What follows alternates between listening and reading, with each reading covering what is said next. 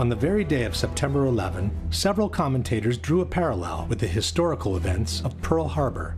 And it's a day that will, as was the case with Pearl Harbor, live in infamy in American history. The last time there was an attack like this on the United States was Pearl Harbor. Reminiscent of another terrible day, the attack on Pearl Harbor. But there was also someone on the same day who offered a prediction. After the attack on Pearl Harbor, guess what we did? We went back and found out that, yes, the evidence was there. We should have known. And again, I think what we're going to see, even in this instance, this Pearl Harbor of the 21st century is very much the same kind of thing. In fact, the more information that has been emerging about September 11, the more we have come to realize that many different aspects of the two events bear a chilling resemblance to each other.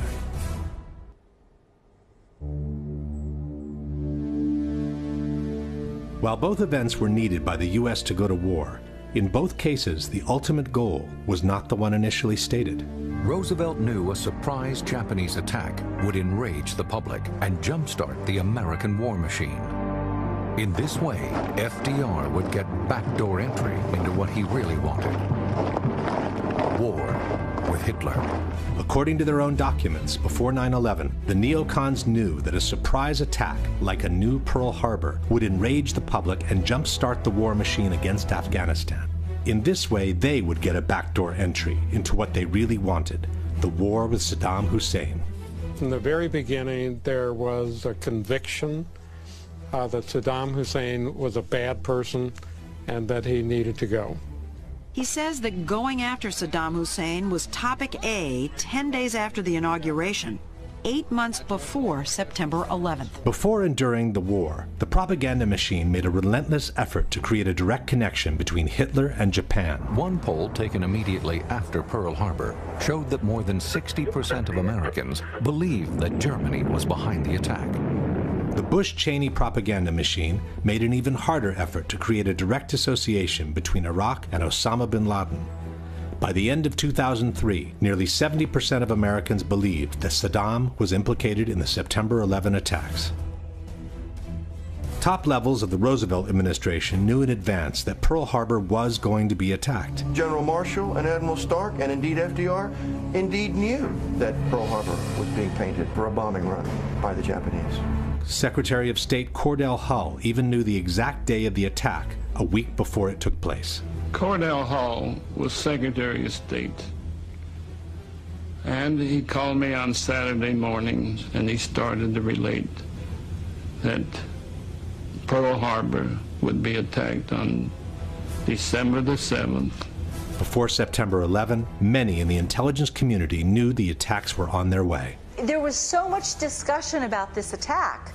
Everybody was talking about it. George Tenet had some meetings. Other analysts had meetings at the White House. Vital information on the Japanese attack was kept from those who could have used it to defend the Hawaiian port and to minimize the number of American casualties. Two men could use that information immediately: Admiral Husband Kimmel and Lieutenant General Walter Short, the commanders at Pearl Harbor. But they never get it. According to Hill, that was no mistake. If FDR and his administration deliberately withheld the vital intelligence from Pearl Harbor, and all the evidence indicates that they did, then it was certainly a deliberate conspiracy to set Pearl Harbor up for a total defeat. Before September 11, important information was kept from counterterrorism czar Richard Clark, who could have organized a defense and even have prevented the attacks altogether. You have to intentionally stop it. You have to intervene and say, no, I don't want that report to go. We therefore conclude that there was a high-level decision in the CIA ordering people not to share that information. In both cases, the pre-knowledge by the U.S. government on the upcoming attacks was denounced in front of Congress. In September 1944, Republican Representative Forrest Harness of Indiana made the first congressional charge about a Pearl Harbor conspiracy. He said that 3 days before Pearl Harbor, the Australian government had warned Washington that a Japanese aircraft carrier was headed towards Hawaii.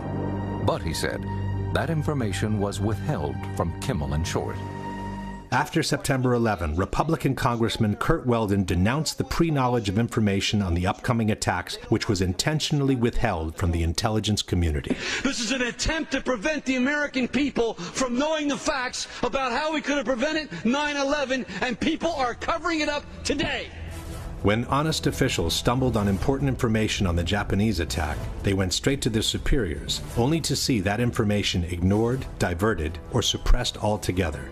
The Chief of Naval Intelligence in Washington, Captain Alan Kirk, recognized the message as plans for a bombing raid, but his persistent attempts to warn Kimmel ended when he was assigned to other duties. At Pearl Harbor, the Admiral had no way of knowing that Kirk had been repeatedly refused permission to warn him.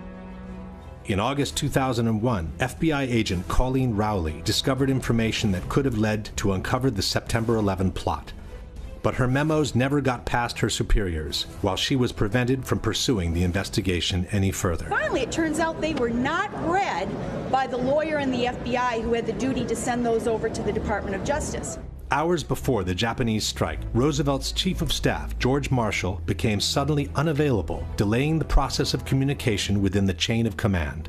General George Marshall, the man who should have acted, was nowhere to be found.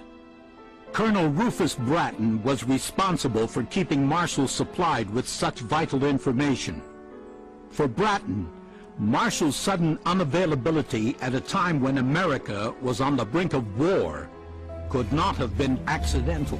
In the crucial hours of September 11, Defense Secretary Rumsfeld and other top military became suddenly unavailable, hampering the decisional process within the chain of command. For 30 minutes, we couldn't find him. Withholding information, however, may not have been sufficient to guarantee the success of the Japanese attack. The military capacity of the Hawaiian port was also kept below its requirements. General Short, faced with the need to send out long-range patrols, had only a handful of suitable aircraft. His demands for more were not seen as a priority. On September 11, only 4 jets remained on alert to defend the entire sector of the country most likely to suffer an attack. I've determined, of course, that with only 4 aircraft, we cannot defend the whole northeastern United States. President Roosevelt gave direct orders not to interfere with the Japanese attack. President Roosevelt told General Marshall to send a message to the Hawaiian and Philippine commanders, don't interfere with Japan's overt act of war. The United States desires that Japan commit the first overt act. There's no argument about what FDR meant. He meant that the U.S. naval plan to defend Pearl Harbor should not and cannot be executed. On September 11, Vice President Cheney gave a direct order regarding the plane headed towards Washington, which in fact resulted in the plane reaching its target without being shot down. The young man said, Vice President, the plane's 10 miles out. Do the orders still stand? And the Vice President sort of whipped his head around and said, of course they do. It was thanks to the indignation for the 3,000 sailors killed at Pearl Harbor that President Roosevelt could finally enter a war the U.S. had been preparing for months in advance. With confidence in our armed forces, with the unbounding determination of our people, we will gain the inevitable triumph, so help us God. It was thanks to the indignation for the 3,000 victims of September 11 that President Bush could launch a war that had already been prepared in the smallest detail. CNN and Time magazine have reported that on September 10, 2001, a military plan to attack Afghanistan had been placed on George Bush's desk to be signed by the president upon his return from Florida. May God grant us wisdom, and may He watch over the United States of America.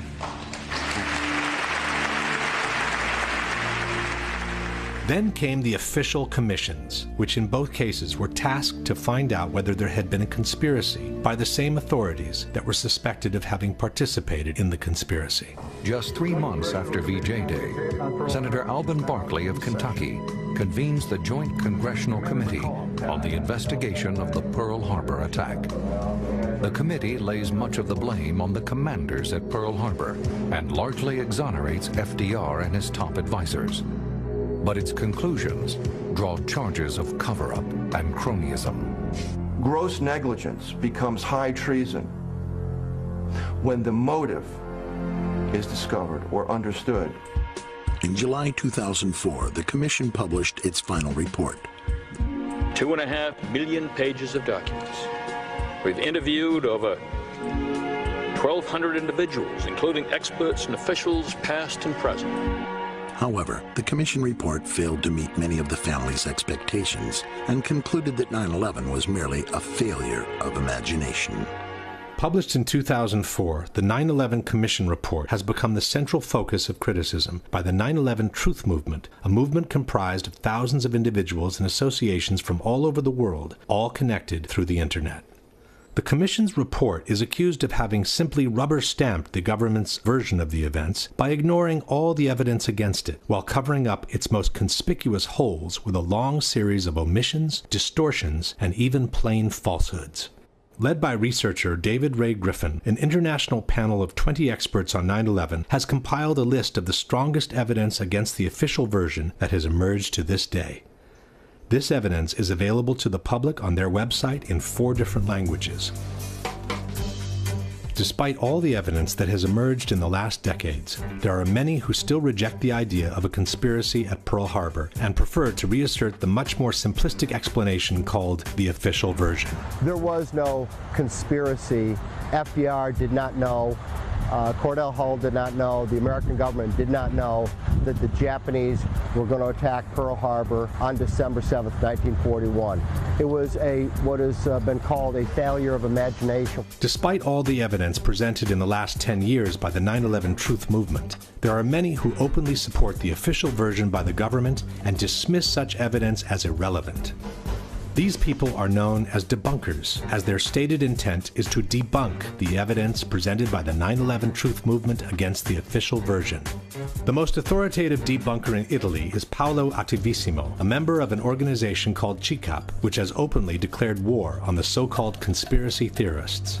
Attivissimo has held numerous conferences on 9/11 in which he has covered all the most important aspects of the debate. The most prominent champion for the official version in France is Jérôme Quirant, who also wrote a book called September 11 and the Conspiracy Theories. Quirant also participated in numerous conferences and television debates on 9/11 in his own country. But the flagship for the debunkers worldwide is certainly the American magazine Popular Mechanics. In 2006, they published a book called Debunking 9/11 Myths, in which the authors purport to have refuted all the major claims against the official version by the 9/11 Truth Movement. Jim Miggs is the editor of Popular Mechanics magazine. In 2005, he and a staff of reporters decided to take on the factual and scientific claims made by members of the 9/11 conspiracy movement. The results were first published in a magazine article, then more fully developed in a book titled Debunking 9/11 Myths: Why Conspiracy Theories Can't Stand Up to the Facts. I think what Popular Mechanics did with the 9/11 conspiracy theory was just about one of the best things ever done in the history of skepticism. That is exactly how it should be done. Here's the claim, here's the answer. Here's the claim, here's the answer. By the end, they got nothing to stand on. Boom, end of story. But is it really so?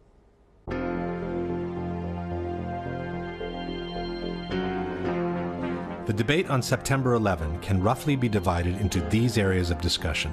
We have the 4 hijackings as the overarching event of the day, and we have the 3 different locations that were hit by the 4 airplanes. One of them hit the Pentagon, another crashed in Shanksville, Pennsylvania. The other 2 hit the Twin Towers in New York. The debate on the hijackings is divided in 3 parts. The first one focuses on the air defense and whether the failure to intercept the hijacked airplanes was accidental or intentional. The second focuses on the hijackers and whether they were actually aboard the airplanes or just the usual patsies. The third part focuses on the aircraft themselves and whether the 4 airplanes used in the attacks were the same ones that took off from the airports that morning or were something that only resembled them from the outside. What initially raised suspicions on the true role of the military on September 11 is the fact that the U.S. air defense, which is arguably the most advanced and sophisticated in the world, was unable to intercept even one of the 4 hijacked airplanes in the course of over 1.5 hours. I remember thinking, where on earth are the interceptors? I'm an old interceptor pilot, and it's absolutely unbelievable that hijacked airliners could fly around for an hour and 40 minutes without being intercepted. As a former Minister of National Defense, why did airplanes fly around for an hour and a half without interceptors being scrambled? Take them, with a quick reaction alert. They should have been in the air in 5 minutes or 10 minutes. If not, as a Minister of National Defense, I would want to say, why not? This astonishing failure to respond was remarked by Senator Mark Dayton in the post-9/11 congressional hearings. But what I find much more shocking and alarming were the repeated and catastrophic failures of the leaders in charge and the other people responsible to do their jobs, to follow established procedures, to follow direct orders from civilian and military commanders. The official justification for this failure is a series of blunders, miscommunications, and mistakes that has come to be known as the incompetence theory. On that day, you saw a lot of well-meaning, confused people struggling to make sense of a terrible situation. They didn't even know where the planes were. One argument for the incompetence theory is that the air defense was conceived to protect the U.S. from external threats, not internal ones. The fact is that our air defenses, the whole NORAD system, was not at all geared towards protecting us from domestic aircraft. Quite the contrary. It was all set up to detect aircraft coming in from overseas. La difesa era predisposta per difendersi da attacchi provenienti dall'esterno. L'America era come fosse un castello con un fossato, ma questi hanno usato una catapulta per entrare. Saltando il fossato si sono trovati all'interno, nel ventre mole dell'America, e l'hanno potuta spolpare. What the debunkers forget to mention is that the responsibility for tracking internal hijacks has never fallen on the military to begin with. This has always been the duty of the Civil Air Traffic Controllers, the FAA, as explained by the Secretary of Defense himself. So the Department of Defense was oriented externally. Our radars were pointing out, not in, and the FAA was the one that then had the responsibility to say there's a hijack. Only then, explains author and researcher Nafiz Ahmed, is the military requested for assistance in scrambling their jets. Standard operating procedures dictate that as soon as a plane flies off course, the FAA will contact the plane and try to ask them what is going on. If there is a problem or if they cannot establish radio contact, then immediately the FAA will contact the Pentagon, who will, within a matter of minutes, a maximum of 10 minutes normally, will scramble fighter jets to intercept the civilian plane and to analyze the situation and see what is going on. The FAA authority over the national airspace is clearly acknowledged in this exchange between the military from September 11. If you can, hand the fighters over directly to FAA so they're still under FAA control. We're never going to take them. Just work with them, coordinate with them as best that you can with that. Take them to the area and let them handle that airspace. Another argument for the incompetence theory is that by turning off the transponders, the hijackers had made the airplanes very difficult to be tracked on radar. That can't be overstated. The fact that once the hijackers turned off the transponders, you had air traffic control who were looking at something like 4,500 primary radar blips. They were trying to pick out the plane that they just lost. Non sapevano dove andare perché i terroristi hanno disattivato un dispositivo che si chiama transponder che localizza l'aeroplano. Spento quello, puff, sparisce il puntino. E dov'è? Non si sa dove è finito. This is not true. When the transponder is turned off, the controllers lose the information on the altitude, but they can still track the plane as a primary signal. The following example shows how long it took an air traffic controller to find American 11 on his screen after he was told the plane had been hijacked. Good morning, Washington. I got a situation here with American 11. We believe it's a possible hijack. Okay, tell me more. We lost radio communications with him. Then we lost his transponder. And right now the aircraft is just west of Albany going southbound. Okay, I see him.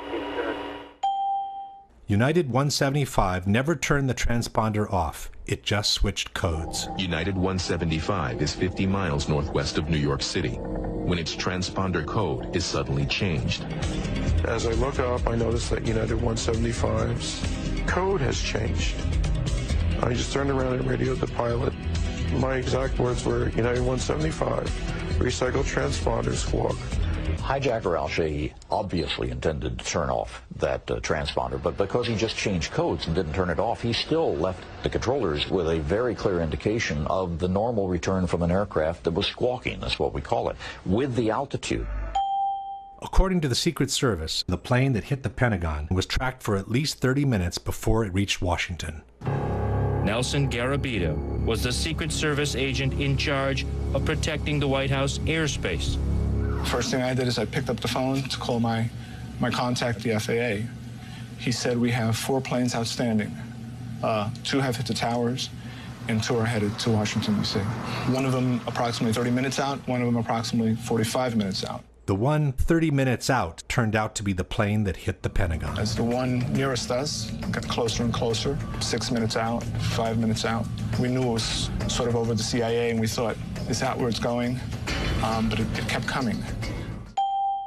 United 93 was also being tracked after the hijacking. We were tracking United 93, and I was in conversation with the FBI agent, and he was relaying to me that we suspect that this aircraft has now been taken over by hostile forces, described the sharp turn it made over eastern Ohio, and now is heading back along southwestern Pennsylvania. The airplane was being followed step by step, practically in real time.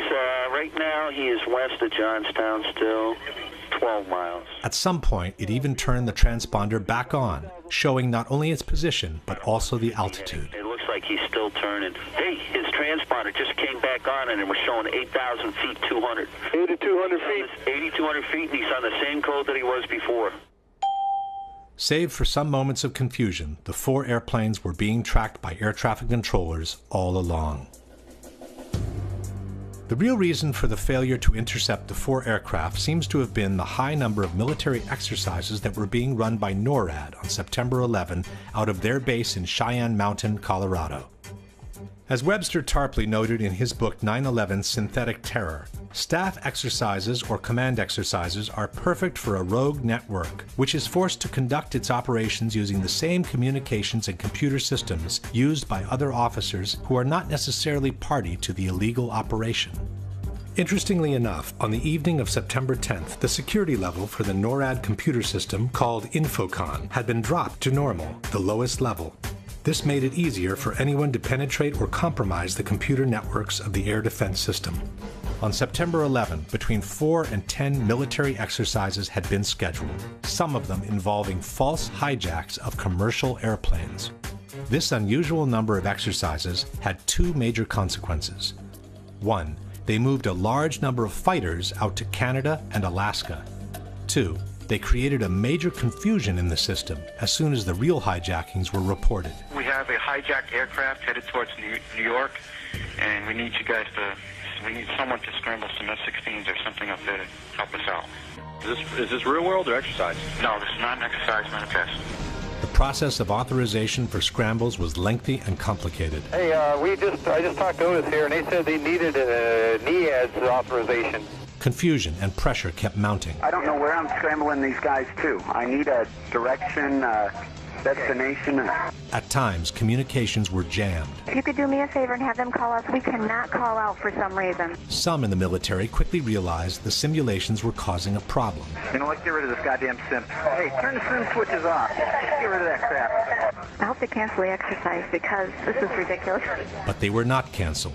Even after both towers in New York had been hit, when everyone knew America was under attack, the war games continued. You guys watching the news? Yeah.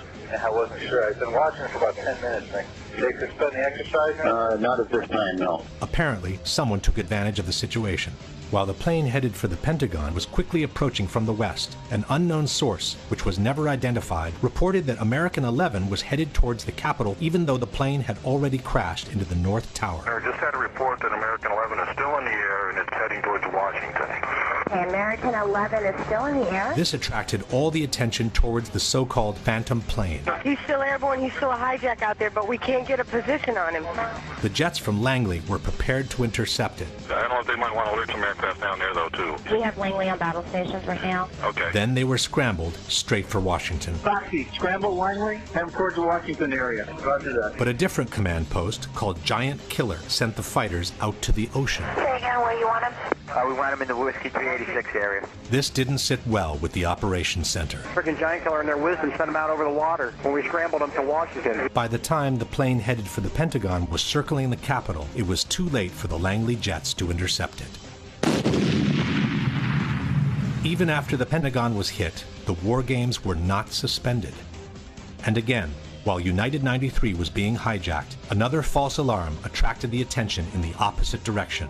Did you get the word? I got a Delta 89er southeast of Toledo. Delta 89, that's the hijack. They think it's possible hijack. Fuck. South of Cleveland, we have a code on him now. Good. Pick it up. Find it. Fuck, another one. Major Nazipany turned to Toledo Air Force Base. I'm sorry to be so brief and quick on this, but there's another possible hijack about 50 miles east of Toledo, and you guys are the closest, and we need somebody airborne. But instead of getting help, his authority was questioned. What authority is this coming from?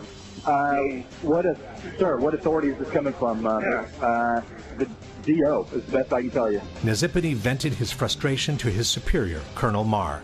He's going to tell his commander, the commander's going to call you, because he doesn't believe the authority. Then they tried Duluth Air Force Base. What about Duluth? Okay, Duluth, you got no fighters. Nazipany went all the way to the western quadrant looking for help. This is Major Cheney. Who is this? Hey, Kenny. This is Nasty. How you doing? Hey, doing all right. Hey, we're not doing so good right now. What I'd like to do, possibly steal some aircraft out of Fargo from you guys. But here, too, there were no planes ready for scramble. You're going to get 2 aircraft up in about 15 minutes. They tried Syracuse, but 20 minutes was the best they could do. Syracuse 2 airborne in 20 minutes. They tried Alpena, but the planes were just returning from their training. The Alpena thing isn't what we thought. There's 4 guys coming home from the range right now. They started looking for planes that were already up in the air for exercises. So, anybody in training, send them home. These moving missions of Falcon, send them home. But those planes were spent at that point. They got no weapons. They just went on a straight run up to the range. They blew all their load. By the time refueled and armed jets were finally scrambled, the Delta flight turned out to be another false alarm. He was a hijacked aircraft. He is not a hijacked aircraft. He's taking precautionary measures, and he's landing at Cleveland Center. Only after the Delta flight had landed were the war games finally suspended. So this is Captain Taylor calling from China Mountain Control. Yes. What we need you to do right now is to terminate all exercise inputs coming into Cheyenne Mountain. By then, also the 4th hijacked airplane had been turned into a pile of smoking rubble. Yet General Myers, who was the highest military authority on September 11, has denied that the war games affected the military capacity of response. And the question was whether or not the activities of the 4 war games going on September 11th actually impaired our ability to respond to the attacks. The answer to the question is no, did not impair our response. General Myers forgot to mention that on the morning of September 11, only 4 planes were armed and ready to intercept terrorists in the eastern region of the country. I've determined, of course, that with only 4 aircraft, we cannot defend the whole northeastern United States. That was the sensation of frustration, of I don't have the forces available to do anything about this. Myers instead has even suggested that the war games helped the military response. General Eberhart, who was then the commander of North American Aerospace Defense Command, as he testified in front of the 9/11 Commission, I believe he told them that it enhanced our ability to respond. What that means is all the battle positions that are normally not filled are indeed filled. So it was an easy transition from an exercise into a real-world situation. Again, Myers forgot to mention that the transition took place only after all tragic events had ended, around 11 o'clock. By 11 o'clock, the sense of alarm had spread across the country. Fighter jets actually patrolling the skies. It was a war zone. Our skies were turned into a war zone. Everywhere you turn, it was military jets and helicopters everywhere. George Bush returned to Washington on the evening of September 11. The president finally returns to Washington. An escort of 6 helicopters was waiting for him. 300 fighters were defending the skies. Had there been 300 fighters ready to defend the skies on the morning of September 11, would the terrorist attacks have turned out the same way? This leads us straight into a pivotal question. Was the choice of scheduling so many exercises in the same day just a misfortunate call, or was it intentional? To answer this question, we need to take a closer look at some of the warnings the U.S. had received in the months prior to September 11. By the spring of 2001, The system was blinking red, according to intelligence chiefs. The U.S. administration has always maintained that they knew the attacks were on their way, but they didn't have specific information on them. I knew there was another attack planning. I knew there was another attack coming. And the obvious question behind that is, well, why didn't you do something about it? We had no specific information. It was not specific as to time, nor place, nor manner of attack. No specific threat involving really a domestic operation or involving what happened, obviously, the city's airliner and so forth. There were no warning signs that I'm aware of that would indicate this type of operation in the country. All these statements are false. A joint congressional inquiry on September 11 has revealed that in spring and summer of 2001, there had been a flood of warnings about possible terrorist attacks in the United States, some using airplanes as weapons. In fact, as reported by the New York Times, American aviation officials were warned as early as 1998 that Al-Qaeda could seek to hijack a commercial jet and slam it into a U.S. landmark. The London Times has revealed that the British MI6 had warned the American intelligence services about a plot to hijack aircraft and crash them into buildings 2 years before the September 11 attacks. Russian President Vladimir Putin has said publicly that he ordered his intelligence agencies to alert the United States last summer in 2001 that suicide pilots were training for attacks on U.S. targets. German intelligence alerted the CIA in June 2001 that Middle Eastern terrorists were training for hijackings. The Sunday Herald has confirmed that Britain gave President Bush a categorical warning to expect multiple airline hijackings 1 month before the September 11 attacks. Then there was the infamous August 6th memo. President Bush was told in August that Osama bin Laden might be planning an attack involving the hijacking of U.S. aircraft. It's titled, Bin Laden Determined to Strike in U.S. The 2-page memo states, FBI information indicates patterns of suspicious activity in this country, consistent with preparations for hijackings or other types of attacks. Maybe it's no coincidence that the FBI advised their own boss to stop flying commercial airliners as early as 6 weeks before 9/11. Why is the Attorney General of the United States doing all his air travel by specially chartered jet? The Justice Department cited what it called a threat assessment by the FBI and said Ashcroft has been advised to travel only by private jet for the remainder of his term. At this point, we can pose the following question. Knowing that the attacks were imminent, knowing that they might involve hijacked airliners, but not knowing where and when they could happen, would have been a good reason to beef up the defense and keep even more jets than usual on alert all across the country. Why instead schedule so many exercises in one day while leaving only 4 jets on alert to defend the very sector of the country that was most likely to be attacked? To bring even more confusion into the situation was a series of last-minute replacements and unexplained absences within the chain of command. The chairman of the Joint Chiefs of Staff was General Henry Shelton, but on September 11 he was absent, and his post was taken by his deputy, General Richard B. Myers. The FAA's National Operations Manager was Ben Sliney. On the morning of September 11, Sliney had been on that job for less than 1 day. The protocols required for Mr. Sliney to speak directly with the hijack coordinator, Lieutenant General Mike Canavan. But Canavan on that day was in Puerto Rico, and apparently he had forgotten to designate a replacement. In regards to the ensuing confusion, Mr. Sliney has stated, "That's incredible. There is only one person. There must be someone designated or someone who will assume the responsibility of issuing an order." At the head of the National Command Center was General Montague Winfield. But on the evening of September 10th, Winfield instructed Captain Charles Leidig to take his place on the following morning. Leidig had been just recently certified for that post and was also on his first day on the job. At the operation command of NEADS was Colonel Marr. When Marr called his superior, General Arnold, to get authorization to scramble the jets from Otis, he was told that Arnold was in a meeting where he could not be reached by telephone. Marr had to physically send a messenger looking for him. Precious minutes were lost as Marr waited for Arnold to return his call, and when the fighters were finally scrambled, it was too late for them to intercept American 11. The top commander in charge of NORAD was General Ralph Eberhard, who was stationed at Peterson Air Force Base in Colorado. Eberhard told the 9/11 Commission that he was made aware of the first hijacking practically at the same time American 11 slammed into the North Tower. He then went to his office and saw the CNN broadcast of the World Trade Center explosion. After the second impact, writes the commission, it was obvious to Eberhard that there was an ongoing and coordinated terrorist attack. At that point, Eberhard called General Myers to update him on the situation. But even though both generals knew the country was being attacked by hijacked airplanes, neither of them suggested suspending the war games and recalling all the fighters available as soon as possible. Furthermore, instead of getting on the phone and taking control of the situation in the most crucial moment of the day, General Eberhard chose to get in his car and drive from the Peterson base to Cheyenne Mountain. The 30-minute drive put him completely out of the loop, since Eberhard couldn't receive telephone calls, wrote the Denver Post, as senior officials weighed how to respond. General Eberhard was also the person responsible for lowering the security level of the defense computer system on the evening of September 10th. And then there was Donald Rumsfeld.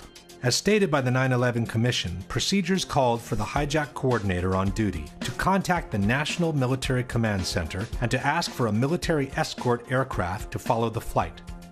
The NMCC would then seek approval from the Office of the Secretary of Defense to provide military assistance. If approval was given, the order would be transmitted down NORAD's chain of command.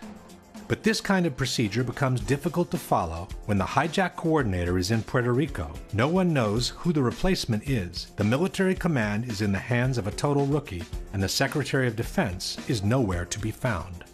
Donald Rumsfeld told CNN that he was informed of the Trade Center being hit some 15 minutes before the Pentagon was hit. This places the episode around 9:22 in the morning. And after the Pentagon was hit, rather than go to the command center and take charge of the situation, the Secretary of Defense chose to lend a helping hand on the Pentagon's lawn. It's almost as if Rumsfeld didn't feel the need to be informed about what was happening to his country under attack. The Secretary of Defense is outside the burning building, while inside the Pentagon. For 30 minutes, we couldn't find him.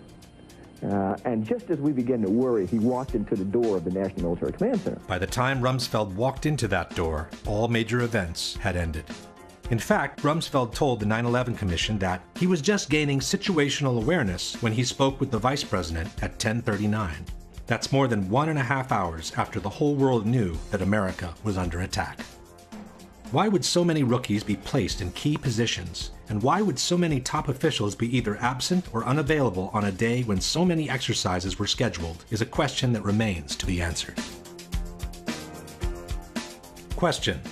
After having realized that the country was being attacked by hijacked airplanes at 9:03, why didn't Eberhard immediately suspend all the war games and recall all the available jets to their bases? Why didn't Myers order him to do so after having been briefed by Eberhard on the ongoing attack? And why hasn't the 9/11 Commission ever asked either general these most fundamental questions? The final argument against the incompetence theory is offered by researcher Nafiz Ahmed. If we try to explain it by using the incompetence theory, it doesn't make sense. For example, if it was incompetence, we would expect that there would have been a normal inquiry into what went wrong. We would have expected that there would be some kind of reprimands, that certain officials would be downgraded, or they would lose their jobs, or something would have happened to correct the situation. But we find that there has been no such reprimands at all. Not only that didn't happen, but the opposite took place. After 9/11, most of the high-ranking people involved in this catastrophic failure were either confirmed to their posts or promoted to higher levels. Condoleezza Rice, who had misrepresented the information the government had on the attacks in a sworn testimony, kept her post as National Security Advisor and went on to become Secretary of State in the following Bush administration. General Eberhard, the NORAD commander who didn't think of recalling the war games as soon as he knew his country was under attack, was chosen to lead the newly created U.S. Northern Command, which the Department of Defense has termed the nation's premier military homeland defense organization.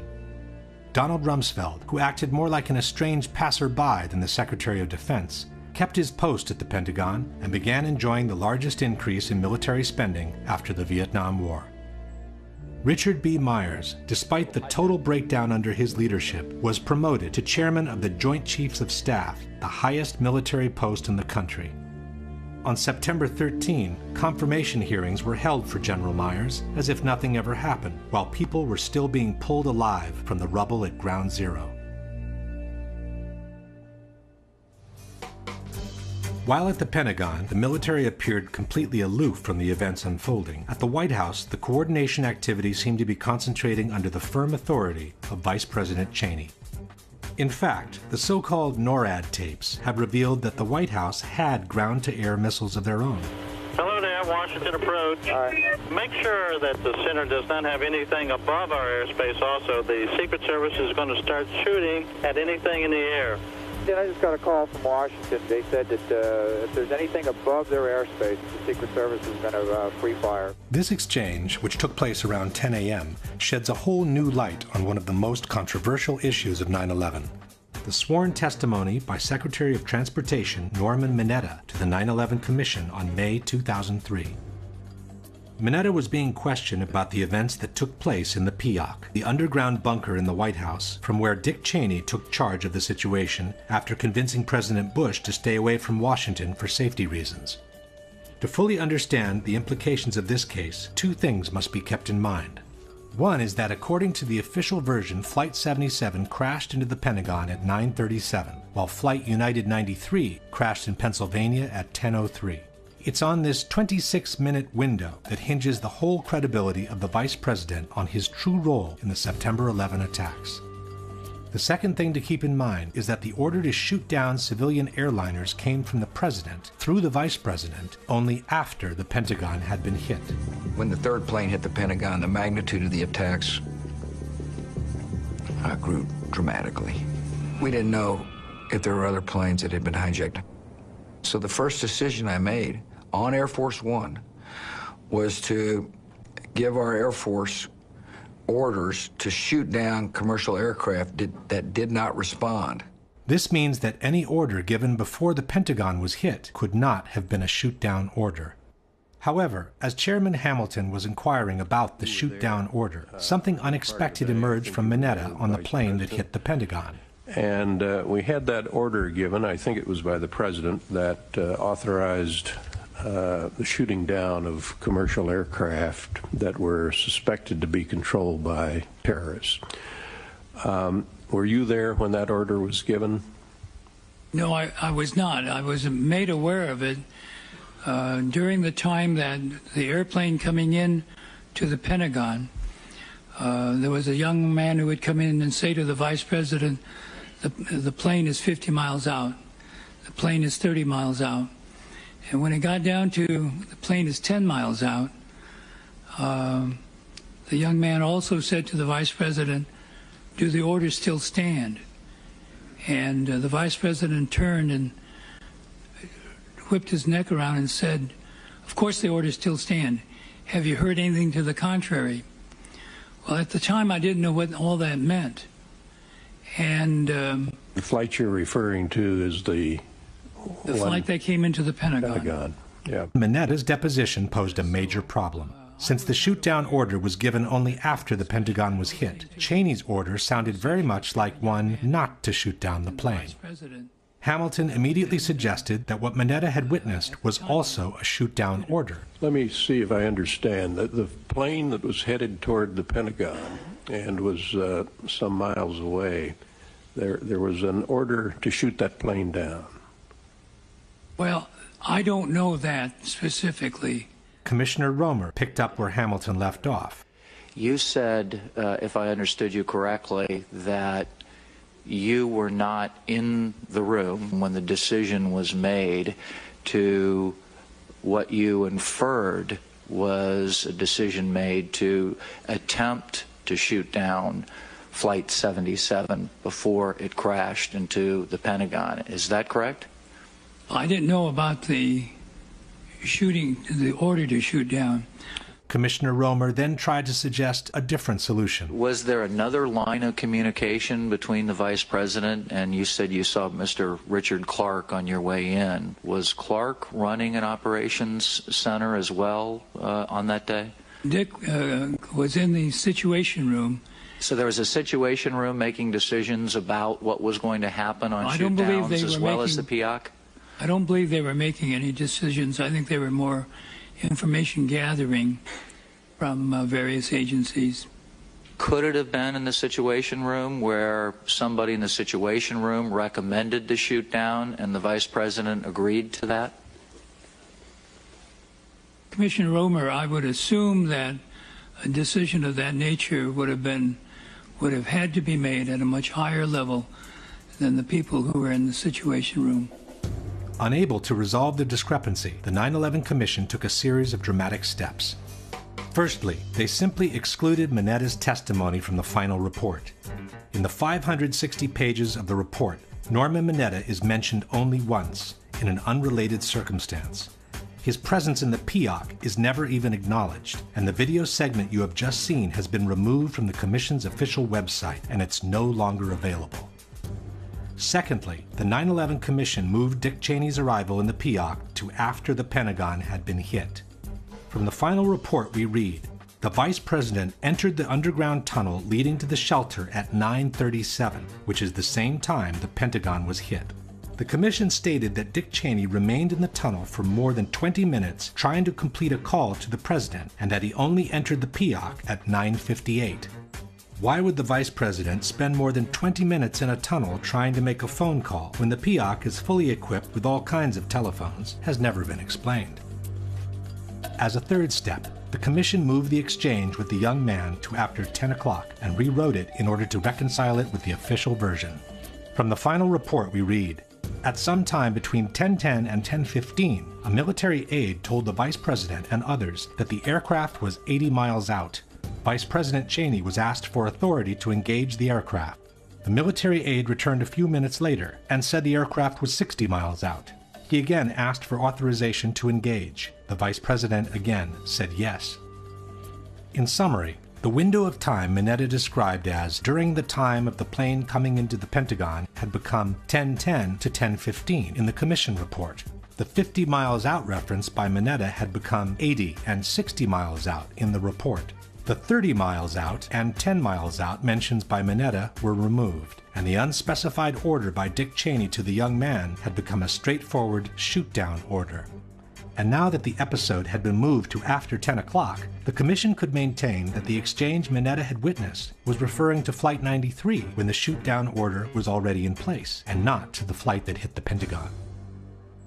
There was only one problem with this version of the events. Norman Minetta had to be terribly confused in his recollections, as he could not have been with the Vice President in the PIOC at the time the Pentagon was hit. To support this theory, the debunkers point at a statement by Minetta, who said he arrived at the White House while it was being evacuated. Since the official order of the evacuation came at 9:45, contend the debunkers, Minetta could not have been with the Vice President in the PIOC at the time the Pentagon was hit. Stanno evacuando la Casa Bianca quando ci sono arrivato. Quindi questa informazione ci permette di localizzare cronologicamente il momento in cui Minetta è entrato alla Casa Bianca. But in the same deposition, Minetta also stated that he arrived at the PIOC at about 9:20 a.m. So it's presumable that he was referring to the people that had already started leaving the White House before the official order of evacuation was given. In fact, at 9:52, CNN reported that a slow evacuation of the White House had started some 30 minutes earlier, much before the official order was given. Furthermore, a Secret Service timeline compiled by the 9/11 Commission staff shows that the 30 miles out and 10 miles out calls came at 9:31 and 9:34 respectively. This clearly places the exchange Minetta witnessed before 9:37. At the same time, the main problem with placing Cheney's removal from his office at 9:37 is Dick Cheney himself. On September 16, 5 days after the events, Cheney stated on Meet the Press that he was taken into the bunker shortly after the second tower was hit, which happened at 9:03. So we turned on the television and watched for a few minutes and then actually saw the second plane hit the World Trade Center. I talked with the president while I was there over the next several minutes watching developments on television, and as we started to get organized to figure out what to do, my Secret Service agents came in, and they hoisted me up and moved me very rapidly down the hallway, down some stairs, through some doors, and down some more stairs into an underground facility. And they did that because they'd received a report that an airplane was headed for the White House. There are also several highly credible testimonies that place Dick Cheney's removal from his office shortly after 9:03. ABC News quoted White House photographer David Borer saying that just after 9 a.m., Vice President Dick Cheney was in his West Wing office when 2 or 3 agents came in and told him, "Sir, you have to come with us." Agents came inside the office and said, "Sir, you have to come with us." The New York Times reported the same story. At 9:03 a.m., as Vice President Cheney was staring at the TV screen, the second hijacked airliner exploded against the Twin Towers. At that moment, the Secret Service grabbed him and hurried him down to Peoc. Richard Clarke, in his book Against All Enemies, wrote that soon after the second tower was hit, Cheney began to gather up his papers. As I left, I counted 8 Secret Service agents ready to move to the Peoc. President Bush's secretary, Ashley Estes, stated, "As the second plane hit, it didn't really click exactly what happened. Then I heard a noise, like a body bumping a door. I looked out into a hallway and saw the vice president with the Secret Service. They had kind of lifted him up and were running with him. At that point, it definitely registered what it was." Former Undersecretary of Defense Eric Edelman testified, "I was already down in the Peoc with the vice president when we got word there had been an explosion at the Pentagon." And even after 10 years, Dick Cheney has not changed his story one bit. As we watched, we saw the second plane strike, and then we knew it was a terrorist attack. Then my Secret Service agent, lead agent, came bursting through the door of my office and said, "Sir, we have to leave now." While all these testimonies clearly placed Dick Cheney in the Peoc by the time the Pentagon was hit, the 9/11 Commission has admitted that the 9:37 entry time by Dick Cheney in the tunnel was based on alarm data which is no longer retrievable. And, most important of all, Mineta himself recalls being with the vice president by the time the Pentagon was hit. So then someone came in and said, Mr. Vice President, there's been an explosion at the Pentagon. In the course of time, Secretary Mineta has never changed his story, repeatedly confirming both the location and the timing of the event. And then all of a sudden, as I was talking to him, he said, I lost the bogey, lost the target. I said, well, where is it? He said, well, somewhere between Roslyn and National Airport. And about that time, someone broke into the conversation. Said, Mr. Secretary, we just had a confirmation from a Arlington County police officer saying that he saw an American Airlines plane go into the Pentagon. That the exchange Mineta witnessed was referring to the plane that hit the Pentagon should be beyond doubt at this point. But we still don't know what was the order given by Dick Cheney to the young military, whose name turned out to be Douglas Cochran. In 2010, some researchers tracked down Mr. Cochran and asked him to clarify what the orders by Dick Cheney were. Mr. Cochran confirmed being the person involved in the exchange, but declined to elaborate. He simply stated that everything that happened on that day has been well documented. The 9/11 Commission report is the authoritative narrative on the events of 9/11. I have nothing to add. In fact, it turns out that in 2004, the 9/11 Commission did interview Douglas Cochran, military aide to the Vice President, on the inbound aircraft and on the shoot-down language used. But his interview has been withdrawn from public access, and to this day, it remains classified. While we wait for that document to be declassified, we can piece together the information we already have. 1. The sky over Washington is Class Bravo, restricted airspace. It's called Prohibited Area 56. In order to enter it, an airplane must have clearance from air traffic controllers, active two-way radio communications, and its transponder must be on. Otherwise, it's to be considered hostile and it could be shot down. 2. As explained by former Secretary of Defense Caspar Weinberger, in a time of crisis, the Washington airspace goes into an actual lockdown. You would do what is being done, and that is closing off the entire airspace so that you, in effect, the whole Washington area is a no-fly zone, so that any planes that can't identify themselves that get into that are to be shot down. 3. The White House had ground-to-air missiles of their own. Hello there, Washington approach. Make sure that the center does not have anything above our airspace also. The Secret Service is going to start shooting at anything in the air. 4. As the unknown airplane was approaching the protected airspace, it had no clearance from air traffic controllers, no radio communications active, and the transponder was off. He said, we're tracking an airplane coming in, but the transponder has been turned off. So we don't have any identification on the airplane We know it's coming in fast. A representation of the FAA radar scope based on information obtained by 2020 shows the plane headed straight for what is known as P-56, Prohibited Airspace 56, which covers the White House and the Capitol, at a speed of about 500 miles an hour, with no radio contact whatsoever. It would be unprecedented for a commercial plane to come screaming through your airspace at that kind of speed, unidentified, without making some type of communication. This made it a perfect candidate for a shootdown, especially after 2 towers in New York had already been hit by an airplane. 5. The Secret Service had known about the incoming airplane for the last 30 minutes, so it's presumable they would have been ready to shoot it down if it became necessary. One of them approximately 30 minutes out, one of them approximately 45 minutes out. So we knew we had some time, but little time. Our supervisor picked up our line to the White House and started relaying to them the information. We have an unidentified, very fast-moving aircraft inbound toward your vicinity. Despite all this, no one moved a finger as the unknown threat kept rushing towards the Capitol. Someone came in and said to the Vice President, there's a plane out about 50 miles out. As the one nearest us got closer and closer, 6 minutes out, 5 minutes out. The same person said to the Vice President, Mr. Vice President, there's a plane 30 miles out. The Washington controllers came up on the speakerphone and started counting down 10 miles to the White House. The young man said, Mr. Vice President, the plane's 10 miles out. Do the orders still stand? And the Vice President sort of whipped his head around and said, of course they do. 9 miles from the White House, 8 miles to the White House. 7 miles west, and it went 6, 5, 4. All the way down to 1 mile from the White House. But no missile was fired. Undisturbed, the plane turned around and went on to strike the Pentagon, causing the death of at least 125 people between military and civilians on the ground. Question. The Secret Service knew about the incoming plane for the last 30 minutes, was following it on radar, had the means to shoot it down, and should have done so in order to protect the Capitol, but they didn't. Why?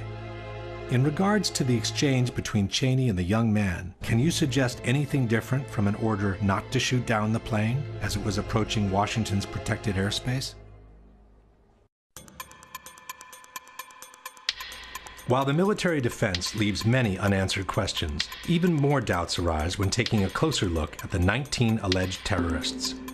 The first problem is that apparently these guys could barely fly at all. While they are known to have taken some flight lessons with small single-engine airplanes, none of them had ever flown a jet before in their life, let alone a large commercial airliner, which is obviously a league of its own. Adam Shaw is an acrobatic pilot and a flight instructor with 6,000 hours of experience, half of which spent flying upside down. For people who are really piss-poor student pilots, to be able to get in the cockpit of big jets and fly them as accurately as they were flown, at close to max speed, and be able to hit the trade towers. The idea that someone could make the transition from a small single-engine plane traveling at 100 miles an hour to a commercial airliner traveling at 500 miles an hour without a long, exhaustive training is very hard to believe. People don't realize that to hand fly an airliner at those speeds is extremely difficult, and particularly if you're a novice, because a novice that's learned in little airplanes, they over-control everything. To justify this apparently impossible transition, the debunkers maintain that the terrorist had spent some time in flight simulators, and that the equipment they encountered in the Boeing cockpits on September 11 was similar to the simulators they had trained on. But this is false. For example, the only simulator Hani Hanjour is known to have ever trained in is the Boeing 737, an airplane designed in the 70s, with a totally different cockpit from the 757 he is alleged to have hijacked on September 11.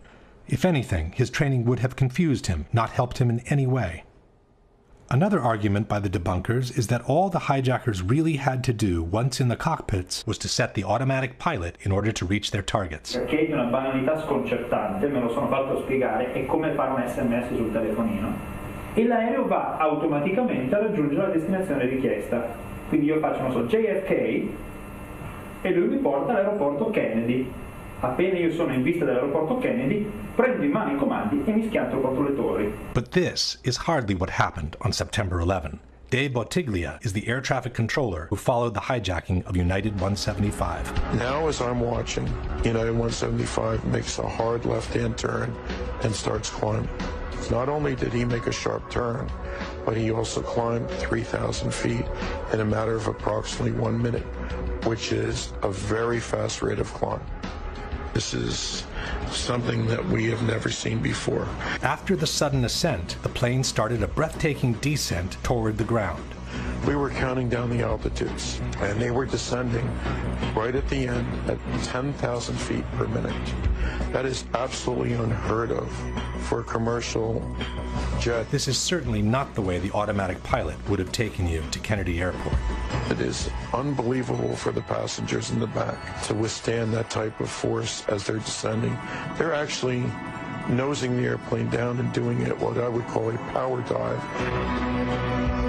At 9:01 a.m., United 175 is hurtling at more than 400 miles per hour toward the Statue of Liberty and New York Harbor. One of the controllers started counting out the altitudes, and he says, my God, he's going down at 8,000 feet a minute.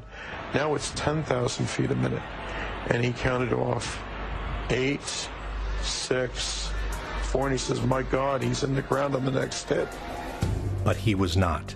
According to the official version, Marwan al-Sheikhi, a 23-year-old who has never flown a jet before in his life, levels the course, visually identifies the target, and performs a spectacular banking maneuver that brings the 767 to hit the South Tower under the world's astonished eyes.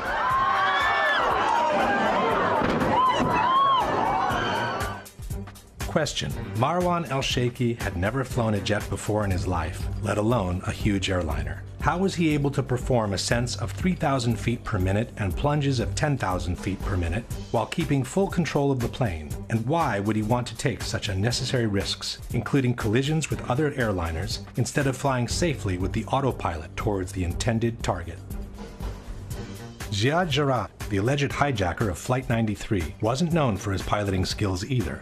As reported by the 9/11 Commission in July 2001, he had asked to fly the Hudson Corridor near Manhattan with a small private plane. But because Hortman Flight School deemed Jarrah unfit to fly solo, he could fly this route only accompanied by an instructor. Yet we are asked to believe that only 2 months later, the same person was able to fully control a 100-ton airliner and perform some extreme descending maneuvers observed by Cleveland's air traffic controllers. I see this plane climbed up from his assigned altitude to 35,000 feet to 41,000 feet, turned around and aimed right back at where we were, and descended rapidly. And when a plane descends too fast, the computer can't keep up with it. Ziad Jarrah had never flown a jet before in his life, let alone a large airliner, and even his experience with small airplanes was rather poor. How could he perform a descent so fast that the computer can't keep up with it while maintaining full control of the plane? And why would he need to take such an unnecessary risk, including collisions with other airplanes, instead of safely flying with the autopilot towards the intended target? But the feat of the century must be awarded to Hani Hanjour, a hopeless amateur who is alleged to have been at the controls of American 77. As he finally reached Washington and had the Pentagon in sight, Hani Hanjour did not make the easy choice and just plunge the plane onto the roofs of the building. He instead disconnected the autopilot and performed a hand-flown, high-speed descending maneuver of 330 degrees that brought him to lose sight of the target again while forcing him to a much more difficult approach close to the ground. Seen from above, the Pentagon offers some 30 acres of unobstructed target. Hitting it anywhere on the roofs would have caused a major devastation and possibly thousands of casualties. Coming in from the side instead, the approach is filled with obstacles, and the target is reduced to a tiny strip of cement coming at you at 500 miles an hour. The debunkers, however, seem to have a good explanation for this apparently illogical maneuver. Normalmente l'aereo dovrebbe scendere in picchiata. Allora si chiede a un pilota e il pilota ti dice subito: guarda che quella è la manovra più difficile, la fa un pilota esperto. Un pilota di scarsa competenza usa l'aereo come se fosse un camion bomba, ossia vola orizzontalmente, vola basso, centro all'edificio. This very question has already been posed to professional pilots, but the answer was not what Attivissimo claims. Se lei dovesse simulare il volo di uno che vuole colpire il Pentagono, esatto, se la volessi rotta quale essere sarebbe? sicuro lo colpirei sicuramente da questa parte qui.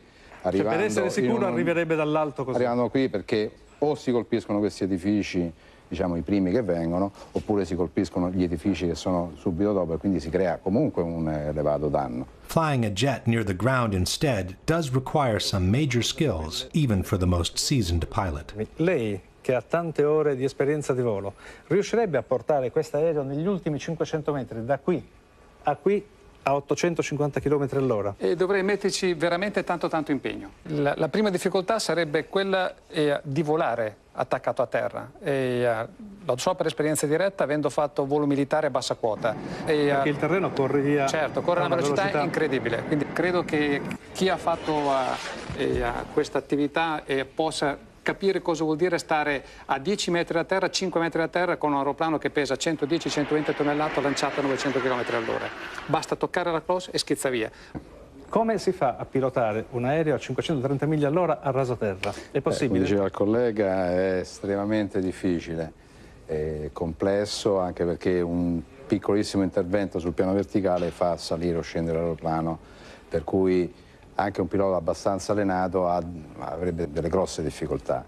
The debunkers insist that the maneuver would have been doable even by an amateur like Hani Hanjour. La manovra è tutt'altro che acrobatica, è una virata molto ampia. Il y a des journalistes aux Pays-Bas qui ont dit on va voir, on va faire le test.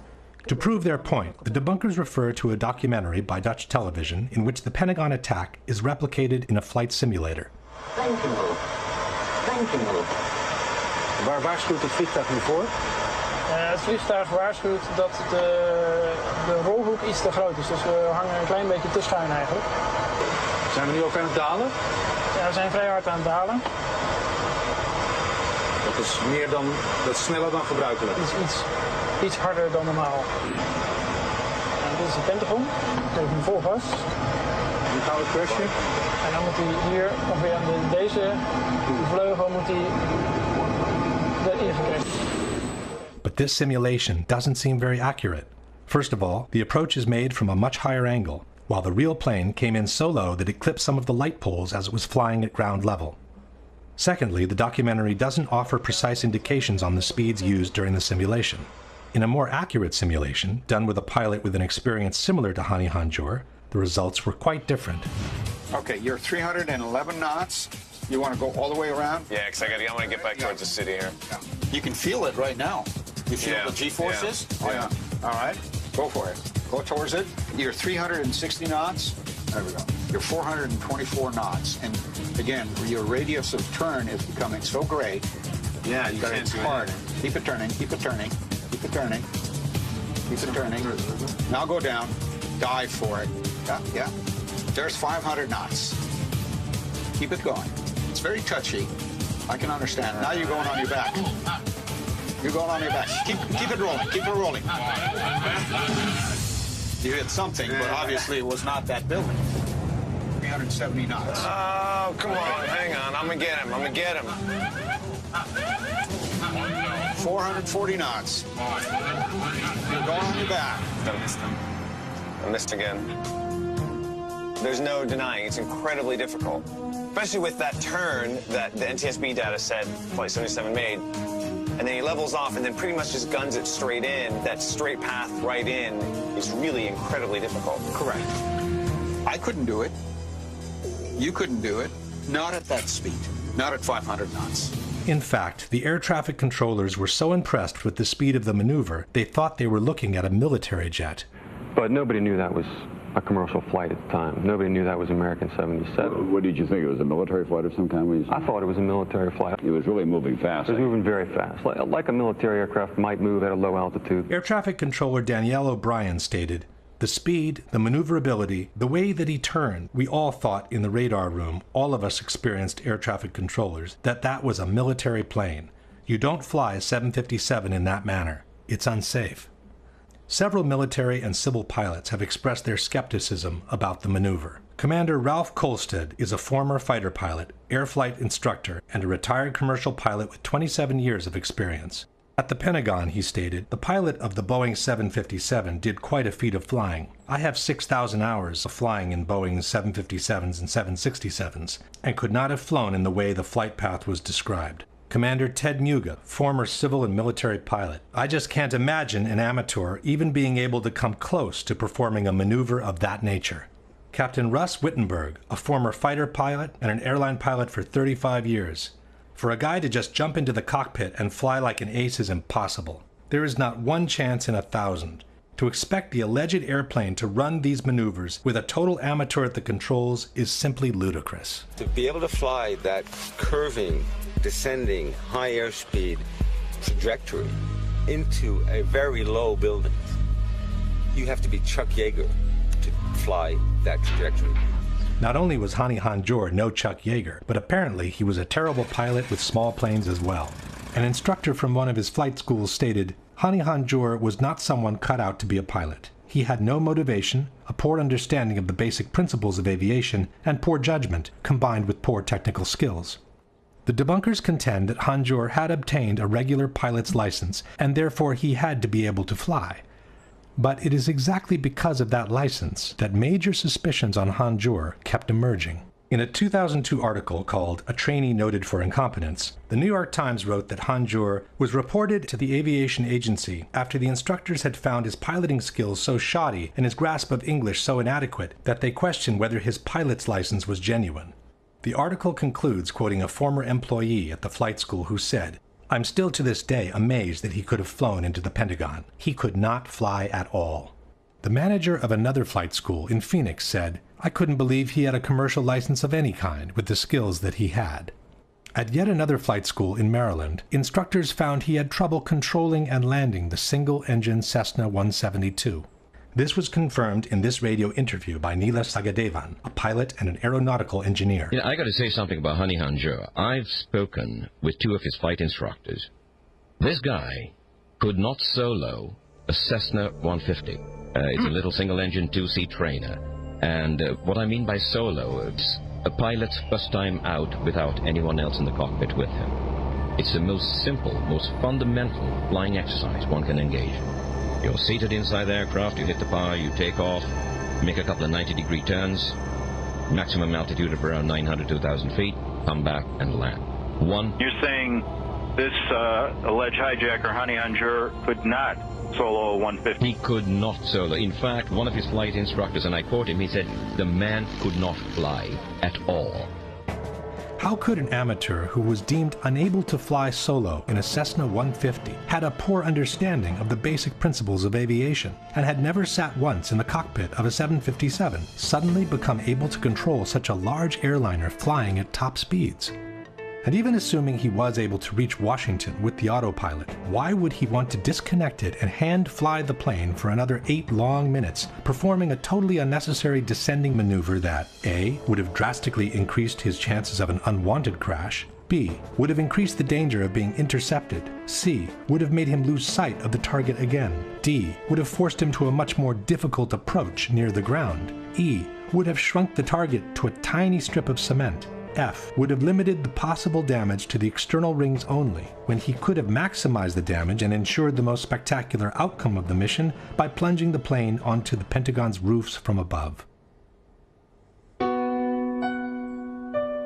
It should be noted that such an illogical maneuver from a terrorist's point of view becomes almost mandatory if seen from the opposite side of the chessboard. If the operation was in fact orchestrated by someone within the military, no one would want a 757 to plunge from the sky onto the Pentagon's roof. That would cause a major devastation, cost thousands of lives, and possibly kill generals and even the Secretary of Defense. To justify the claim of having been attacked, all that was needed was a strike on the side wall in a less populated area away from the top brass offices, where the number of casualties would be kept to a minimum. Maybe it's just a coincidence, but the area of the Pentagon that was hit with the strange maneuver not only satisfied all these requisites, but had just been reinforced in order to withstand a terrorist attack. Exactly where the plane went in was an area that had recently been redeveloped with very heavy blast walls and firewalls. All the outside windows had been equipped with Kevlar coating to guard against blast. This portion of the building that had been remodeled, heavy blast walls put in. And the old portion had already been vacated in preparations of the remodeling effort, and the number of dead is probably considerably less than it would have been if this part of the Pentagon had been up to full staff. Fortunately, too, this is exactly the opposite side of all the critical command centers in the Pentagon, the Secretary of Defense's office, the Chairman of the Joint Chiefs office, the National Military Command, where some of the most critical military decisions are made. Fortunately, they were all on the other side of the building. The renovated section had just been reinforced by floor-to-ceiling steel beams that ran through all 5 floors. When the building section collapsed, the structure was held together by the web of 6 by 6 inch steel columns. Between these columns was a Kevlar-like mesh similar to the material in bulletproof vests, which kept masonry from becoming shrapnel in case of an explosion. The suspicion that a strike on this section of the building was expected doesn't rest on the major beefing up of the structure alone. Apparently, the rumor of a strike on the external ring had already been circulating among the top ranks of the military. On September 11, Jim Miklaszewski was the NBC correspondent at the Pentagon. The first time I heard the word terrorism out of any U.S. official came shortly after the second plane had hit. And I bumped into a U.S. military intelligence official, and I said, look, what have you got? And he said, obviously, this is clearly an act of terrorism.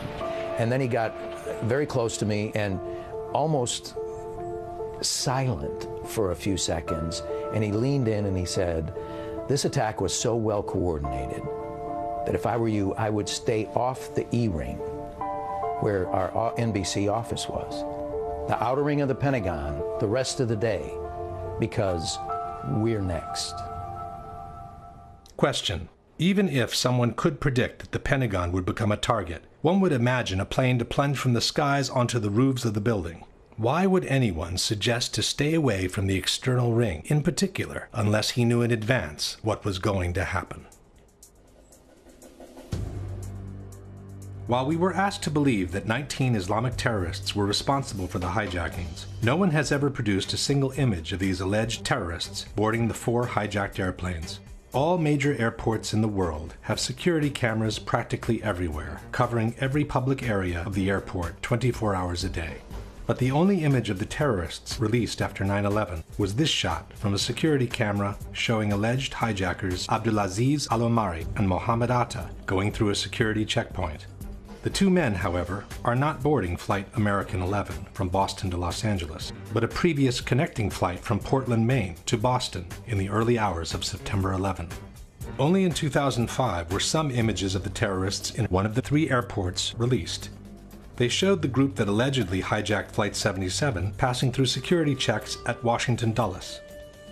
But the timestamp, which is always embedded in security camera recordings, was either cropped out or absent altogether. This means that the video could have been shot at any time prior to 9/11, possibly during a dry run the terrorists did along the same routes.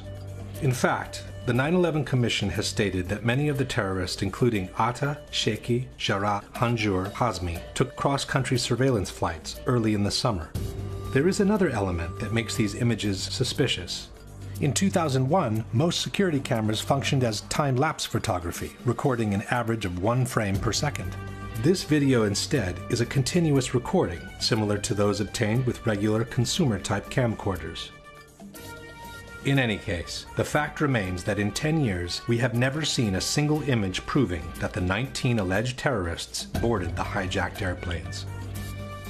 To address this blatant oddity, the 9/11 Commission wrote that the security checkpoint in Newark, like the checkpoints in Boston, lacked closed-circuit television surveillance. But in a Los Angeles Times article dated September 13, 2001, former FBI Assistant Director Louis Shaliro is quoted saying that FBI agents examined footage from dozens of cameras at the 3 airports where the terrorists boarded the aircraft. We also have the account by David Brent, a technical information engineer who worked for the company that had installed the security cameras at Dulles. After the 9/11 attacks, Brent stated, "I was part of a team that had the laborious task of reviewing all the video from the airport. That's every frame from over 300 cameras with 30 days of retention time. The task took 3 weeks of 15-hour days." So where are the images of the terrorists? Even if the checkpoints from 2 of the 3 airports didn't have cameras, we should have dozens of images of the 19 terrorists standing in line for the check-in, getting their boarding passes, moving through the lounge areas, making phone calls, using stairs and conveyor belts, visiting the duty-free shops, or having a snack before departure. Each of these premises has also plenty of cameras of their own, which are used to keep an eye on their customers. And then we should have seen the terrorists seated in the departure lounges, waiting for the boarding call, and finally proceeding through the gates that would take them to the airplanes. But we have never seen any of this. Question: why were we never shown a single image of the 19 alleged hijackers moving through the different areas of the 3 airports on the morning of September 11? Since Washington Dulles did have security cameras at the checkpoints, why were we never shown the properly time-stamped images of the 5 terrorists boarding Flight 77 on the morning of September 11? Not only do we not have a single image of the 19 hijackers at the 3 airports on September 11, but we also don't have a single soundbite of their voices from the 4 cockpit voice recorders. With 4 hijackings that lasted between 18 and 41 minutes each, we should have some 2 hours of continuous recordings of what happened in the cockpits of the 4 airplanes. We should have heard the struggles of the terrorists storming in and overcoming the pilots, and then we should have heard their conversations in Arabic as they try to figure out where they are and how to get from there to their designated targets. But we never heard any of that.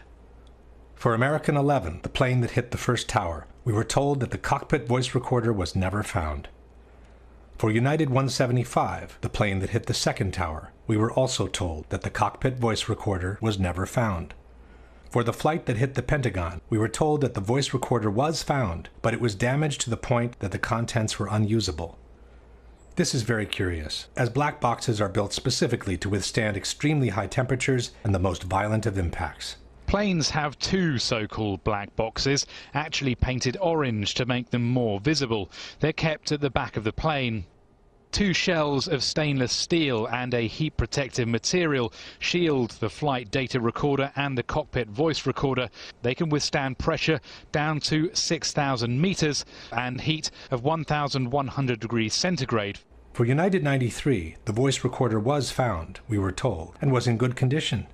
But, for unknown reasons, the recording was never made public. In December 2001, members of the victims' families formally asked the FBI to release the voice recordings from the cockpit of Flight 93. But the FBI replied, "While we empathize with the grieving families, we do not believe that the horror captured on the cockpit voice recording will console them in any way."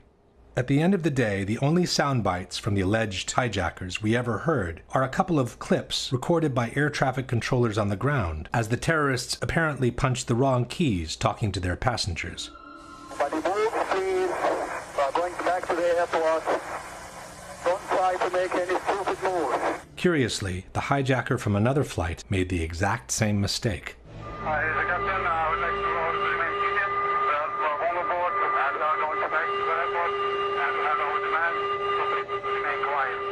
But these recordings could have been transmitted by anyone and from anywhere.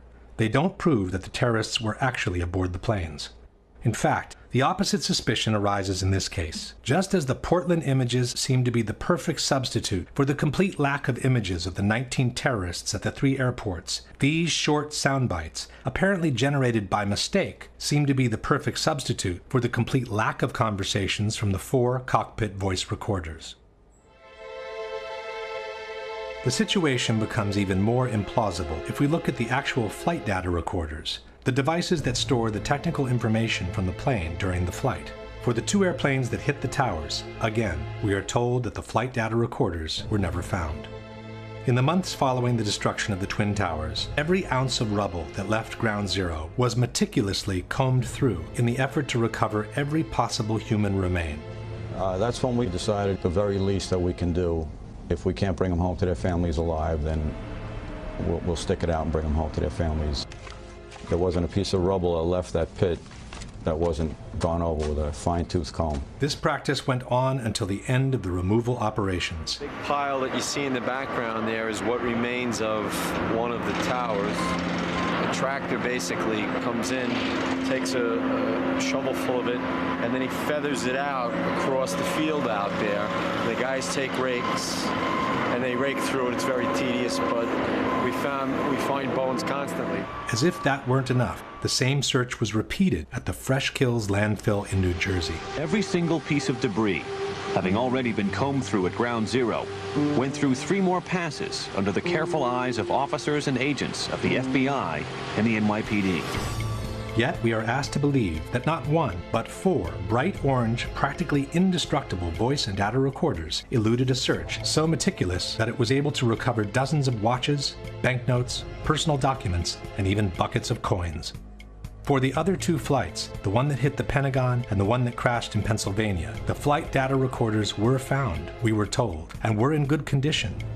It's from these 2 black boxes that the animations depicting the full flight of American 77 and United 93 were extracted. These 2 black boxes, however, pose a big problem.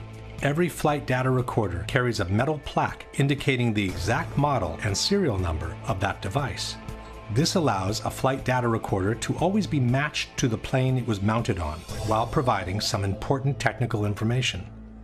As explained by the NTSB, the serial number is used to identify when a recorder manufacturer switched from a certain memory configuration to another. This information is necessary to perform the correct recovery of the data.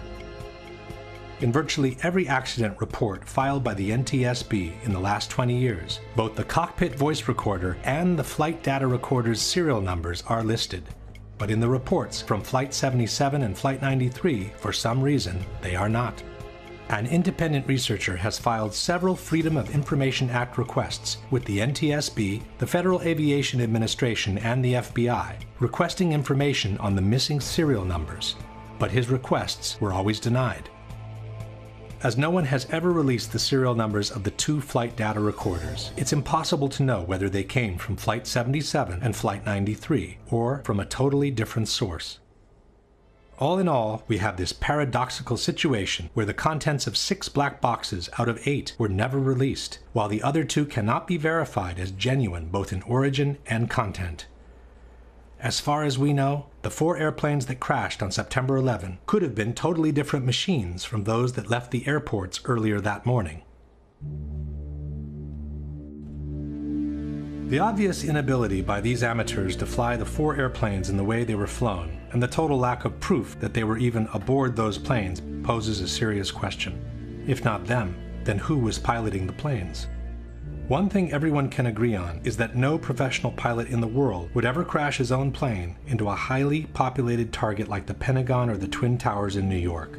Even at gunpoint, once he knew his plane was doomed, at the last minute he would steer it away from a populated target or plunge it directly into the sea. I don't believe any airline pilot would intentionally fly into the World Trade Center, even with a gun at his head. It is inconceivable to me that any airline pilot would allow anyone to force him to fly into an inhabited building. I cannot imagine how any pilot could be conscious or capable of doing anything to control that airplane at the time that it was directed at one of these buildings. But then, who was in the cockpits? What may seem as a far-fetched possibility was actually suggested by TV reporters less than 10 minutes after the impact on the second tower. That is a very large aircraft. Would be enormously significant if someone was able in some way to get their hands on a 727 or a similar sized commercial aircraft and then crash it in. Ollie? Jim, what you're saying could be a drone aircraft. That's an aircraft that's guided electronically to its target without having a pilot. Now that is a possibility as well. One fact that seems to support this possibility are the exceptional speeds these airplanes were able to achieve at low altitudes, near sea level. As we know, a person can easily run at top speed through normal air, but he cannot do the same in a much thicker medium like water. If he were to be pushed at the same speeds in the thicker fluid, he would probably lose his arms and legs due to the excessive resistance he encounters. The same thing can happen to airplanes if they are pushed beyond their design structural limits. At 30,000 feet, the air is very thin, and the airplane can easily travel beyond 500 miles an hour without encountering much resistance. As soon as it starts descending, however, the atmosphere gets thicker and thicker, and the plane needs to reduce the speed accordingly in order to preserve its structural integrity. Below 10,000 feet in altitude, speeds around 250 miles per hour are recommended. In fact, each airplane has a specific maximum operating velocity called VMO, which should never be exceeded at low altitudes. Never means never for a reason. Should the VMO be exceeded, a phenomenon called flutter can occur, which can quickly cause irreversible damage. The flutter phenomenon can affect any kind of airplane, from large military bombers to small single-engine airplanes. Once the VMO is exceeded, not only are the wings and the ailerons at risk, but also the fuselage begins suffering from the air pressure caused by the speed. This is what happened to an Air China 747, which exceeded the maximum operating speed, or VMO, in the desperate effort to recover from an engine failure. For the first time, Captain Ho takes manual control of the plane. Airspeed 270, 280. The plane is about to exceed its maximum speed. Approaching VMO. The stress of the dive tears the landing gear doors off the plane. It has VMO. Emergency. Emergency. Luckily, the pilots were able to regain control of the plane and perform an emergency landing. The damage caused by the excess velocity was visible all over the plane. The maximum operating speed for a 767, two of the four hijacked airplanes, is 414 miles per hour. For the other two airplanes, the 757s, the VMO is even less, 402 miles per hour. Yet on 9/11, all four airplanes were flown at speeds close to or beyond 500 miles per hour near sea level without suffering any visible structural damage, while remaining perfectly under control all the way into their targets. American 11 hit high up in the North Tower, around the 93rd floor, going a pretty astonishing rate of speed, almost 500 miles an hour. Here comes a very large target, descending rapidly, very fast. Diving very steeply and very fast. He's really moving. He was moving fast. United Flight 175, streaking through the skies over New York at more than 600 miles an hour, barely missed colliding with another commercial flight. The back of my neck stands up when we talk about the hijacking. We watched the speed, very high rate of speed. I believe it was about 600 knots southbound, which was extremely unusual for an air carrier. According to the NTSB, during the descent from 12,000 to 6,000 feet, the aircraft ground speed remained between 500 and 520 knots. It then impacted World Trade Center Tower 2 at approximately 510 knots ground speed. 510 knots is 586 miles per hour. That's almost 200 miles per hour beyond the maximum operating velocity of a 767. American 77 also impressed the air traffic controllers for the speed in approaching Washington. It was an unidentified plane to the southwest of Dulles, moving at a very high rate of speed. I slid over to the controller on my left, and I asked him, "Do you see an unidentified plane there southwest of Dulles?" And his response was, "Yes." "Oh my gosh, yes. Look how fast he is." Full throttle. Full out. The plane made its circular descent at about 350 miles an hour. Then it kept accelerating until it crashed into the Pentagon, says the commission report, traveling at approximately 530 miles per hour. While flying at 5,000 feet of altitude, United 93 began performing a series of hard left and right maneuvers at 350 miles per hour. This was followed by a series of similar up and down maneuvers while flying near 400 miles per hour. Yet Zihad Jarrad, the amateur who wasn't allowed to fly solo on a single-engine airplane, braved the roller coaster without ever losing control. As the plane was descending, he even kept accelerating until the aircraft plowed into an empty field in Shanksville, Pennsylvania at 580 miles per hour. These exceptional speeds, achieved at low altitudes, have raised more than an eyebrow among aeronautical experts and pilots alike, especially those who had flown the actual airplanes involved in 9/11. I flew the two actual aircraft which were involved in 9/11, the flight number 175 and flight 93, the 757 that allegedly went down at Shanksville, and flight 175 is the aircraft that's alleged to have hit the South Tower. I don't believe it's possible for a terrorist, a so-called terrorist, to train on a 172, then jump in the cockpit of a 757, 767 glass cockpit, and vertical navigate the aircraft, lateral navigate the aircraft, and fly the airplane at speeds exceeding its design limit speed by well over 100 knots, make high-speed, high-bank turns, pulling probably 5, 6, 7 Gs, and the aircraft would literally fall out of the sky. I couldn't do it, and I'm absolutely positive they couldn't do it.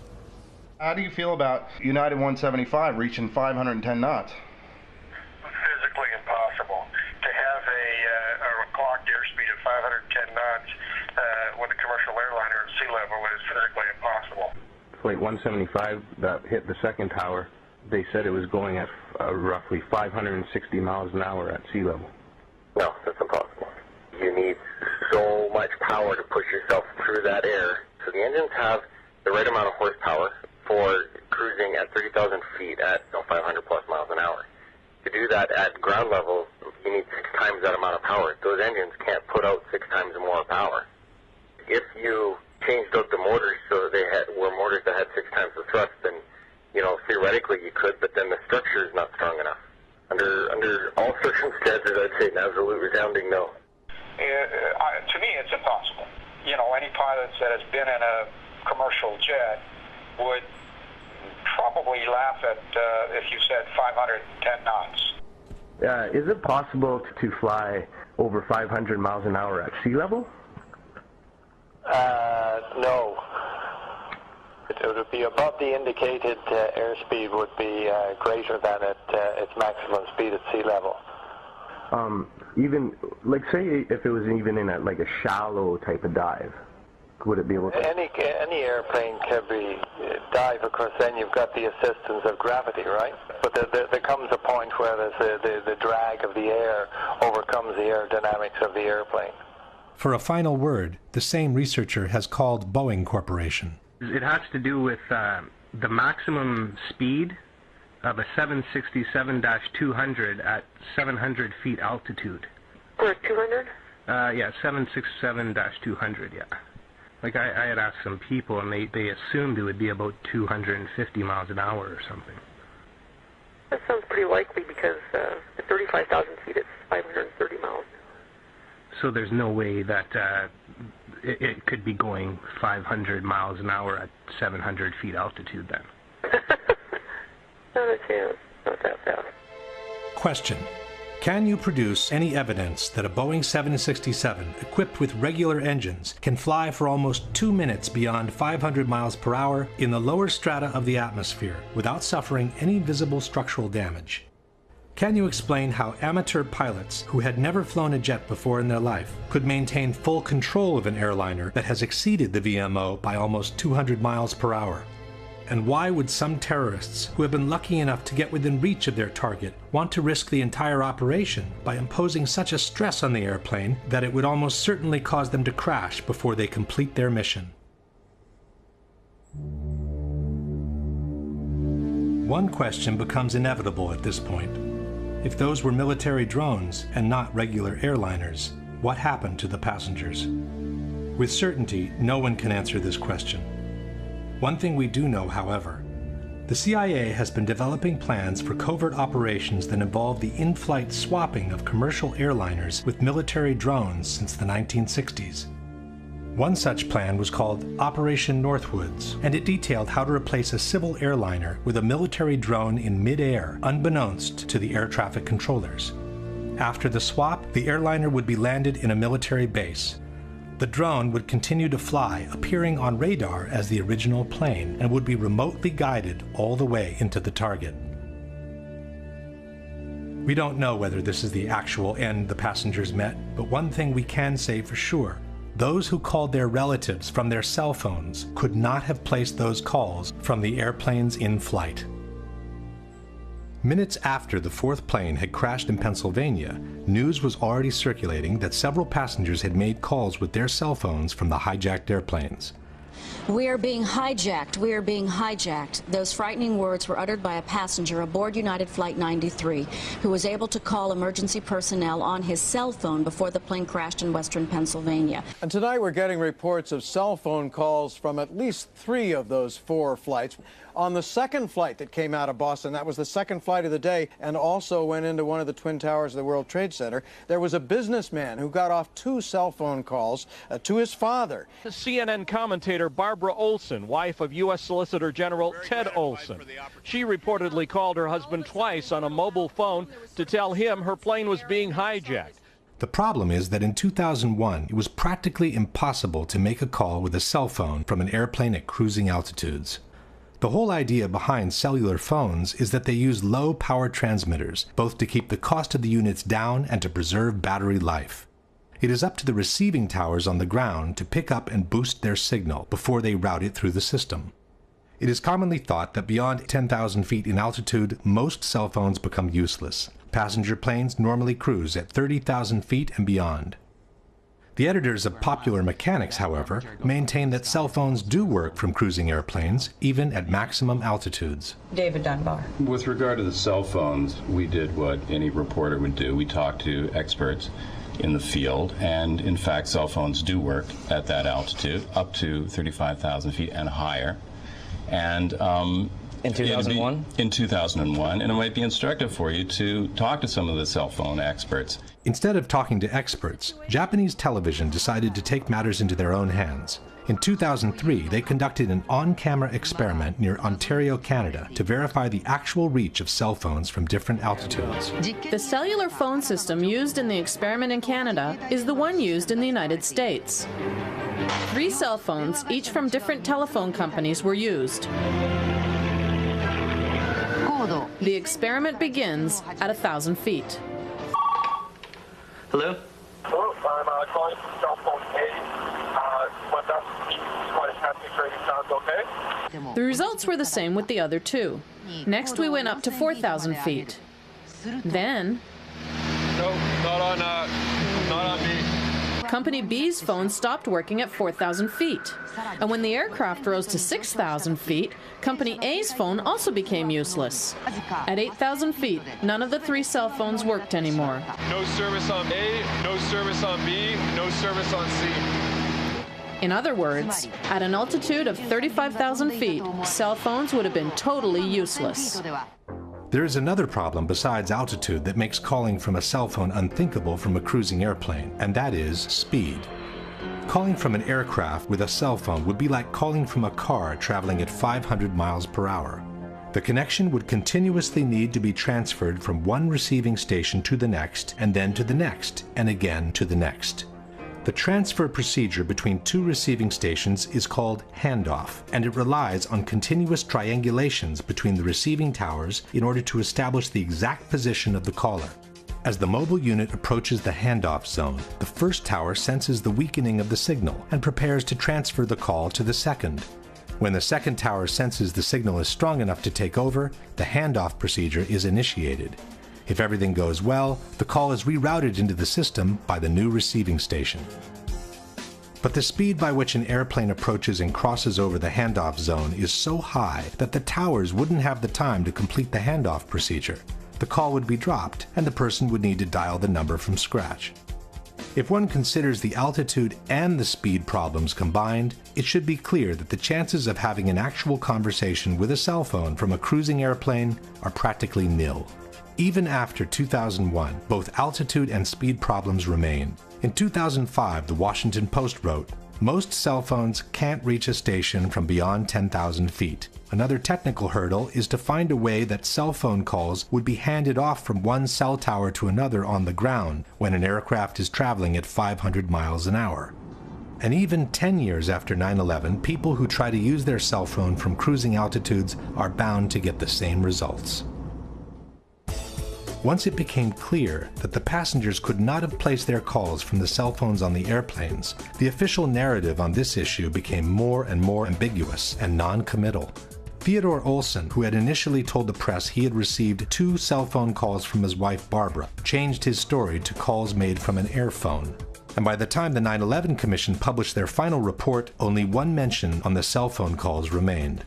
Shortly thereafter, wrote the Commission, passengers and flight crew began a series of calls from GTA airphones and cellular phones. No indication on which calls were made from cell phones and which ones with airphones was given. The authorities from the Moussaoui trial also avoided being too specific on the origin of the calls. Within the official documentation, they released this flash animation, which contains all the basic information on the 4 hijacked airplanes. By clicking on any of the flights, one can view the passengers list. By clicking on the telephone icon at the bottom, the passengers who have made phone calls are highlighted. And by clicking on any of the passengers' names, the list of the calls they have made is displayed. Each of the calls lists the exact time it was placed, the duration, the initial part of the number dialed, and the name of the person receiving the call. But the number from which the phone call was placed is missing. The only information available is the location on the plane the calls were presumably made from, row 30 in this case. It's as if the authorities were trying to suggest that the calls were made from airphones without having to put it down on paper. Only in 2 cases did the authorities openly state that a cell phone was used. One is the call allegedly placed to 911 by a passenger who had locked himself in a lavatory where airphones are not available. The second is a call placed by flight attendant C.C. Lyles to her husband, who later described his surprise in receiving a call from her cell phone in a television interview. Once the phone got disconnected, then I sat up in the bed like, it was like I just woke up. I'm like, was that a real call? So I looked at the caller ID and noticed that it was a call, and it was from her cell phone. And I'm like, okay, wait a minute. How can she call me from on the plane from a cell phone? Because cell phones don't work on the plane. That's what I'm thinking. As only these 2 phone calls were admitted by the authorities, the debunkers have universally adopted the only 2 cell phone calls made position. Le telefonate non sono state fatte con il cellulare, sono state fatte con gli earphone. In soli 2 casi è stato usato un cellulare, quindi quelle 2 telefonate brevissime, frammentarie, sono state fatte quando l'aereo era una quota perfettamente compatibile con la rete cellulare americana. But one thing is the number of cell phone calls admitted to. Another is the number of calls that were actually made. In the days following 9/11, the FBI interviewed the various people who had received a phone call from their relatives on the planes, and their reports tell a different story. One of the reports reads, starting at approximately 6:30 Pacific Standard Time, which is 9:30 New York time, Dina Burnett received a series from 3 to 5 cellular phone calls from her husband, Thomas Burnett. Burnett was able to determine her husband was using his own cellular phone because the caller ID showed his number. Only one of the calls did not show the caller ID as she was on the line with another call. According to the official documentation, Thomas Burnett made a total of 3 calls. One at 9:30, one at 9:37, and one at 9:44. This means that at least 2 of these calls, if not all 3, were made from Burnett's cellular phone. At 9:30, the plane was flying at 32,000 feet and climbing. At 9:37, it had reached 36,000 feet and was still climbing. At 9:44, it had descended to 22,000 feet, while it accelerated until reaching a ground speed of almost 400 miles per hour. None of these calls seems to have been possible with a cell phone from that airplane.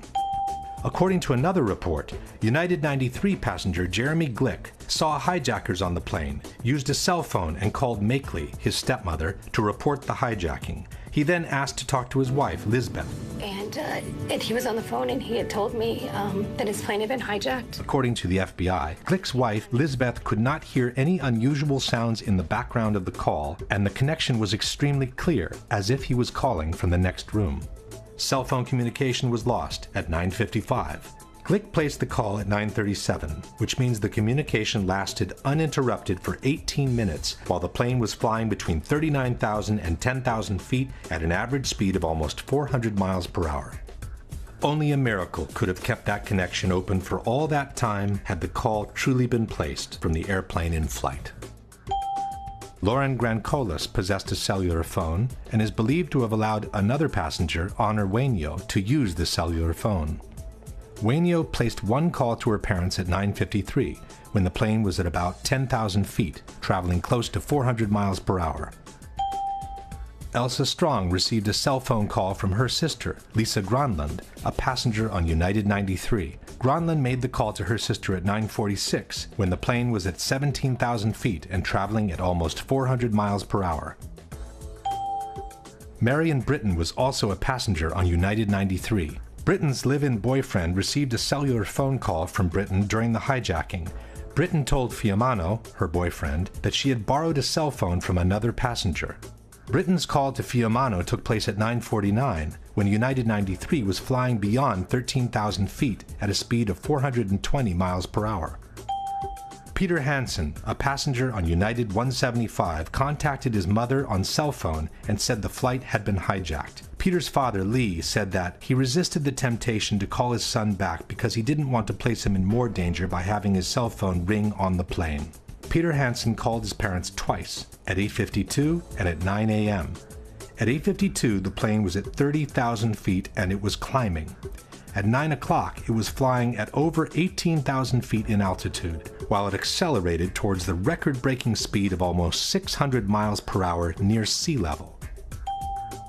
Brian Sweeney was also a passenger on United 175. After learning of the attacks, wrote the FBI, his wife Julie Sweeney returned home to find that her husband had left a message made from his cell phone aboard the plane on their answering machine. Sweeney made the call at 8:58 in between the two Hansen calls, when the plane was still at 25,000 feet in altitude. While any one of these phone calls could have momentarily been connected by a set of fortunate coincidences, it should be obvious that all these cell phone calls as a whole could not have been made from the cruising airplanes. Question: given the known limitations of the cellular phone system in 2001, can you provide any evidence that the cell phone calls made by the passengers reported by the FBI could have been made from the altitudes, at the speeds, and for the durations indicated for each of them? We do know, however, that the calls were made, as no one has ever doubted that the relatives actually received them.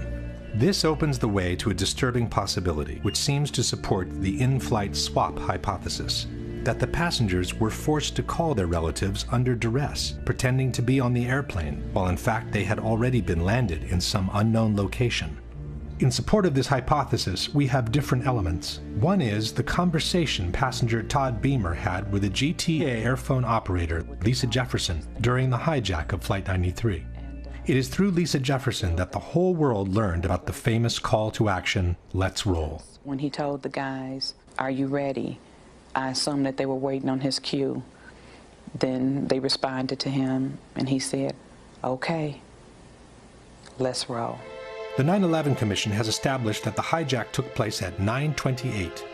Todd Beamer was connected to Lisa Jefferson at 9:43, some 15 minutes into the hijacking. The FBI report confirms that Jefferson received the call from Beamer at approximately 8:45 Central Time, which is 9:45 Eastern.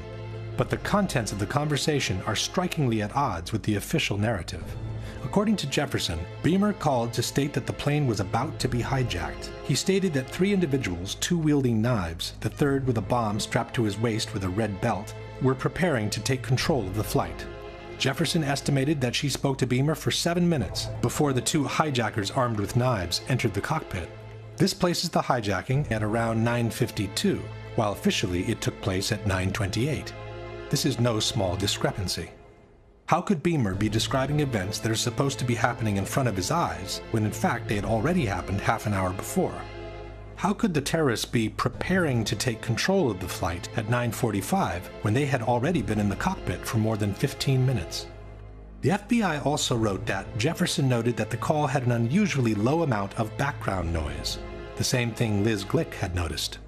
Furthermore, the records show that Beamer's call lasted roughly 1 hour and that the line was left open after the crash. "We didn't lose a connection," stated Jefferson, "because there's a different sound that you use. I never lost connection, it just went silent." Jefferson stayed on the phone, stated the FBI, until she learned Flight 93 had crashed. Question: since airphones are powered by the same airplane's electrical system, how could the line have remained open for another 45 minutes after the plane had literally disintegrated to the ground in 1,000 pieces? All these discrepancies seem to suggest that Beamer was not on the plane, observing real events unfolding, but was describing an imaginary, pre-scripted situation from a different location.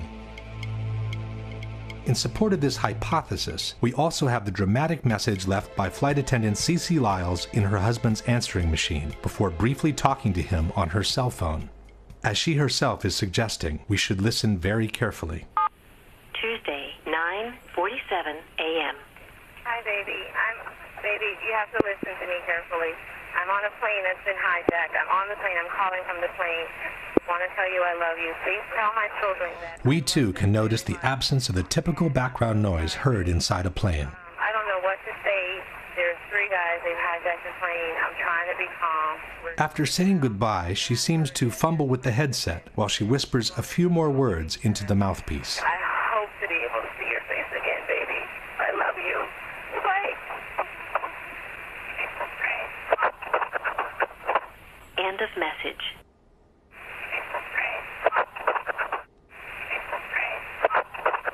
Even by playing the segment several times, it remains difficult to hear anything different from the words, "It's a frame." In any case, the problem with the phone calls does not change. The cell phone calls confirmed by the FBI in their reports cannot have been made from the cruising airplanes. Someone has to explain where they came from.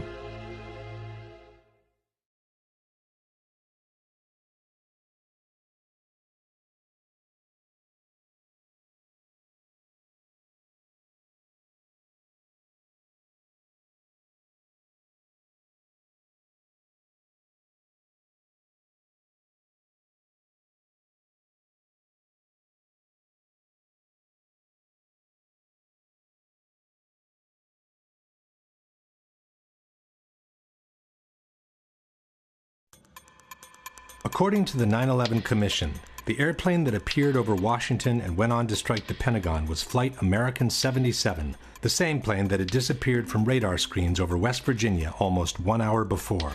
But they never provided any evidence of that. As we have seen, the flight data recorder's serial number that could have identified the airplane was never released. All the debunkers have to show for Flight 77 is a small piece of wreckage carrying an American Airlines serial number. But this piece could have been placed by anyone onto the grass after the impact. In fact, unidentified men in suits were seen meddling with the debris right after the impact, in direct violation of the rules of a crime scene. A contractor who was only 100 yards away from the point of impact stated, "It was DPS, the guys in the black coats. They were here right then and there. That's what I don't understand. Where did they come from? Maybe they knew something. I don't know." The debunkers claim that the witnesses' accounts are more than sufficient to identify the airplane. Hundreds of people saw an American Airlines jet fly into that building. But it's presumable that if anyone wanted a different airplane to look like an American Airlines aircraft, they would have at least thought of painting the fuselage with the same colors. The majority of witnesses recall seeing a large airliner, but there are also witnesses who describe a much smaller, executive-like airplane. I was just casually looking out the corner, out of the window. In the corner of my eye, I saw what looked to be maybe a 20-passenger corporate jet, no markings on the side. From my office, I was able to see a white jet, like a Gulfstream type commuter jet, I guess. Omar, you say this was a smaller plane, 10 to 15 passengers maybe? No es muy grande. No es muy grande. It's not like too big, it's just... ¿Tú sabes los aviones comerciales? It's like business airplane. Like a business jet. Yeah. It looked like a commuter plane, 2 engine, come down from the south, real low, proceed right on and crashed right into the Pentagon. And are you fairly sure that it was what we sometimes describe and recognize as a small commuter plane? Yes, it was. By the witnesses' accounts alone, it's impossible to establish what kind of airplane it was. As the plane clipped 5 light poles before striking the Pentagon, the debunkers maintain that the distance between the light poles indicates a corridor wide enough that only a large airliner could have created it. Ce qu'on peut voir justement, c'est que l'avion en arrivant a tombé 5 pylônes qui étaient sur sa trajectoire, et ces pylônes étaient espacés de 25 mètres. Troviamo alcuni lampioni abbattuti, 5 lampioni. Tutti insieme fanno una fascia larga 26 metri. Facciamo finta di ipotizzare che non sappiamo che si tratti di un aereo. Sappiamo che c'è qualche cosa largo 26 metri che è passato di lì. 26 meters is roughly 85 feet, but the wingspan of a 757 is 124 feet, which means any airplane with an 85-foot wingspan could have downed those light poles. It didn't need to be a 757. In fact, with a 100-ton airliner hitting a reinforced concrete building like the Pentagon, one would expect to find a situation similar to this. What immediately stood out instead was the absence of large, identifiable pieces of debris which are usually found after the crash of an airliner. Bob Pugh was the first professional cinematographer to arrive on site. No one was in control of the area. I had free reign. And there's a lot of debris in the foreground of those videos. Again, very small pieces. I mean, I'm standing on pieces, a dinner plate or smaller in size. All the while, I'm looking for wreckage, and I can't find a piece of anything that I recognize. I can't see the tail, I can't see the wheels, I can't see the engines, there's no chairs, there's no luggage. According to the debunkers, there are no large pieces of debris on the lawn because most of the airplane ended up inside the building. Quindi, gran parte dei frammenti dell'aereo non sono fuori perché l'aereo è entrato nell'edificio. Purdue University has produced a detailed computer animation illustrating the official version of the event. We had the plans for the Pentagon, all the details, right down to the last reinforcing bar. The speed of the airplane and the direction from which came was given to us by the Transport Safety Institute. According to the official version, the plane approached in a low trajectory, clipping 5 light poles from the nearby intersection. Slightly tilted to the left, it hit a trailer parked outside the building with the bottom of the right wing, and then impacted the facade at an angle of 42 degrees. Most of the plane penetrated the facade and proceeded inside the building on a diagonal course, causing destruction as it was being destroyed. The fuselage pierced through the outer wall of the C-ring, producing this round-shaped exit hole 10 to 12 feet wide. There are, however, many problems with this version of the events. The first one is the actual wingspan of a Boeing 757. Most of us remember the facade of the Pentagon after it had collapsed. But before it collapsed, right after the impact, this is what the building looked like. This series of pictures was taken by a Navy photographer shortly after the impact. There doesn't seem to be enough damage for a Boeing 757 to have penetrated the building almost in full. Using the best part from each image, a digital expert has created this composite picture, which has become the universal tool of reference for anyone involved in the debate. The composite picture shows an almost continuous opening at ground level, about 90 feet wide. The damage extends to the second floor, with an entry hole about 15 feet wide. This is enough, maintain the debunkers, to have accommodated most of the plane inside the building. Effectivement, on peut se demander où est-il passé. Et puis, si on prend des photos qui ont été prises à des instants différents et qui justement, par un assemblage, ont permis de montrer les dégâts qui étaient réellement visibles sur la façade, et là on voit clairement que tout le rez-de-chaussée a été anéanti sur une longueur de 30 mètres, et puis au milieu, bien sûr, vous avez le trou de la carlingue. That gash in the E-ring was about 90 feet across. The wingspan of the plane was about 124 and change. That punched the hole into the building. It is true, the wingspan of a 757 is 124 feet, but the debunkers forget that the plane came in at a 42-degree angle, which makes the projected wingspan on the facade 160 feet wide. That's almost twice the 90-foot existing gash. As shown in this animation, the left wing should have also destroyed these 2 windows to the left of the opening. But the whole segment to the left of the opening doesn't seem to have been hit by a wing traveling at 500 miles per hour. The window's wooden frames are still in place, and the glass seems to have been broken from the ensuing explosion, not from the impact itself. The limestone covering the facade has fallen off, but the bricks underneath appear practically untouched. By the same projected angle, the right wing should have impacted the facade all the way to this column on the second floor. In fact, there is a diagonal cut on the second floor wall that could have resulted from the wing's impact. But this puts most of the wing above the second floor slab, which means it never penetrated the facade to begin with. So where did it go? This is the explanation by Popular Mechanics for what happened to the wings. The wings did not fully penetrate the facade. In fact, the wings had already been partially sheared off by the time the plane even hit the building. The fuselage mainly made the hole that existed. Conspiracy theorists want to know why it wasn't the width of the full wingspan of the plane, and actually just the simple reason was that the wings came off. But where did they go? Popular Mechanics doesn't say. A similar problem is posed by the horizontal stabilizers, which extend some 50 feet in width. As they are mounted 3 feet higher than the wings, they should have impacted the facade approximately here and here. But there are no visible marks from their impact on the facade, nor is any recognizable piece of the stabilizers visible on the lawn. Same story for the tail, which raises 24 feet above the fuselage. At the time of impact, the tail should have hit as high as the windows on the 4th floor. The Purdue animation shows the tail entering the building in full, as if it were cutting through butter. But the facade above the entry hole doesn't show any significant damage, and the glass from the windows around the hole isn't even broken. For the missing tail and stabilizers, Popular Mechanics offers this generic explanation.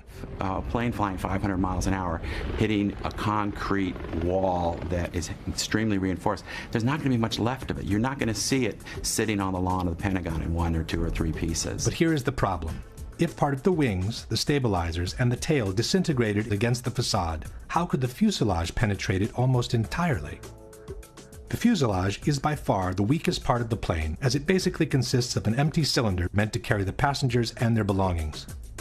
How fragile the fuselage is compared to the wings is explained by aviation expert Jacques Rolland. Jacques Rolland, ancien général de l'armée de l'air, est aujourd'hui le meilleur expert en crash aérien auprès des tribunaux. Il n'est pas du tout évident de comprendre qu'effectivement, dès que vous avez un choc à l'avant, l'ensemble s'enfonce à la vitesse de pénétration en fait. Et le premier point dur se trouve ici. Tant que vous n'arrivez pas là, l'avion, c'est du papier. Question. How could the fuselage, which is the weakest part of the plane, penetrate the facade almost entirely, while part of the wings, the stabilizers, and the tail, which are relatively stronger, were unable to do so and were shattered in 1,000 pieces instead? Even more mysterious is the disappearance of the engines. The 757 that allegedly hit the Pentagon was equipped with 2 RB-211 engines built by Rolls-Royce. Almost 8 feet in height, weighing over 7,000 pounds each, the internal core of the engine is made with components so sturdy and resistant that they are considered practically indestructible. It has to rotate at about 10,000 revolutions per minute, the blade speed of about 800 miles per hour. To operate at around 1700 degrees, they're designed not to melt. Quali sono le parti che non vengono distrutte, che non si squagliano per il calore? Pezzi del carrello e il cuore dei 2 motori, che è molto più compatto dalla parte esterna dei motori, ovviamente, è fatto in materiali che devono resistere alla temperatura, 2000-2500 gradi, per cui la parte centrale dei 2 motori è sicuramente sopravvissuta all'impatto. But where are they? In their animation, Purdue University has chosen to ignore the issue. As one can see, moments before the impact, the 2 engines simply vanish into thin air. Debunker Paolo Attivissimo has made what he calls a cautious suggestion. Questo è un motore Rolls-Royce RB211. Questo è un oggetto trovato davanti al Pentagono. Quando dicevo prima, probabilmente i motori non sono completamente entrati, questo oggetto è di forma compatibile. Faccio il prudente, dico semplicemente che è di forma compatibile. But this rotor could have come from any engine. There is also another picture of a similar disc, or possibly the same disc, from a different angle. And then there is this part of an engine found inside the Pentagon. But we are not looking for scraps. We are looking for 2 3-ton pieces of machinery made with steel and titanium that after an accident should look something like this. Or like this. Or like this. In fact, had the Pentagon been hit by a 757, the 2 engines would have impacted the facade around these 2 points just below the wings. This means they would have proceeded inside the building on a path somewhat parallel to the fuselage, carving a trail of destruction much more devastating than any other part of the plane. È un proiettile simile il motore? Sì, sicuramente sì. Può essere tranquillamente un proiettile. Lanciato quello a 800 km all'ora, la struttura viaggia e non si ferma a un minimo ostacolo. But there are no engines visible outside the exit hole, nor are there any other holes in the wall that could have been caused by an engine. Question. Can you explain what happened to the core of the 2 engines, which is built with components so strong and resistant to be considered practically indestructible? Now for the biggest mystery of all, the exit hole. According to the official version, it was the fuselage of the plane that created this hole in the wall of the C-ring. On September 15, 2001, the Pentagon renovation manager stated, "The plane penetrated through the E-ring, D-ring, C-ring. The nose of the plane just barely broke through the inside of the C-ring, so it was extending into AE drive a little bit." The AE drive is the internal alley separating the C-ring from the B-ring. But how could the fuselage have made it all the way through the wall of the C-ring? Un aereo che pesa 120 tonnellate, lanciato a 800 km/h, impatta una facciata, la trapassa. Nel trapassarla viene tritato dalle colonne che ci sono in mezzo, a mo' di grattugia, se volete, passate questo termine, e alla fine quel che rimane sono solo frammenti molto piccoli. Quel poco che rimane in fondo arriva dall'altra parte. If the fuselage is only a cylinder and it gets cut and ground by the columns in 1,000 pieces, how can it retain the circular shape needed to punch this almost perfectly round hole in the wall? This is where the explanations by the debunkers become absolutely fascinating. The mass of the plane penetrated the building with enormous energy and continued into the building in a state almost more like a liquid than a solid. Then encountered reinforced concrete columns 2 feet thick. So the aircraft was flying through a forest of columns. The plane became almost like an artillery shell or a tank round. What actually came out, it was a circular ball of fire, which is how fire goes when it moves. That's why it has a perfectly round shape. By this time, there was an avalanche of debris that was moving as a single mass, much as in an avalanche of snow. Whether it was a liquid mass, a ball of fire, or an avalanche of snow, all these hypotheses are flatly contradicted by the Pentagon Building Performance Report, a document published in 2003 by the American Society of Civil Engineers. In assessing the condition of the columns on the first floor, the report reads, "Columns 3G, 3H, 3J, and 5J were damaged but still standing, although in the direct path of the fuselage. It is highly unlikely that any significant portion of the fuselage could have retained structural integrity at this point in its travel. The aircraft frame most certainly was destroyed before it had traveled a distance that approximately equaled the length of the aircraft. The length of the aircraft is 155 feet, which is roughly half the distance between the entry and the exit holes." That no substantial part of the fuselage reached the wall of the C-ring was also confirmed by the first eyewitnesses who described the damage inside the Pentagon. So the plane went in to the E, D, and to the C-ring. Not all the way through the C-ring. Question. Given that, according to the Pentagon Building Performance Report, the aircraft frame most certainly was destroyed before it had traveled a distance that approximately equaled the length of the aircraft, and that it is highly unlikely that any significant portion of the fuselage could have retained structural integrity from that point on, can you explain what caused the almost perfectly round exit hole in the outer wall of the C-ring? In conclusion, we have an opening on the first floor that's a bit more than half the projected wingspan of a 757. The tip of the left wing and most of the right wing missing without a valid explanation. The horizontal stabilizers and the tail also missing without a valid explanation. A fuselage that behaved more like a warhead than an empty cylinder made with aluminum. No trace whatsoever of the core of the two engines, and an exit hole on the C-ring that no one can rationally explain. Given all these facts, we must conclude that the damage observed at the Pentagon is not compatible with and must have been created by something other than a Boeing 757. The mystery of what hit the Pentagon could have been easily solved if the FBI had released the videos from dozens of surveillance cameras that are placed all around the impact zone. Yeah, there were a lot of cameras around the Pentagon. If you look at the Pentagon, you can see that there's cameras on each corner. There's cameras at some of the businesses around the Pentagon. And we know in those cases, the tapes were confiscated immediately by the FBI within hours of the event. When a Freedom of Information Act requesting all the videos covering the impact zone was filed, the FBI agent in charge of the tapes responded, "The FBI possessed 85 videotapes that might be potentially responsive to plaintiff's FOIA request. But," concluded the agent, "I determined that only one videotape showed the impact of Flight 77 into the Pentagon on September 11, 2001. This is the tape we have all seen many, many times." The FBI could have released all the videos anyway, just to allow the public to see by themselves what was actually shown in each of them. but for some reason, they preferred to keep them under wraps. I've filmed before down at the Pentagon, before 9/11. There's got to be at least 100 video cameras ringing that building, in the trees, everywhere. They've got that plane coming in with 100 angles. I want to see the video. I want to see 100 videos that exist of this. Why don't they want us to see that plane coming into the building? Not only has this question never been answered, but an in-depth analysis of the only footage of the impact ever released contains a dramatic surprise. Initially, the DoD released these 5 frames taken from a Pentagon parking security camera. Later on, in 2006, the DoD released the entire sequence from which the 5 frames had been extracted. The time-lapse sequence runs at approximately 1 frame per second, and it shows the moments leading up to the impact, the large explosion, and a billowing fire that ensued. Unfortunately, the video does not show the airplane in transit.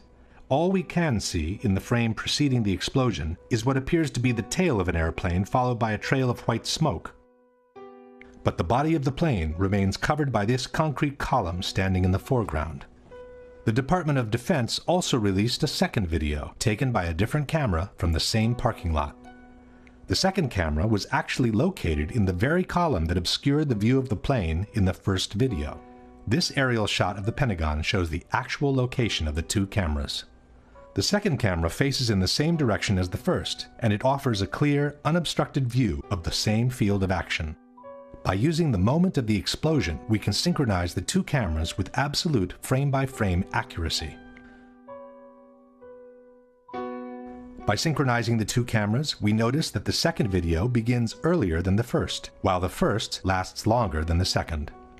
This leaves us with a middle comment section of about 100 frames, which are perfectly synchronized with each other.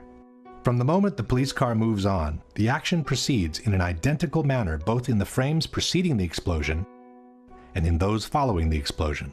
Especially in the second part of the videos, after the explosion, we can verify how each couple of frames depicts exactly the same action by looking at the shape of the billowing smoke. This confirms that the 2 cameras were operating in perfect synchronization. This is only to be expected. After all, the 2 cameras were controlled by a centralized recording system called multiplexer, or TLR. There is, however, one pair of frames from the 2 videos that shows a completely different action from one another. They happen to be the 2 frames in which the plane travels across the lawn. It's frame 23 in the relative count. As the first video showed the tail and the trail of smoke, we would expect the second camera placed in this concrete column to show the entire body of the plane in the same position. It does not. In the corresponding frame, camera 2 shows only the tip of the plane entering frame from the right-hand corner. But how can the nose of the plane be behind the tail at the same moment in time? The synchronization system allows for a maximum fluctuation between the 2 cameras, or margin of error, of 1/30th of a second. Given that the plane is traveling at 750 feet per second, the maximum possible fluctuation between the 2 cameras would translate into a difference of a mere 25 feet in the position of the plane. A 757 is 155 feet long. Even calculating the perspective due to the diagonal path, this is far from sufficient to explain the large discrepancy between the 2 images. Furthermore, after this moment, the 2 videos resume their perfect synchronization, which is maintained all the way to the end. Why these 2 crucial frames, and only these 2, are so different from one another has puzzled researchers and digital experts alike. The same digital expert who had prepared the universal image from the Pentagon has also conducted an in-depth technical analysis of the 2 videos released by the Department of Defense. After confirming that the 2 cameras were synchronized by the same multiplexer system, this expert has compiled a table comparing the contents of each pair of frames.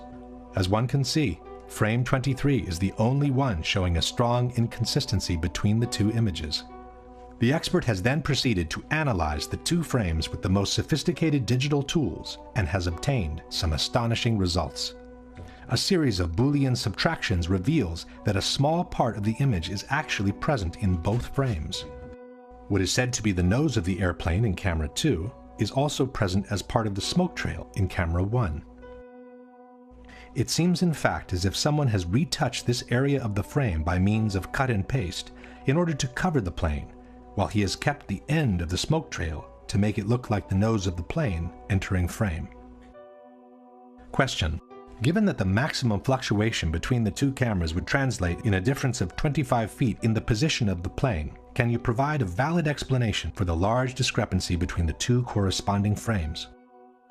Absent a valid explanation for this discrepancy, we must conclude that at least one of the two frames is the result of intentional manipulation or photoshopping. If we now summarize the situation at the Pentagon, we have the total lack of evidence that the unknown incoming was in fact Flight 77, a mysterious phantom plane that attracted the attention in the opposite direction, the failure from the White House to shoot down the incoming even though it posed a serious and imminent threat, a totally illogical approach maneuver from a terrorist's point of view, an alleged hijacker incapable of performing that maneuver, the absence of any significant part of the plane from the wreckage, a damage to the building clearly incompatible with a 757, a doctored tape of the impact, and the obvious reluctance by the FBI to release any other tape that could allow the identification of the plane.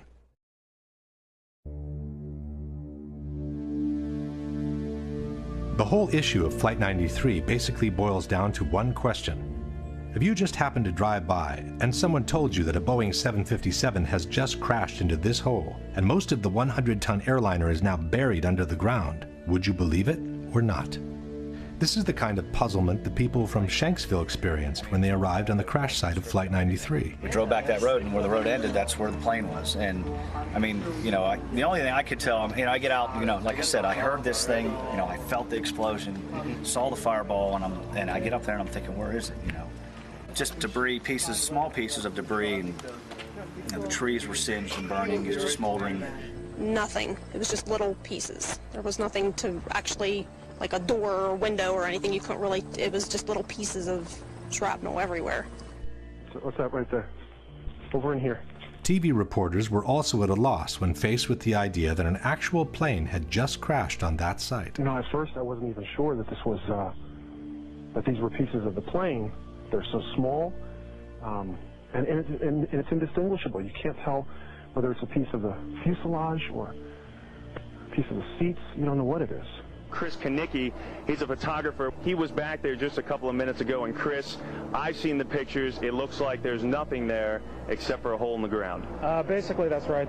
From where we could see, there wasn't much left. Any large pieces of debris at all? No, there was nothing that you could distinguish that a plane had crashed there. It's really all you see is a large crater in the ground and just tiny, tiny bits of debris. Alert also went out to Somerset County Coroner Wallace Miller. He hurried to the scene, an abandoned strip mine. When he arrived, he couldn't believe his eyes. It looked like someone had gouged about a 10-foot wide, 10-foot deep trough through the strip mine area. But when you looked in, it was just covered with dirt. There was nothing there that you could really say was an airplane. Dennis Roddy was the editor-in-chief of the Pittsburgh Gazette. Airplane debris? Nothing I could identify. Possibly the most disconcerted of all was the mayor of Shanksville, Ernie Stuhl.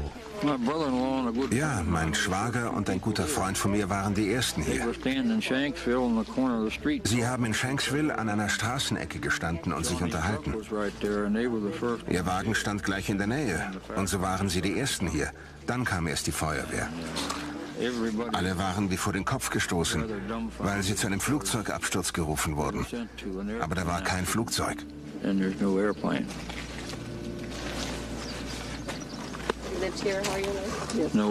Flugzeug.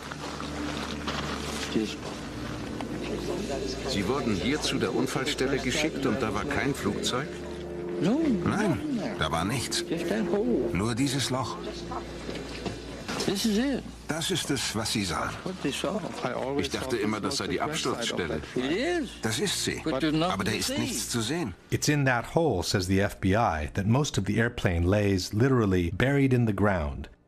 Much of the plane and its contents were found beneath the soft dirt, states the FBI's website. Evidence technicians found the flight data recorder about 12 feet below the surface and the cockpit voice recorder about 25 feet deep. Since the two black boxes are located in the tail of the plane, one must conclude that also the cockpit Most of the fuselage, the passengers' seats and bodies, and their belongings somehow managed to get buried deep underground. The only ones who don't seem to have a problem with this explanation are the debunkers. We have this idea that when planes crash, they crack in half and there's this dramatic burned wreckage. That's what happens when planes crash at very low speeds, usually on approach or takeoff from an airport. This plane was flying straight down. It was approaching the speed of sound. It would have if it had gone much farther. And it penetrated into soft ground with incredible velocity. Ma qui la caduta è stata diversa. L'aereo era quasi verticale quando si è schiantato a una velocità altissima. L'aereo si schiaccia quasi nel terreno, produce un cratere piccolo e quello che rimane va a finire quasi tutto nel terreno. First of all, it isn't true that the plane hit the ground almost vertically. According to the NTSB flight path, the 757 hit the ground at an angle of about 45 degrees. This fact alone removes much of the exceptionality the debunkers would like to attach to this crash. But even if it were true that the plane fell almost vertically, how could the hole have closed itself up even before the first responders arrived? This is not mud. This is your typical hard country soil. When a plane crashes and makes a hole in the ground, the hole remains open and quite visible from above. This, for example, is the crater caused by Flight Pan Am 103 when it crashed in Lockerbie, Scotland in 1988. It's true that the 747, the plane that crashed in Lockerbie, is larger than a 757, but it's also true that the Pan Am flight broke up in mid-air due to an explosion and that only part of the plane caused the crater seen in the photographs. Let's compare the size of the Lockerbie crater, several blocks wide, with the one in Shanksville, several feet wide. This is the size of a human being next to the Lockerbie crater. This is the size of a human being next to the Shanksville crater. These are people looking down into the Lockerbie crater. These are people standing by the Shanksville crater after the accident.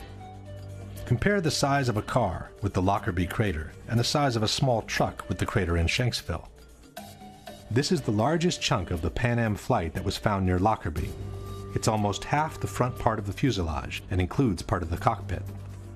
This is the largest piece of debris we have ever seen from Shanksville.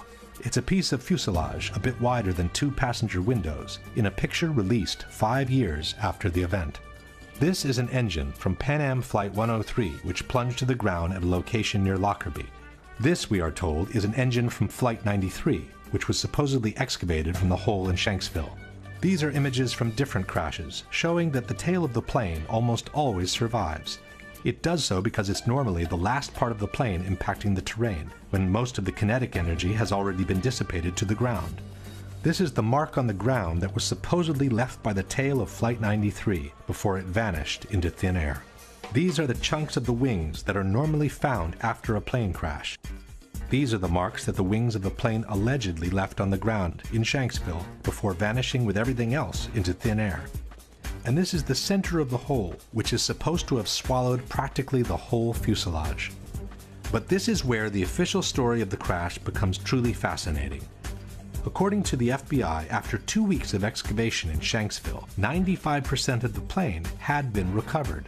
A Boeing 757 weighs roughly 100 tons.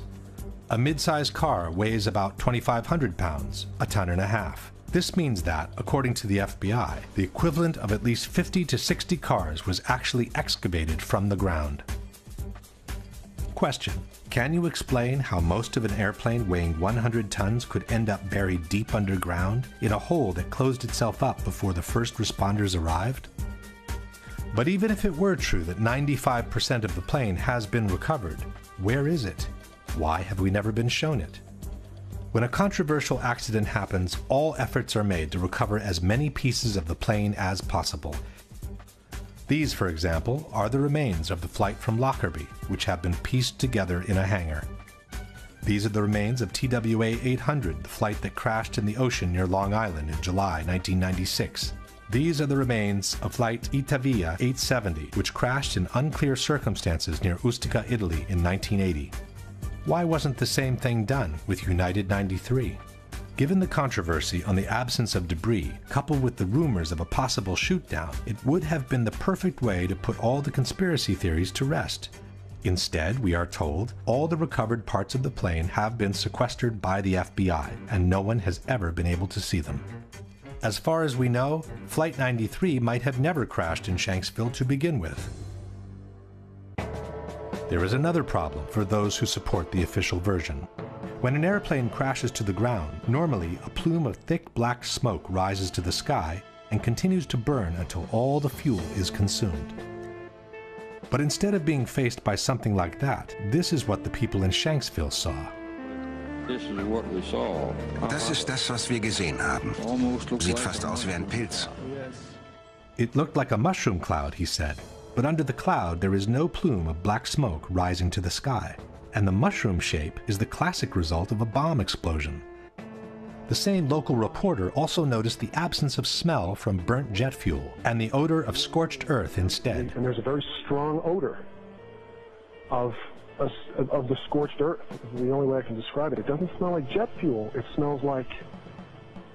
Kendall, how do you describe it? Just burned earth. Burned earth. It smells like burned earth. The grass next to the hole also indicates there was no fire after the explosion, as it appears perfectly dry and untouched all around. Some have suggested that this is only the initial explosion and that the plume of black smoke hasn't started to rise yet. But this hypothesis is disproven by this video, taken by a local amateur shortly after the explosion took place. Crash over on Lambertsville Road. As one can see, the initial cloud floats in the air, but the typical plume of black smoke rising from below is not there. Don't know anything If we fast forward the video, we can see that the situation doesn't change much. After more than 1 minute, the initial cloud is still there, but there is no black smoke whatsoever rising from below. Question: since the plane was carrying 8,000 to 10,000 gallons of fuel at the time of impact, can you explain why there is no plume of black smoke rising from the ground after the initial explosion? But the toughest problem for the supporters of the official version is to explain how different parts of debris could end up several miles away from the crash site, even though the plane is supposed to have hit the ground in one piece. William Bunch was a reporter for the Pittsburgh Gazette. I gathered all the information I could and quickly learned that there were a lot of things about the crash of Flight 93 that didn't really add up right away. The fact that debris fell on this lake a couple miles away at the same time that the plane was crashing. The lake Bunch is talking about is Indian Lake, which is located a couple of miles southeast of the crash site. According to the debunkers, there is a valid explanation for the debris found in the lake. Perché quello che le dice di pezzi trovati chissà dove sono arrivati a Indian Lake, che è a 1600 metri di distanza. Sono stati trovati pezzettini di carta che sono volati perché c'è vento. First of all, it's not true that there was wind on that day. As the images show, there was only a light breeze gently moving the air all around. The very cloud from the explosion, as we have seen before, practically didn't move for over 1 minute. Secondly, it wasn't just small pieces of paper that were found. From the Pittsburgh Tribune we read, by Wednesday morning, crash debris began washing ashore at the marina. Witness John Flegel said there was something that looked like a rib bone amid pieces of seats, small chunks of melted plastic, and checks. In any case, the problem is not limited to Indian Lake, which is 2 miles away from the crash site. Debris from the plane was found as far as 8 miles away, near New Baltimore. This is the map of the debris field published by the Pittsburgh Tribune. CNN also reported the secondary field, confirming that the debris belonged to Flight 93. Well, Darren, in the last hour or so, the FBI and the state police here have confirmed that they have cordoned off a second area about 6 to 8 miles away from the crater here where this plane went down. This is apparently another debris site, which raises a number of questions. Why would debris from the plane, and they identified it specifically as being from this plane, why would debris be located 6 miles away? Could it have blown that far away? Seems highly unlikely. And as to whether it broke up on the way, we don't know that. FBI is being very tight-lipped about that. But again, it leads to that possibility. It certainly leads to a number of questions. Since the plane is supposed to have hit the ground in one piece, can you explain how it was possible for debris to be found 6 to 8 miles from the crash site on a day when only a light breeze was blowing? The extension of the debris field is not the only fact suggesting a shoot-down. There are other elements that seem to confirm it. Standing there watching on TV and the lights flickered in the building. About that time we heard the engines roar, and we took off out of the building. As we were coming out from the office out through the building, the ground shook and we heard a big boom. Looked over and saw the big ball of fire Flegel later told other people about the lights flickering. I was in Atlanta, and I was sitting there talking to another guy, and I was explaining to him about whenever we were standing in the office and the lights flickered and everything. And as soon as he heard me say that, he immediately stopped me and he said, well, I'm retired from the Air Force. He said, that plane was shot down. And I said, why? And he said, because whenever the lights flickered, they zapped the radar frequency on everything before they shoot. The mayor of Indian Lake also remembers the power going off just before the crash. Our power had gone off, and then we felt a tremor. It sounded like a missile came across our house. I mean, they were going that fast. The mayor of Shanksville had something interesting to say. I know of two people, I will not mention names, that heard a missile, Stuhl said. They both live very close, within a couple of 100 yards. This one fellow served in Vietnam, and he says he's heard them, and he heard one that day. But who could have possibly shot the plane down? As far as we know, there are no witnesses who saw fighter jets near Flight 93 at the time of the crash. There are, however, some witnesses who saw a small, unmarked white plane which flew over the area just before the crash. I was just driving along here. It was a beautiful day. Had my window open, had the stereo on, and when I got up here almost to the stop sign, this small white plane, at the time, that's what I thought it was, went over top of me. It was so smooth, and it just glided right over me, just like that.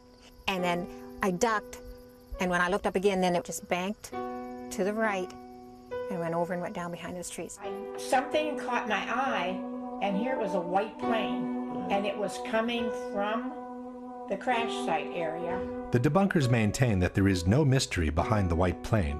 It was a corporate jet, they say, which air traffic controllers had asked to take a look on the ground after they realized they had lost Flight 93. There was, in fact, a little white jet that was seen in the area after Flight 93 crashed. A number of witnesses saw it.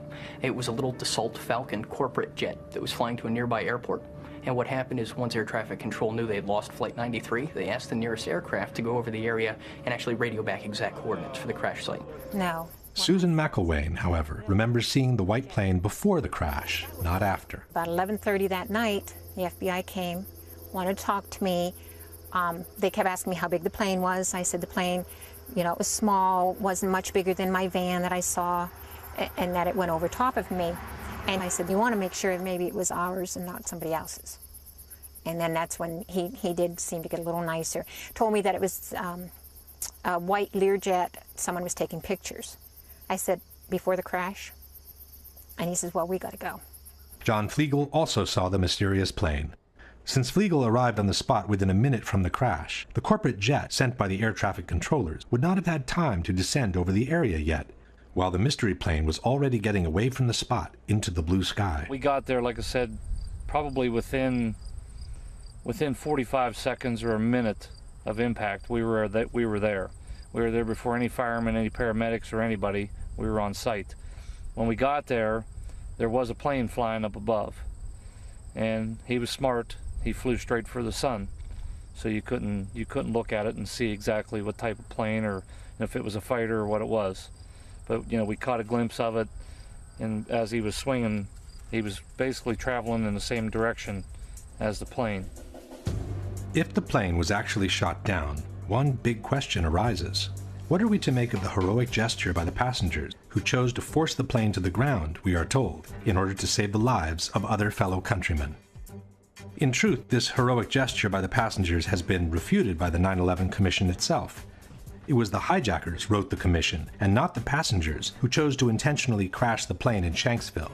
The passengers never even made it into the cockpit. From the final report we read, at 9:57, the passenger assault began. But for more than 5 minutes, writes the commission, the passengers were unable to break into the cockpit. After a while, as the outside attack continued, Jarrah asked, "Is that it? Shall we finish it off?" A hijacker responded, "No, not yet. When they all come, we finish it off." It should be noted that this dialogue was allegedly extracted from the cockpit voice recorder of Flight 93, but the actual recording, as we have said before, was never played in public. At 10:02, a hijacker said, "Pull it down, pull it down." The hijackers remained at the controls, but must have judged that the passengers were only seconds from overcoming them. The airplane headed down, the control wheel was turned hard to the right. The airplane rolled onto its back, and one of the hijackers began shouting, "Allah is the greatest, Allah is the greatest." With the sound of the passenger counterattack continuing, the aircraft plowed into an empty field in Shanksville, Pennsylvania at 580 miles per hour, about 20 minutes flight time from Washington, D.C. Jarrah's objective, concludes the commission, was to crash the airliner into symbols of the American Republic, the Capitol, or the White House. Question: given that they were only 20 minutes away from Washington, and for almost 6 minutes the passengers had been unable to enter the cockpit, why didn't the hijackers continue flying towards the Capitol? And even if they thought they couldn't make it to Washington, why didn't they try to crash the plane onto a small town nearby? Why crash the plane in an empty field where they knew they could not kill any more victims than those that were already on the plane with them?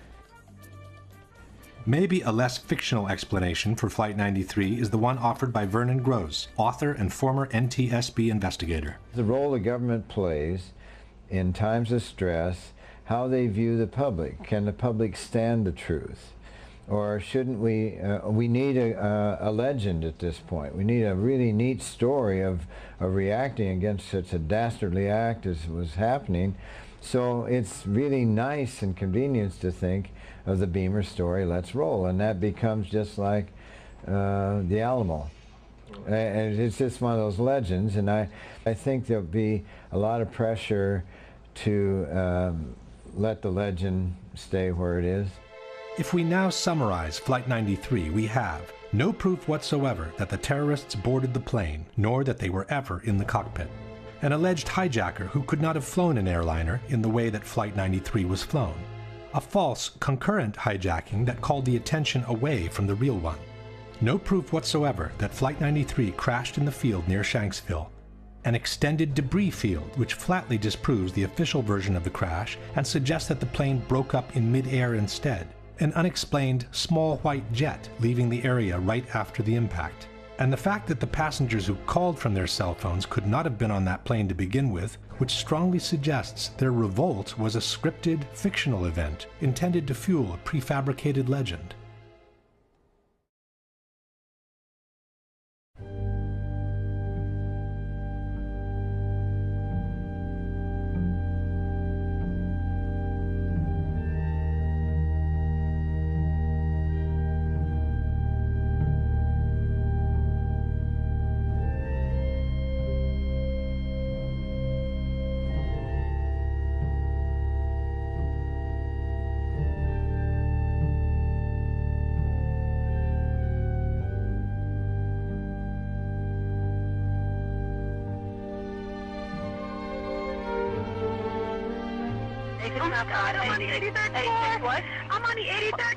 What's the telephone number you're calling? The very C.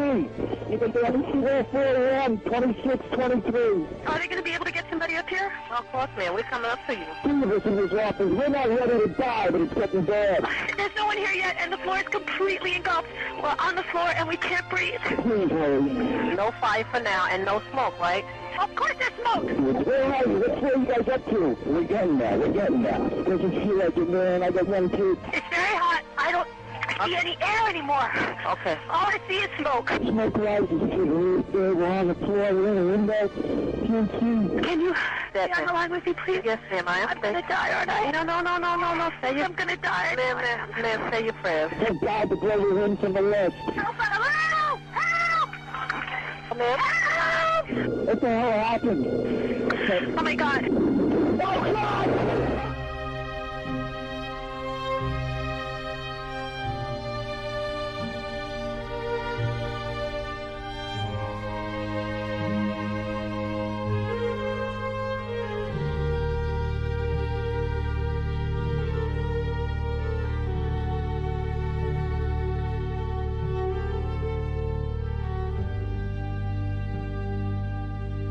For most Americans, the destruction of the Twin Towers will remain embedded in their memories and their hearts as the epitome of horror, astonishment, and unjustified human suffering.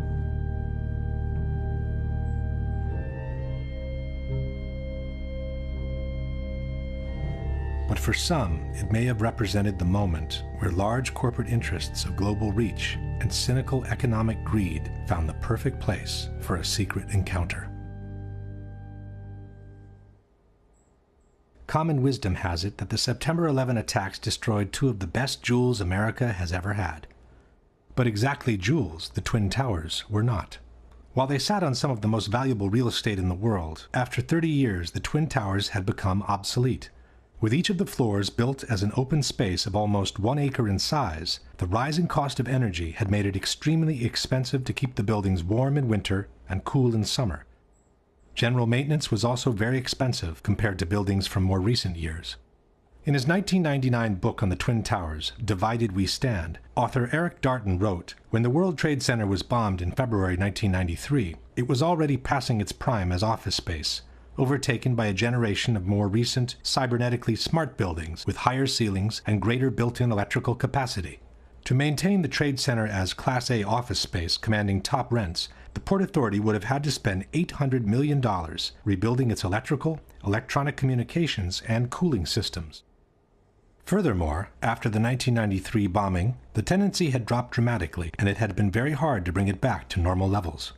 But the biggest problem with the Twin Towers was the large amount of asbestos they contained.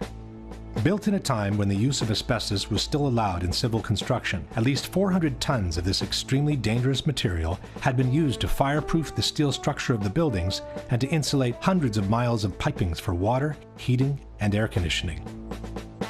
Asbestos was also present in the ceiling panels, the elevator shafts, and the vinyl tiles from office floors. From a property condition assessment of the Twin Towers dated December 2000, we read, "According to Port Authority records, a total of 7 million square feet of vinyl asbestos floor tiles were installed in the World Trade Center. By the time asbestos was banned from civil construction, the Twin Towers were nearing their completion. Initially, the asbestos was encapsulated, wherever possible, to prevent the particles from being inhaled. But in the 1990s, the regulations grew tighter, and every time a simple renovation was needed, the complete removal and replacement of the asbestos was also required. At the same time, because of the health risk it posed, the cost of asbestos removal and abatement had been skyrocketing. Safety procedures required the areas to be treated to be vacated in advance, hermetically sealed, and kept under negative pressure at all times to prevent particles from escaping outside. Only specialized workers could access the area, wearing airtight suits and respirators. A full decontamination process was required every time they left the area. In the mid-90s, the Port Authority put out different bids for the removal and replacement of the asbestos in a case-by-case scenario. For example, this is a 1995 contract for the installation of 2 low-voltage substations in Towers 1 and 2. One section in the contract listed the replacement of asbestos at floors 41, 42, 75, and 76 in Tower 1 and floors 75 and 76 in Tower 2. Total cost for the asbestos removal and replacement, $868,000. Tower 2, 40th floor, contract for asbestos removal and abatement, total cost, $650,000. Towers 1 and 2, removal of asbestos and new ceilings at floors 7, 41, and 75. Total cost, $882,000. It soon became clear that the Twin Towers were quickly turning from a prestigious asset into a serious liability. From the December 2000 condition assessment, we read, from 1986 to 1999, a total 31 contracts were bid, and a total of $58.2 million was spent in abatement projects. By then, 3.5 million square feet of vinyl asbestos floor tile was removed. Only half of the initial 7 million square feet installed. At the estimated cost of $5 to $6 per square foot, that accounted for an additional $20 million in cost for the Port Authority, and that was for the floor tiles only. There were also hundreds of thousands of square feet of spray-on fireproofing to be removed throughout both buildings. And then there were the elevators. This is the list of elevator shafts with asbestos-containing material as of December 2000. This is Tower 1. And this is Tower 2. Reportedly, by the year 2000, the Port Authority was looking at an asbestos abatement bill of as much as $1 billion, the same money it would have cost to build a brand new tower. Back in the 90s, the Port Authority had sued the insurance companies, trying to get them to cover the cost of the asbestos removal. But in May 2001, 4 months before the terrorist attack, the Port Authority of New York and New Jersey lost their 10-year-old court battle. At that point, the Port Authority was between a rock and a hard place. The Twin Towers could no longer be maintained without incurring the cost of asbestos removal, yet they could not be demolished because of the large amounts of asbestos they contained. The only remaining option was to dismantle and remove the two poison-filled giants one piece at a time. But the cost of such an operation would have been so astronomical that no one has ever tried to put a number on it. Luckily for all, the stalemate was broken when a real estate tycoon named Larry Silverstein, who already owned Building 7, offered to purchase a 99-year lease for the Twin Towers. 76 years old, and look at him go. He walks fast, talks fast, and is always selling. Silverstein seemed in a big hurry to close the deal. Even though he had been hospitalized for a car accident during the bidding operations, he asked his doctors to take him off the morphine so the deal could be finalized. So I told the doctor, I said, kill the morphine, and I got to get my people in here, because you can't think with morphine. So they let the morphine run down. The pain was terrible, but I brought everybody together, and that's when we framed our best and final bid. On July 24, 2001, Larry Silverstein celebrated the acquisition of the Twin Towers with a public ceremony. Silverstein signed the lease on the World Trade Center just 6 weeks before 9/11. He then took out an insurance policy covering the Twin Towers for $3.2 billion in case of total destruction. Silverstein then began spending every morning of the week in his new office in the North Tower. And so my mornings were spent at the Trade Center, and then by noon I was back uptown. But on September 11, luckily for him, Silverstein didn't go to work. Even though he had already scheduled a business meeting in the North Tower, he found out that his wife had made an appointment for him at the dermatologist. The morning of September 11th, Silverstein was scheduled to have breakfast at the restaurant at the top of the North Tower. He canceled at the last minute at the insistence of his wife, Clara, who wanted him to go see his dermatologist. That particular morning, my wife, God bless her, had made an appointment for me at the doctor. And I said, okay, yes, dear, I'll go.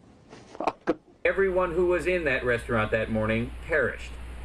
And then, just minutes later, received a telephone call to turn on a television set and witnessed this horrendous circumstance.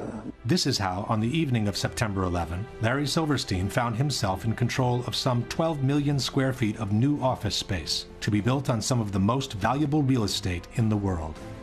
And since the terrorist attacks had been two separate events, contended Silverstein, the insurance companies would have to pay him $7 billion to rebuild what he has always been calling My Three Towers.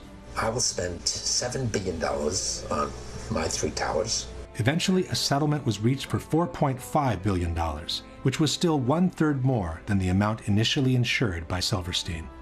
And since on September 11, due to the terrorist attacks, Building 7 had also been destroyed, Silverstein received another $800 million to rebuild a skyscraper that had originally cost $400 million. It's a much more beautiful building. It's a glass facade, allows the light to come into the space. The views on four sides are phenomenal, and the space looks magnificent. In the meantime, all the asbestos from the Twin Towers has been inhaled by the citizens of downtown Manhattan, and especially by the first responders and volunteers who worked at Ground Zero, who are now being decimated by mesothelioma and other pulmonary diseases. In the debate over the destruction of the World Trade Center, two important organizations have played a major role. One is NIST, the National Institute of Standards and Technology, which was officially tasked by the U.S. government to investigate the collapse of the three skyscrapers. In 2005, NIST presented their final report on the collapse of the Twin Towers, and in 2008, the one on Building 7. For the Twin Towers, NIST concluded that they were brought down by the consequences of the impacts and the ensuing fires, while Building 7, according to NIST, was brought down primarily by fire alone. In other words, they fully confirmed the official version by the U.S. government. The other organization to bear weight on the debate has been Architects and Engineers for 9/11 Truth, an association of professionals in civil construction founded in 2006 by San Francisco architect Richard Gage.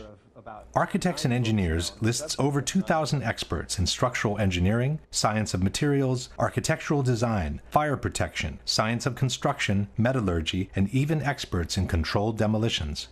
Since they've entered the fray, Architects and Engineers has brought to the table a solid amount of scientific information refuting the official explanation by NIST on the collapses and confirming the theory of controlled demolitions instead. At the same time, Architects and Engineers has acted as an unrelenting watchdog for every action taken by NIST, pointing out every single error in their work, and even forcing them, in some cases, to make corrections to their reports. I think it's something that we need to clarify and correct in the final version of the report. Okay. The first issue that needs to be clarified is the actual strength and solidity of the Twin Towers, since both the 9/11 Commission and the debunkers have made extensive efforts to depict them as extremely light and fragile buildings. The outside of each tower was covered by a frame of 14-inch wide steel columns. The centers of the steel columns were 40 inches apart. These exterior walls bore the majority of the weight of the building. The interior core of the buildings was a hollow steel shaft in which elevators and stairwells were grouped. Le torri di New York invece erano sostenute da un'intelaiatura esterna, da sottili nervature d'acciaio, insomma erano come dei parallelepipedi vuoti. Il World Trade Center era una struttura leggerissima, era la massima espressione del grattacielo leggero, come lo chiamano i tecnici. C'è un solo altro edificio che io sappia, che è quella che si chiamava un tempo la Sears Tower a Chicago, che usa lo stesso tipo di struttura. Dopo il World Trade Center nessuno l'ha più usata. As we shall see, all these statements are false. Contrary to traditional skyscrapers, where all the support columns are equally spaced, in the Twin Towers, part of the supporting columns had been moved towards the exterior wall, creating a large column-free space available for rental. For this reason, the external structure had literally become a grid of steel columns made with prefabricated blocks that were mounted on site. These are the thin steel nerves mentioned by debunker Alberto Angela, 244 steel columns placed approximately 2 feet apart, which supported 40% of the weight of the towers. Far from being two empty parallelepipeds, the internal structure was comprised of 47 steel columns, so long and sturdy that a special factory in Japan had to be built in order to assemble them. It was the core structure to support the majority of the weight of the building, 60% of it, and not the external structure. The core structure seen on the left is what the 9/11 Commission has called a hollow steel shaft. This is the same core structure near the base of the tower. The core structure was an actual, extremely robust steel skyscraper built within another skyscraper. The core structure housed the stairs, the elevators, and all other services needed for the functioning of the tower. The inner walls of the core structure were made of simple layers of sheetrock. A long series of steel trusses connected the core structure to the external one and supported the floors. The floors were also prefabricated rectangular pieces covered by a thin layer of concrete. The internal and external structure connected through an umbrella-like structure called a hat truss, which kept together the towers and bound them from above. The idea that this kind of structure is fragile and therefore no longer used after 9/11 is disproven by the new Building 7 built by Larry Silverstein. A strong central structure supports the majority of the weight of the building. Long steel beams support the floors and connect the core structure to the external one, allowing for a large column-free space in between. A very similar concept to the one used in the Twin Towers. Most importantly, the debunkers forget to mention that the Twin Towers were built with a structural redundancy of 3 to 5 times the weight they were meant to support. This structure was capable of holding 3 to 5 times the weight. These buildings are built to handle several times the load above them. So those perimeter columns could handle 5 times the load above them, and the core columns could handle 3 times the load above them. In addressing the solidity of the Twin Towers, the Massachusetts Institute of Technology stated that its 244 perimeter columns made it one of the most redundant and one of the most resilient skyscrapers. On the same subject, the architectural firm of Roth & Sons wrote, "The building as designed is 16 times stiffer than a conventional structure. The Virendeel trusses would be so effective, according to the engineer's calculations, that all the columns on one side of a tower could be cut, as well as the 2 corners and several columns on the adjacent sides, and the tower would still be strong enough to withstand a 100-mile-per-hour wind." John Skilling, the structural engineer who designed the Twin Towers, stated, "Live loads on these perimeter columns can be increased more than 2,000% before failure occurs." In particular, the Twin Towers were designed to sustain the impact of a large airliner traveling at 600 miles per hour and still remain standing. Interviewed in 1993 by the Seattle Times, John Skilling stated, "We looked at every possible thing we could think of that could happen to the buildings, even to the extent of an airplane hitting the side. Our analysis indicated the biggest problem would be the fact that all the fuel from the airplane would dump into the building. There would be a horrendous fire, a lot of people would be killed, the building structure would still be there. And it was. After the impacts, both towers remained standing, showing no major effect on their stability. Furthermore, NIST has confirmed that the initial jet fuel fires themselves lasted at most a few minutes. This means that from that moment on, the only available source of fuel for the fires was common office furnishings. And, as we know, regular office fires are not hot enough to affect the stability of a steel structure. No steel frame high-rise building has ever collapsed due to fire. In over 20 years, I have not seen, until recently, a protected steel structure that has collapsed in a fire.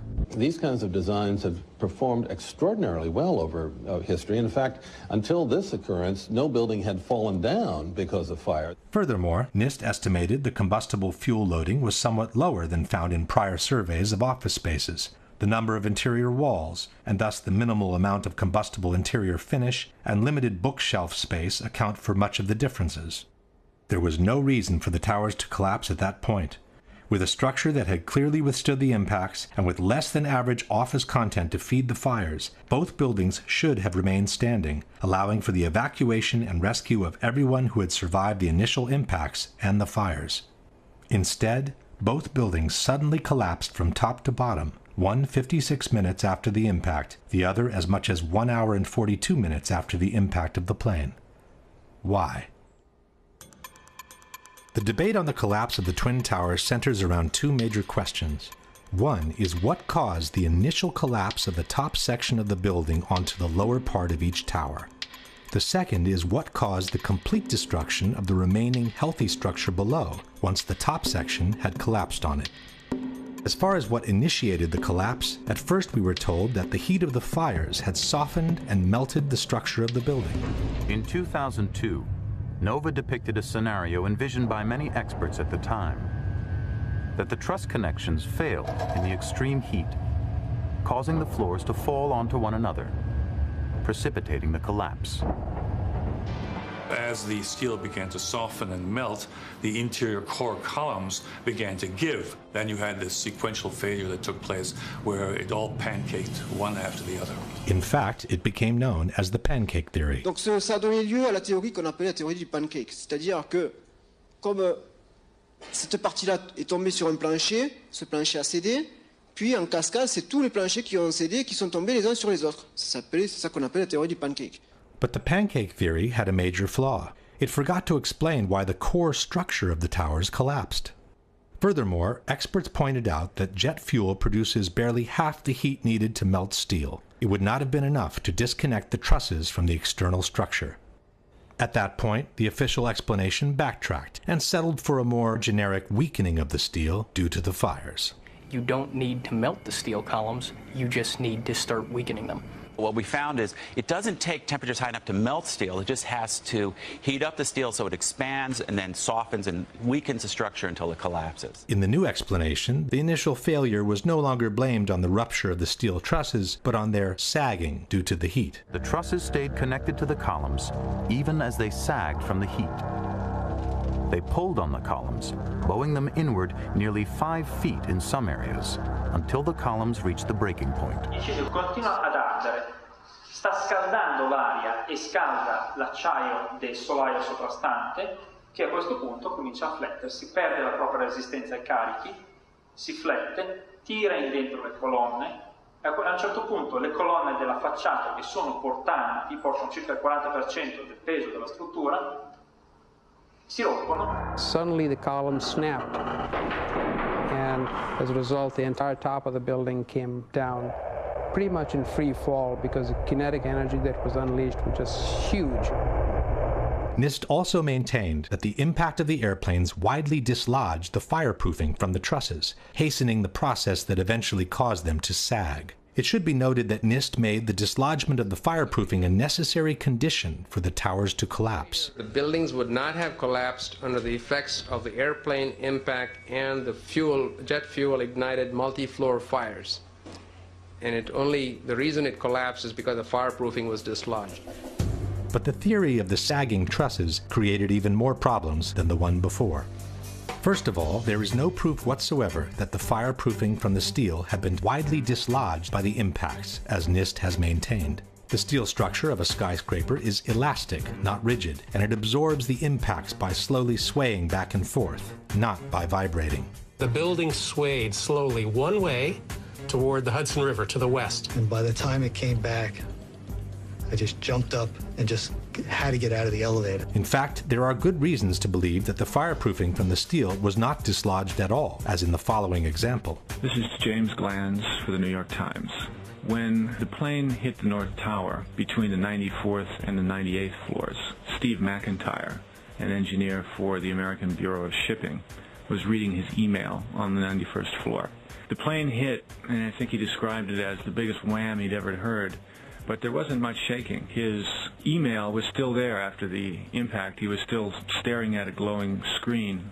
He had a little knick-knack, a piece of slate in the shape of a sailboat, hadn't fallen off his desk. Pictures of his wife and kids, just propped up on a bookcase, were still upright. Nothing had fallen over. McIntyre was just below the point of impact. If his pictures didn't even fall, why should the spray-on fireproofing have been detached from the steel trusses? Secondly, there's no proof that the temperatures were high enough to seriously weaken the steel in any case, with or without fireproofing. The majority of the jet fuel was burnt up instantly in the big fireball, and it was gone. The fires that were left were office furnishings and carpet and things like that. A lot of things in these kind of buildings have to be fire resistant by nature. It's required by code. In their computer simulation, NIST claims to have observed temperatures beyond 1800 degrees during the fires. But NIST has used their own computational model, and they've never published the data from their simulation. When architects and engineers asked to verify the computer model used by NIST, their request was denied. The truth is that NIST itself admitted in their own report to have no proof for temperatures high enough to seriously weaken steel. From the NIST report we read, of the more than 170 areas examined on 16 perimeter column panels, only 3 columns had evidence that the steel reached temperatures above 250 degrees centigrade, or 480 degrees Fahrenheit. Only 2 core column specimens had sufficient paint remaining to make such an analysis, and the temperatures did not reach 250 degrees centigrade. No conclusive evidence was found to indicate that pre-collapse fires were severe enough to have a significant effect on the microstructure that would have resulted in weakening of the steel structure. In other words, NIST openly admits to have no proof to support their own theory. In conclusion, the known facts are: steel melts at about 2800 degrees Fahrenheit. Softening can begin at about 1100 degrees Fahrenheit.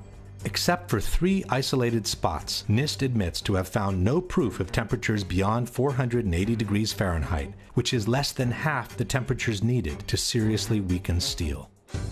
On the other hand, there is multiple evidence that the temperatures needed to seriously weaken steel were not reached for a sustained time in the Twin Towers. The first one is that a group of 16 people managed to descend through the area devastated by the impact without obviously being burned alive.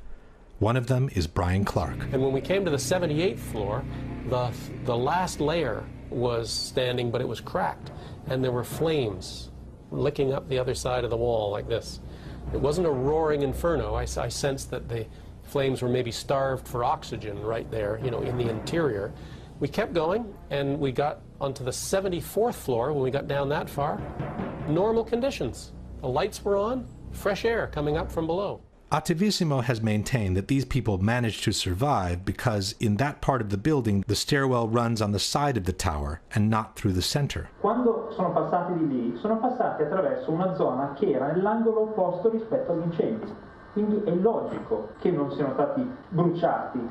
Questa scala fa questo giro e scende. In truth, stairwell A traverses to the side of the tower on the 82nd floor, but Clark and his colleagues were on the 84th. This means they descended 2 floors in the center of the tower before crossing over. Furthermore, one of Clark's colleagues went back from the 81st to the 91st floor before descending all the way to the ground. Ron DiFrancesco, who went in the 81st floor with me, he went up to 91, caught up to the people, laying down on the floor, to thinking that there was fresher air at floor level. He made his way back to the stairs. And so I started to run downstairs. And so I ended up on ground level and I went to walk out. Had there been a temperature of 1100 degrees around the stairwell, nobody would have been able to go through it alive. Secondly, there is a series of thermographic images shot with an infrared camera showing temperatures much lower than those needed to soften steel. This is the North Tower, seen from below. It's 9:18, about a half an hour after the impact of the first plane, and the indicated temperatures do not reach the color yellow, which means they don't exceed 100 degrees centigrade or 212 degrees Fahrenheit. And this is the South Tower, some 15 minutes after the impact of the second plane.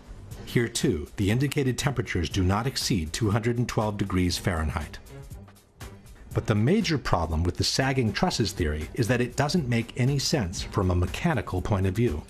Even assuming the temperatures were high enough to make them sag to such an extent, where did these relatively thin trusses find the strength to pull and then break apart a supporting structure much larger and stronger than they were? The phenomenon suggested by NIST is called thermal expansion. If one assumes that the trusses were forced to expand downwards by the vertical structures resisting the push, it means they were weaker than the structure, and they would have never found the strength to pull it inwards.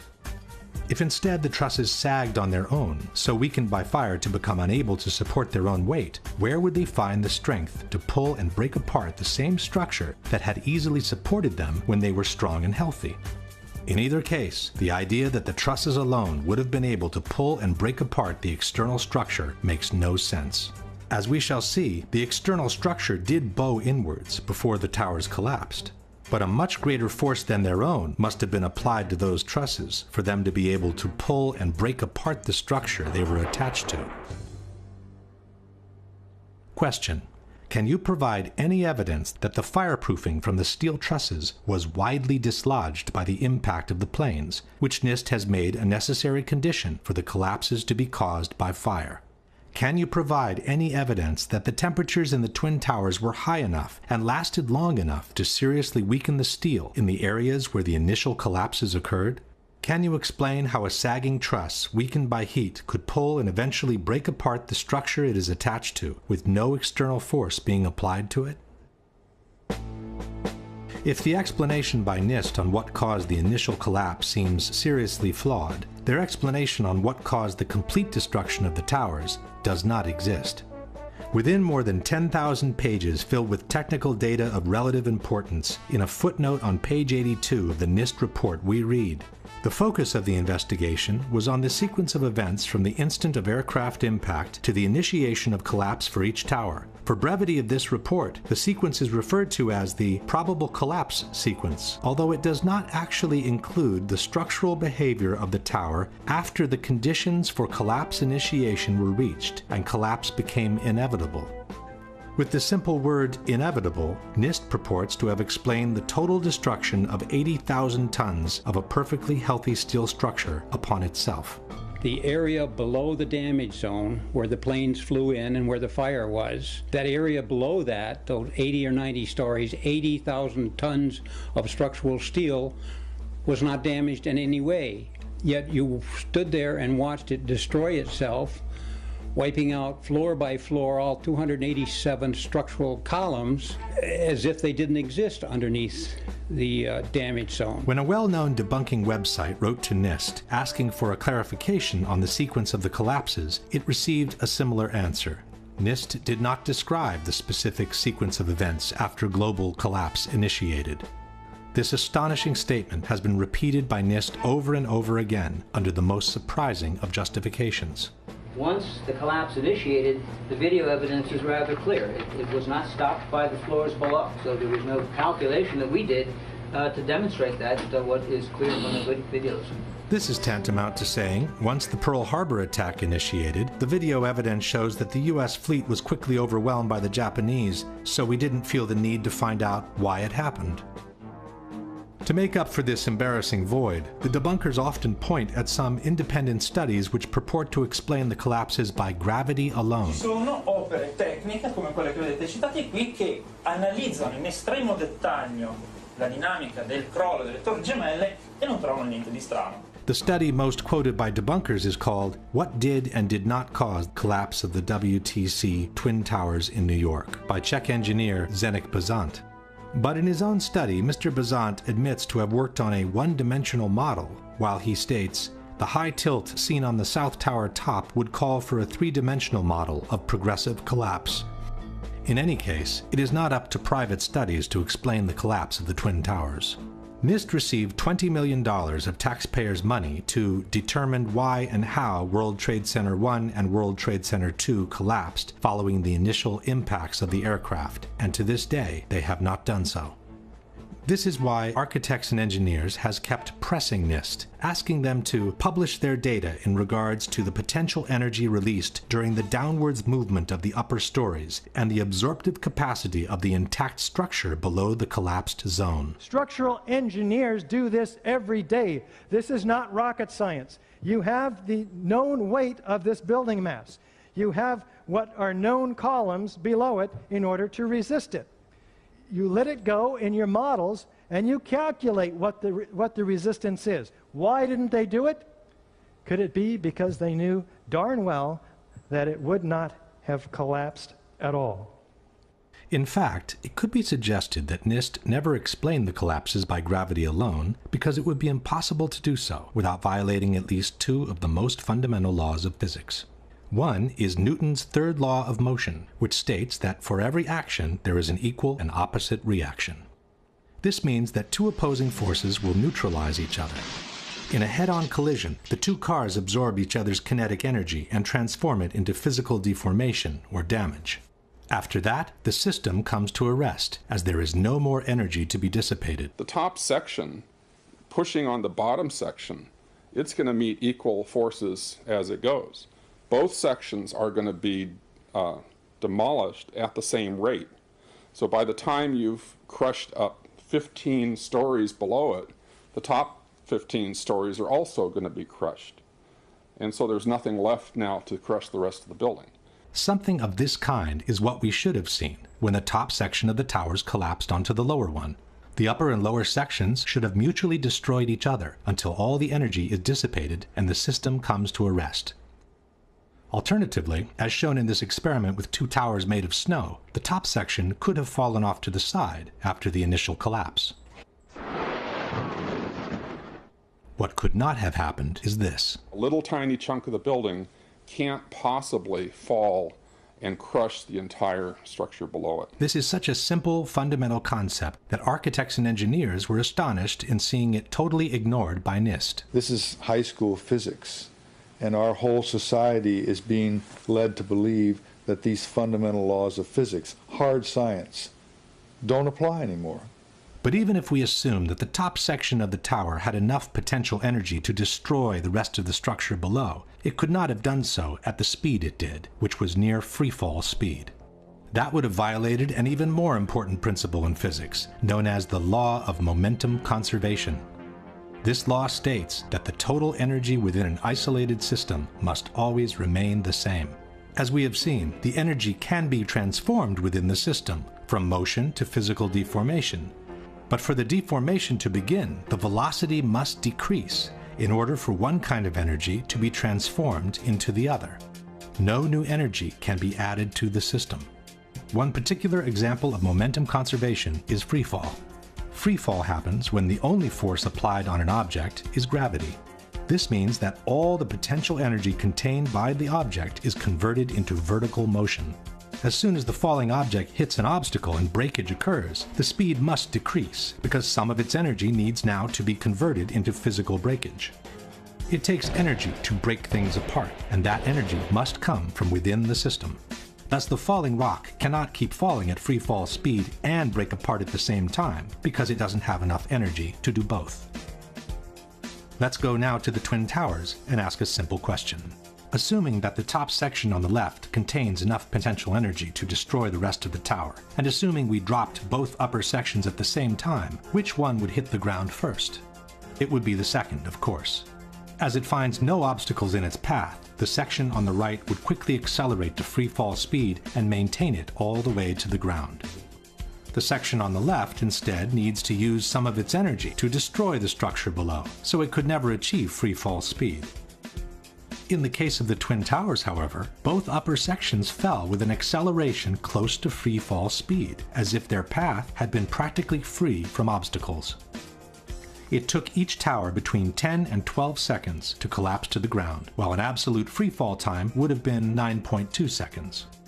In other words, both upper sections of the towers found enough energy to destroy 80,000 tons of healthy structure below, while accelerating to near free fall speed. This is, as we have said, absolutely impossible by gravity alone. The law of momentum conservation won't allow it. A building cannot do free fall with a huge steel structural system in place to support it. The Twin Towers could not have come straight down through the resistance of 80,000 tons of structural steel at the speed of practically free fall. That just would not happen. If in fact it actually hit and made an impact, it was effectively crushing anything, pushing hard on this core structure below it, the core structure is going to push back equally hard. And that's what's going to cause the top section of the building to slow down. As energy is drained away from the system to deform those members, it would slow down the descending mass and cause a descent at less than free fall speed. There is only one way for those buildings to have collapsed at the speed they did. The buildings fall at a speed which can only occur if the structure has been removed, the vertical structure. The same Shyam Sunder from NIST has acknowledged that free fall can only be achieved with the absence of a structure below. Free fall time would be an object that has no structural components below it. But what could have removed the supporting structure below, since the falling section didn't have any extra energy to do so? The fact that it's coming down at free fall says all of the energy is being used to just make it go straight down, which means it's coming down through itself and not breaking up the building as it goes. Something else has to be clearing the way. There is only one known way to allow that kind of acceleration while removing the supporting structure. A building cannot do free fall without it being blown up. That's the only way it could come down at free fall. The only way that a building can accelerate as it collapses is by having pre-engineered, precisely timed, and precisely placed explosives. In other words, controlled demolition.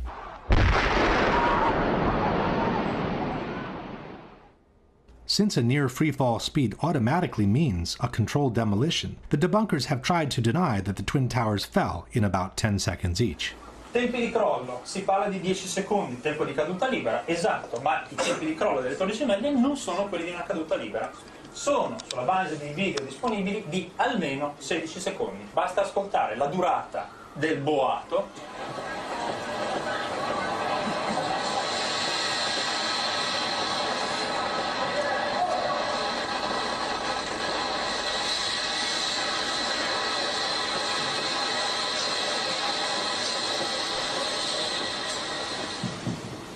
Quindi, se avete contato con me, sono un po' più di 10 secondi. We couldn't count with him, as it's very difficult to establish the exact duration of a collapse by listening to the sounds only. Furthermore, a couple of seconds more or less would not make a big difference, as the time for the transfer of momentum between each collapsing floor must be considered anyway. So a floor impacting on a floor below would transfer momentum, and that floor, those floors would transfer momentum such that in the Twin Towers, if you didn't have any columns whatsoever, it would still take a minimum of 30 seconds for these towers to collapse, just by transferring the momentum of the floors. In any case, the near free-fall speed of about 10 seconds has been confirmed by different official sources. The 9/11 Commission wrote that the South Tower collapsed in 10 seconds. Mr. Sunder from NIST has confirmed similar timings. The measurements have indicated that Tower 1 collapsed in about 11 seconds and Tower 2 collapsed in about 9 seconds. Mr. Sunder has also acknowledged that the towers came down practically at free fall speed. As a result, the entire top of the building came down pretty much in free fall. The same admission is present in the official report. Since the stories below the level of collapse initiation provided little resistance, the building section above came down essentially in free fall. At this point, we can pose the following question. Given that the building section above came down essentially in free fall, given that for free fall to occur, no supporting structure must be present, and given that the falling sections didn't have any extra energy to destroy the structure below, can you suggest anything different from some kind of controlled demolition for the removal of the supporting structure, which was necessary for near free fall speed to be achieved? At this point, one may wonder what the response by the debunkers has been to all the scientific arguments presented by architects and engineers. There has been no response. All the debunkers have done is to either belittle this association of professionals or to ignore it altogether. Et pour les ingénieurs, quand vous regardez les ingénieurs qui ont signé, alors là, c'est hallucinant. C'est-à-dire que vous avez des ingénieurs en électricité, en hydraulique, en sûreté nucléaire. Enfin bon, c'est vraiment la tour de Babel de l'ingénierie. Les personnes qui sont compétentes en calcul de structure, alors je les ai regardées, une petite trentaine, je suis généreux. Hein. Whether the experts in structural engineering are 30 or 300, it should not make any difference. It's their arguments that must be refuted, and Courant has never done so. Attivissimo instead has chosen to belittle architects and engineers as a whole by terming all its members as gymnasium builders. Abbiamo soltanto Richard Gage e I suoi 1200 costruttori di palestre che dicono ma secondo noi. But Attivissimo has never responded to their arguments either. But the most shocking statement comes from Popular Mechanics. In their book, Debunking 9/11 Myths, they wrote, "Not one of the leading conspiracy theorists has a background in engineering, construction, or related fields." This statement appears both in the original publication, dated 2006, and in the revised edition, published in 2011. By then, architects and engineers had been active for almost 5 years, listed more than 1,300 experts in civil engineering, had made presentations in 20 different countries in the world, and had been invited on national television several times. And what caught my eye is their claim that more than 1,300 architects and engineers examined the evidence about Building 7's collapse and disagree with the official report issued by the National Institute of Standards and Technology. I certainly am much more open-minded about it than I was, and it is because of the involvement of the 9/11 families and all these engineers and architects. Clearly, they know more than I do. The truth is that from the moment architects and engineers has entered the fray, not one of their scientific arguments disproving the official version and confirming the theory of controlled demolitions has been refuted in any way by the debunkers or by anyone else.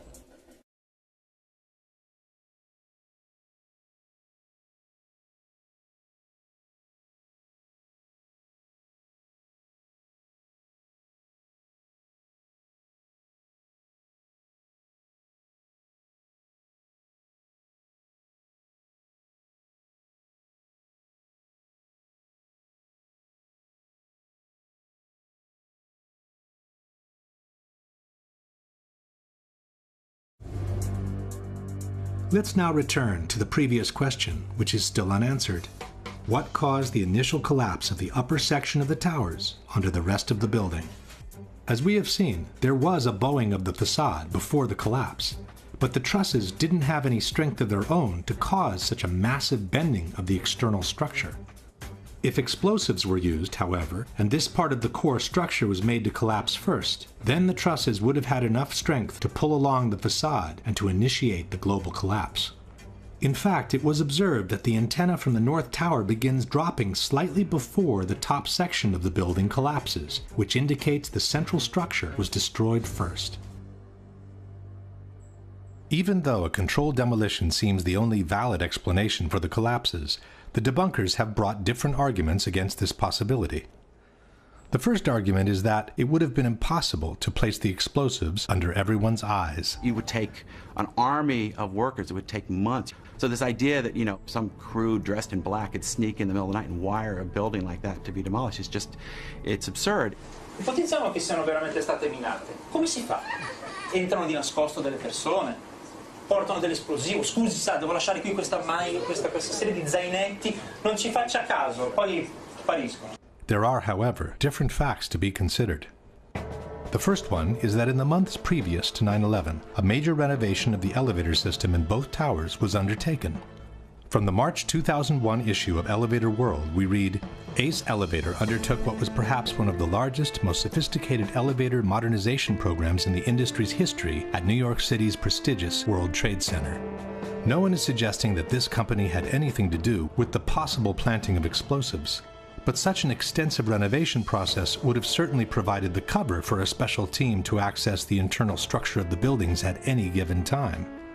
As explained by Richard Heumann, Chief Electrical Engineer for the Twin Towers, the elevator shafts gave direct access to the core columns. I'm very familiar with the interior structure that surrounded the elevator shafts, and of course their access to the elevator shafts gave them total access to the surrounding core columns, the interior of the core columns. Secondly, the movement of heavy equipment on floors that were supposedly empty was noticed in the weeks leading up to 9/11. Scott Forbes worked for a financial institution on the 97th floor of the South Tower. It must have been at least 4 to 6 weeks before 9/11. It was like rebuilding work going on upstairs. The tenants, the people from Aon who had been removed somewhere else, the offices were just vacant. And there was a lot of heavy machinery building work going on. It was almost like pneumatic drills and lots of hammering, so much so that the floors were shaking. That's how noticeable it was. It was almost as if something heavy was being moved and then it was being taken off wheels, and it was like boom. Our floor underneath literally shook. You could feel the weight above you. William Rodriguez, an employee at the Twin Towers for more than 20 years, recalls a similar experience. As I stood there on the 33rd floor, I heard very strange noises on the 34th floor. I heard very heavy equipment being moved around, and it sounded like dumpsters with metal wheels being moved around, and I got scared because I knew it was an empty floor. Nobody was supposed to be there. As a matter of fact, not even the elevators stopped there. You have to have a special access key to open the door on the 34th floor. Thirdly, after the 1993 attack, bomb-sniffing dogs had been adopted in the security system of the Twin Towers. But on Thursday, September the 6th, bomb-sniffing dogs were abruptly removed, according to a security guard, with no apparent reason. And lastly, there was an unprecedented power down in the South Tower on the very weekend before 9/11. For the first time in 30 years, all the security systems in the building had become useless at the same time. People could come and go as they pleased, even in protected areas, without being seen nor recorded by surveillance cameras. The previous weekend, there had been a power down. Because of the power down, there was a complete breakdown of security that weekend. We had guided tours coming into secured areas by mistake and nobody picking it up because there's no intrusion alarms or anything else. Scott Forbes was also present during the power down. There was a power down in the South Tower on the weekend of the 8th and 9th of September.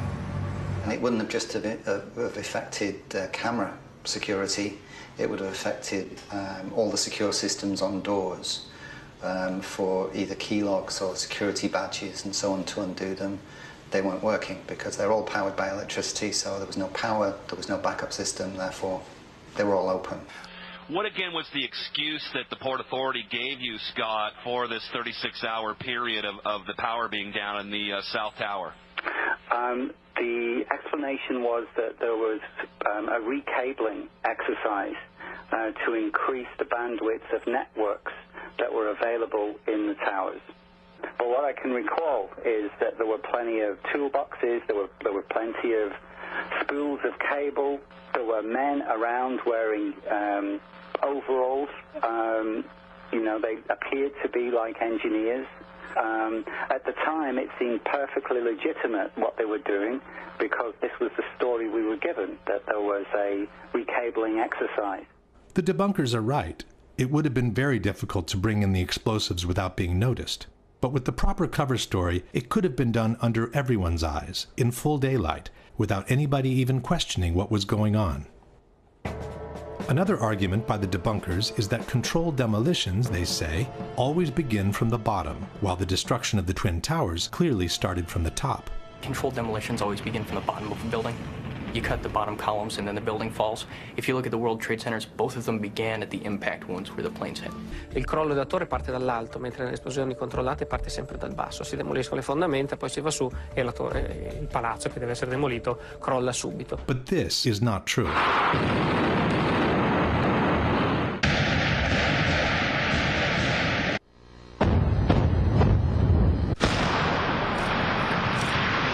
Every controlled demolition can be designed according to the needs. In fact, sometimes it's not a good idea to start from the bottom.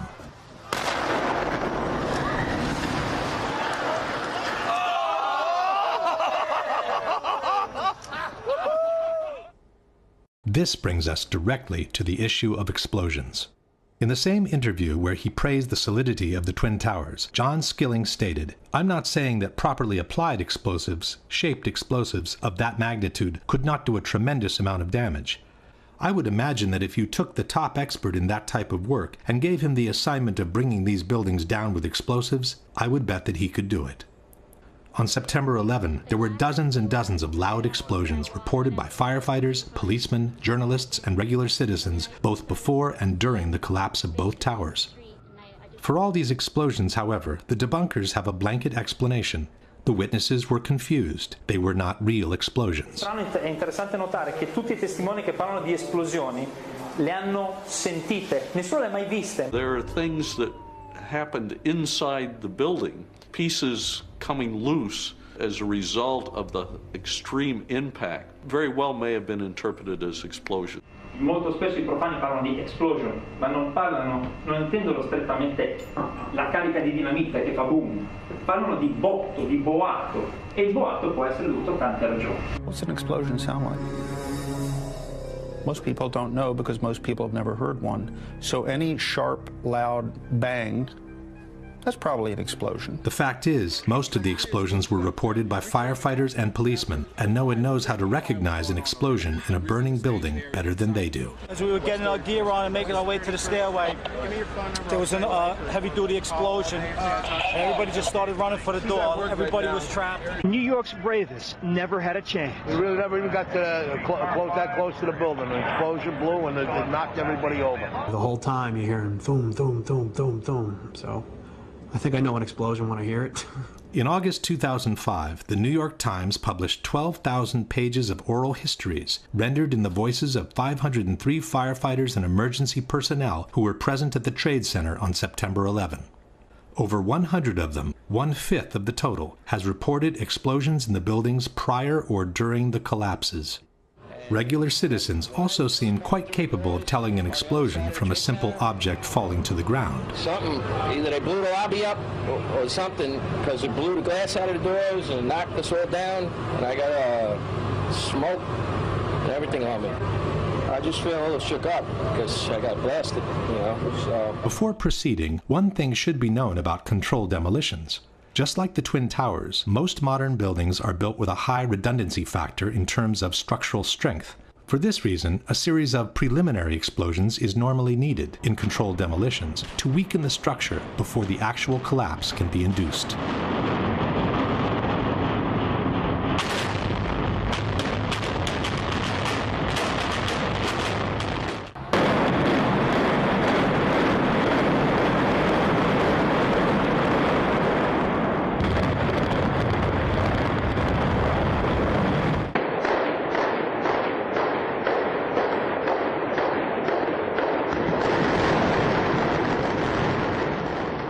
Obviously, in the case of the Twin Towers, it would not have been possible to set off the preliminary explosions all at once, just before the collapse.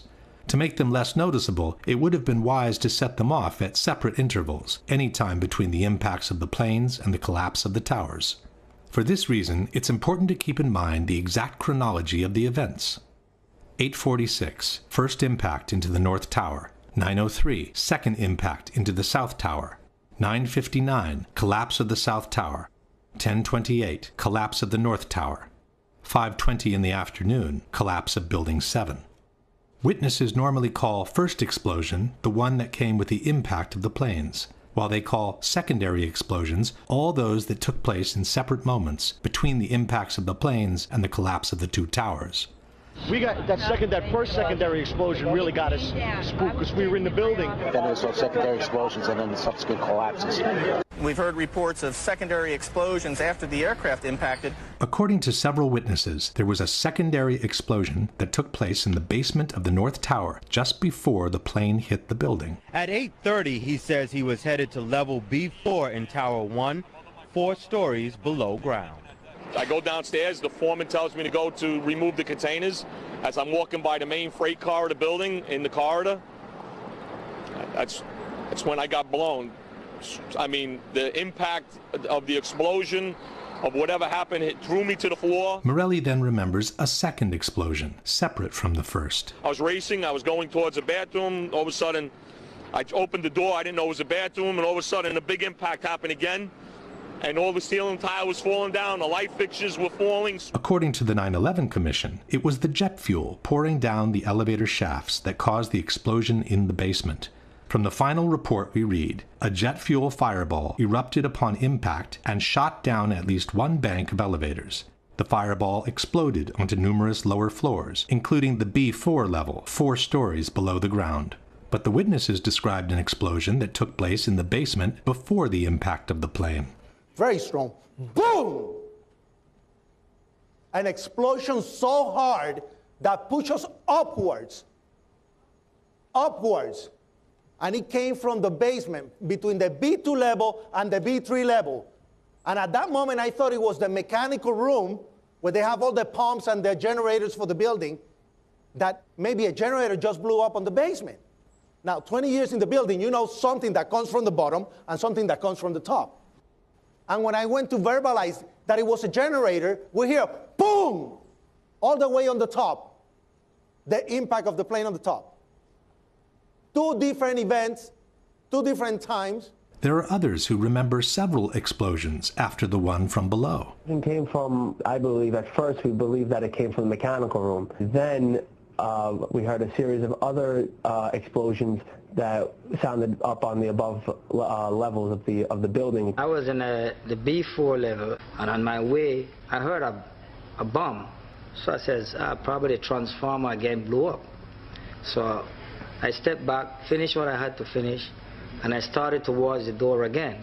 And there come a big blast with a big ball of fire. The 2 separate explosions were recorded at a distance of about 9 seconds from each other during a business meeting that was taking place in a building nearby, 1 Liberty Plaza. What the heck was that? We got the encore. Wow. It sounded like something crashed. When faced with this precise question, the editors of Popular Mechanics chose not to answer it and fell back on the generic explanation of the jet fuel in the elevator shafts. Ask what your guys' explanation is for Willie Rodriguez's testimony that he heard, experienced, and his coworkers were actually burned by an explosion in the basement of the North Tower prior to the plane hitting, and this has been verified by at least 20 different eyewitnesses. Jim Meggs of Popular Mechanics. When the plane struck the buildings, they penetrated the internal core. Jet fuel poured down stairwells and elevator shafts, setting off secondary explosions. Not to mention the horrific impact of these fully loaded planes hitting the structure and causing an enormous swaying. It's interesting to know too that you still didn't address the fact that it was before Empire State Building crash back in 1945. But the explanation of the jet fuel in the elevator shafts has several problems of its own. First of all, there were no regular elevators connecting the basement to the top levels of the towers. Each tower consisted of 3 separate buildings, built on top of one another, each with their own elevator system. There were only 2 elevators connecting the lobby to the 44th and 78th floor. But the plane struck on the 95th floor, which means the fuel could not have poured down these elevator shafts. There were only 2 banks of elevators that went all the way from the basement to the top of the towers, and they were mostly used by maintenance people. In one of these elevators was Arturo Griffith. Well, I was on my way from B2 to 49th floor. Not only didn't Griffith get cremated by this supposed ball of fire, but he also remembers 3 separate explosions. And there was a loud explosion and the elevator dropped. When the elevator finally stopped, they had an explosion that bring the doors inside the elevator. And then they had another explosion on the panel that threw me, you know, against the wall. Most importantly, the theory of the jet fuel in the elevator shafts fails to take into consideration the volumes involved. Each tower had an approximate volume of 2,160,000 cubic yards. The planes that hit the towers carried an estimated 10,000 gallons of fuel each at the time of impact. 10,000 gallons is the equivalent of 50 cubic yards. This in-scale graphic shows what 50 cubic yards look like next to the volume of the tower. Assuming that about half of the fuel was consumed in the initial explosion, we would be left with some 25 cubic yards of fuel available. But most of this fuel is needed to ignite the fires at different floors, as explained by Mr. Meggs himself. Jets crashed into buildings. They crashed at an angle, which meant that their wings, which is where they store most of their fuel, cut through multiple floors. So they splashed fuel and debris across multiple floors of the building, igniting fires. So even assuming that, for some strange reason, 5 of those cubic yards were all to end up in the only elevator shaft that goes all the way to the bottom of the tower, there wouldn't be enough to reach the basement in significant quantities. Your typical 10-foot by 30-inch backyard pool contains roughly 1,000 gallons of water, which is the equivalent of 5 cubic yards. Imagine dumping the water from this pool into this kind of elevator shaft with a drop of more than 1,000 feet below, and you'll get the idea of how much fuel can actually reach the bottom. In any case, the fuel in the elevator shafts theory could never account for the powerful explosion that literally devastated the lobby of the North Tower 1 hour after the first impact and before the collapse of the South Tower. There was a secondary explosion, probably a device either planted before or on the aircraft that did not explode until an hour later. Then somebody said that they saw an airliner going to one of those towers. Then, I don't know, an hour later than that, we had that big explosion from much lower. I don't know what on earth caused that. In fact, these firemen reported 3 large explosions in Tower 1, which took place after the plane's impact. They also confirmed it was the 3rd explosion to devastate the lobby of the tower. It was an explosion. It was in the lobby, and the 3rd explosion, the whole lobby collapsed on us. What you told me is that there was a plane or whatever hit the building, then a secondary explosion. It was like 3 explosions after that. We came in after the fire. We came when the fire was going on already. We was in the staging area inside the building, waiting to go upstairs. Then they exploded. The whole lobby collapsed on the lobby inside. It took these witnesses about 1 hour to walk down from the 82nd floor to the lobby of the North Tower after the impact of the plane. We got to the 1st floor from 82nd floor. We stuck on the stairs for a while. We finally got down to the lobby. Then we get to the lobby, it was this big explosion. I don't know if everything went just like what you just seen. That's what we went through before we came out of the building. Then when we get out the building, then another smoke cloud came. A similar story here. The long descent from Tower 1 and the big explosion in the lobby. It was like holy hell coming down them stairs. And then when we finally got to the bottom, we were coming out on the mezzanine level there, and another explosion came right from it, because everything went flying. Yet another similar story. Big boom, come down the steps, everything fine till we got to the basement, and then everything just fell in. I got trapped under there with another guy, crawled out, kept getting hit in the head, bounced all around, finally we clawed our way out over the rubble. The situation in the lobby was such that there was no doubt on what had happened. The ladies that are with me were in the World Trade Center in the first building and escaped through the lobby, where they report they believe there was a bomb in the lobby. We ran down the steps to the lobby. There was no lobby. Everything was torn up. We came outside in the lobby. There was no lobby. The lobby was totally gone. Did you see other people? There was a woman there with her face blown off. Big glass lobby, and all the glass was broken. Wires hanging from the ceiling, the signs that would hang above telling you where to go were all hanging. It was unbelievably scary to look at. Firefighter John Schroeder was climbing the stairs of Tower 1 when he heard the huge explosion from below. We were heading up to the 24th floor of the stairwell, and all of a sudden our building got rocked. We got bounced around in the stairwell like pinballs, man. And we just said, you know what? Time to go.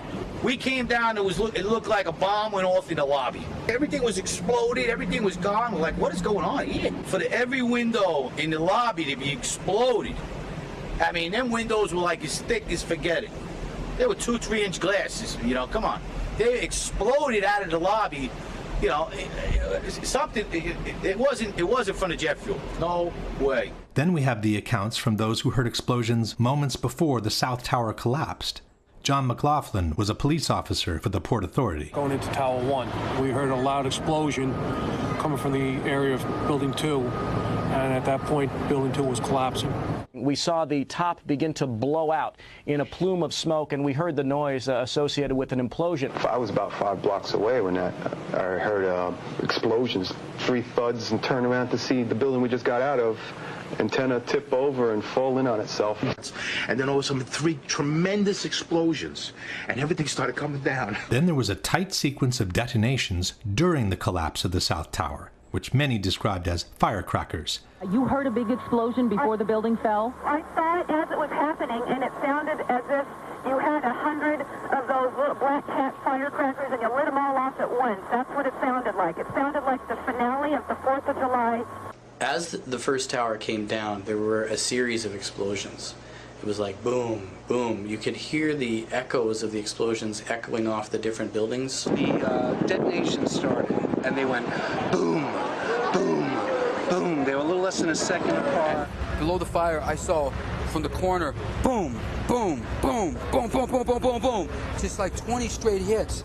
Just detonated. They were planned to take down a building. Boom, boom, boom, boom, boom, boom, boom, boom. All the way down. So it was like boom, boom, boom, boom, boom, boom, boom, boom. From far away, boom, boom.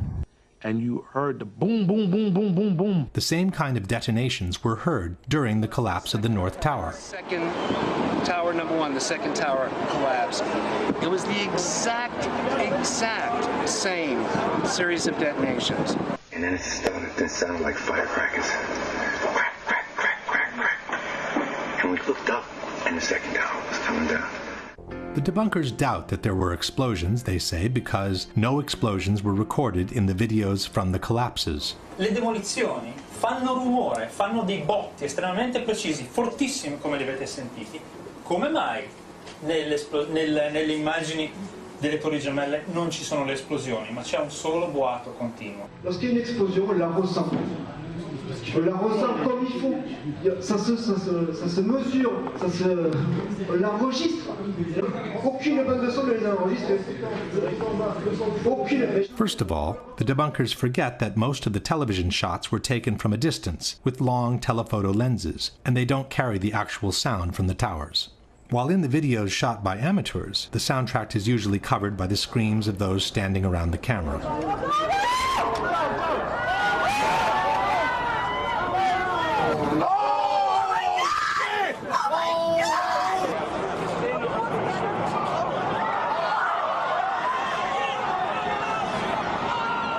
In any case, it's not true that no explosions were recorded by video cameras.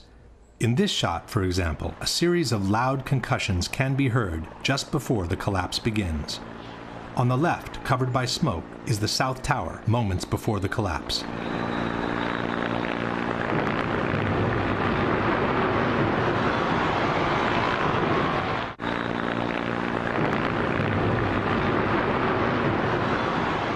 In this shot by ABC television, the initial explosion can also be heard. Listen carefully after the words FBI agents. This is as close as we can get to the base of the World Trade Center. You can see the firemen assembled here, the police officers, FBI agents. You can see the towers, a huge explosion now waiting to lay on all of us. The explosion can be heard even better by separating the stereo track of the microphone from the one of the camera. Here, the police officers, FBI agents.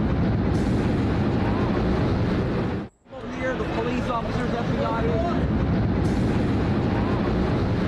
The same explosion can be heard in the same clip used in a PBS documentary. But a key question remained. Did their ultimate failure? But a key question remained. Did their ultimate failure? And then there were several explosions recorded after both towers had collapsed, like this one from this BBC video. This one was recorded after both of the Twin Towers had collapsed and before Tower 7's collapse.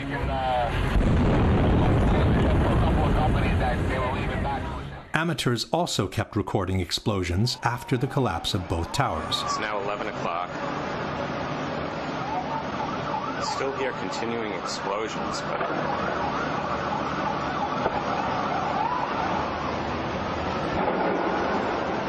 There's another explosion.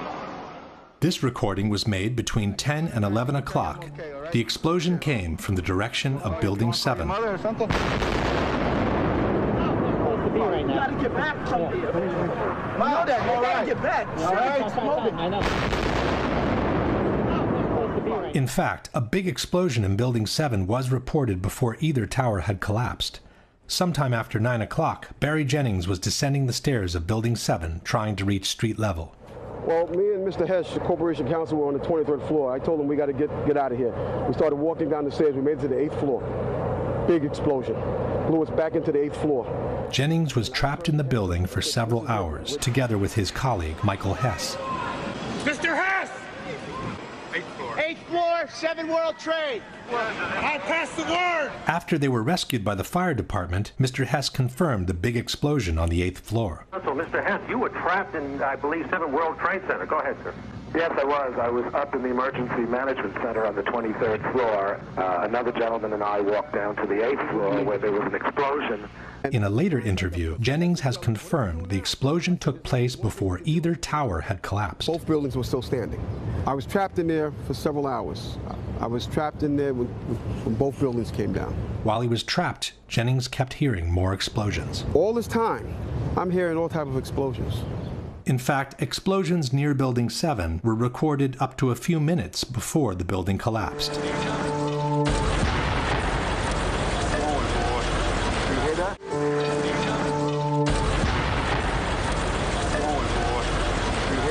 And finally, there is also someone who saw an explosion up close, through his very eyes.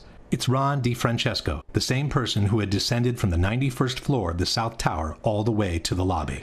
When he was exiting the building, he heard an explosion. He spun around, and a fireball was coming down the hallway at him. He put his arms up, blew him across Church Street. He woke up in the hospital 2 days later. Yeah, I had burns, they say, on 80% of my body, and a broken bone in my back, and I guess my ears were turned inside out just with the burns. My head was very swollen.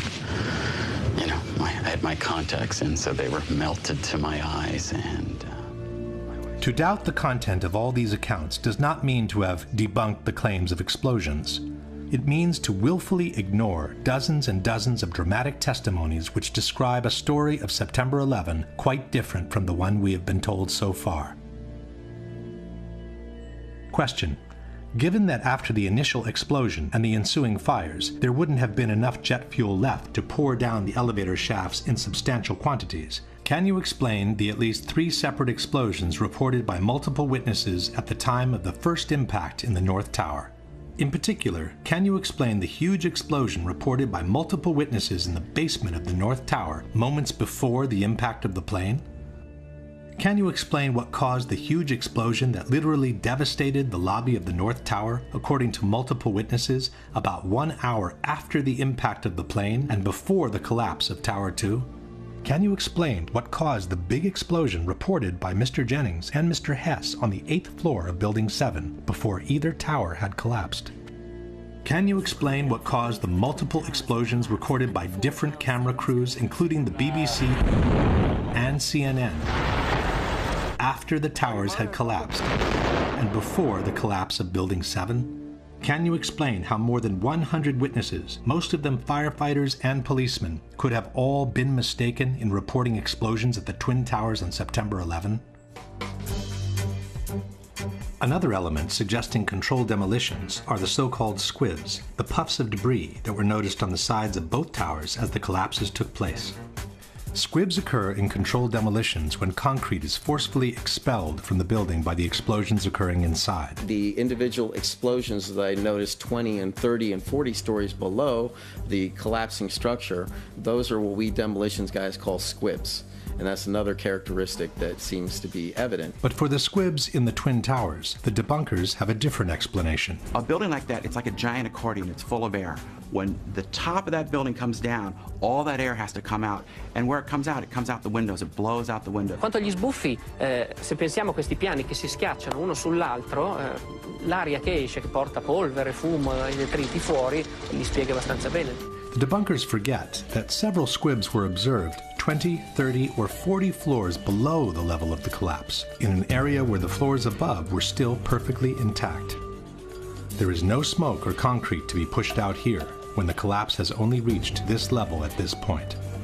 But even in this case, the debunkers have an explanation. Et ça s'explique justement par la communication des surpressions, par les cages d'ascenseur. Alors là, c'est les cages d'ascenseur. Il y a bien sûr aussi des escaliers. Donc ça aussi, et ça a permis donc cette évacuation de l'air, non seulement sur les côtés, mais aussi dans toute la tour, en mettant en pression le bâtiment. But elevators and stairs have doors at almost every floor. Had there been such a strong compression from above, it would have pushed with equal force on all the floors below, not just the one where the squib occurred. In any case, this is clearly not broken glass.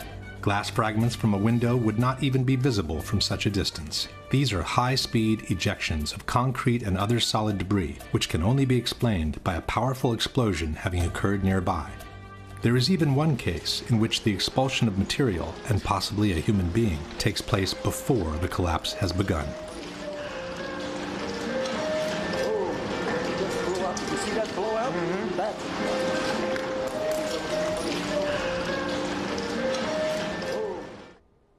Question.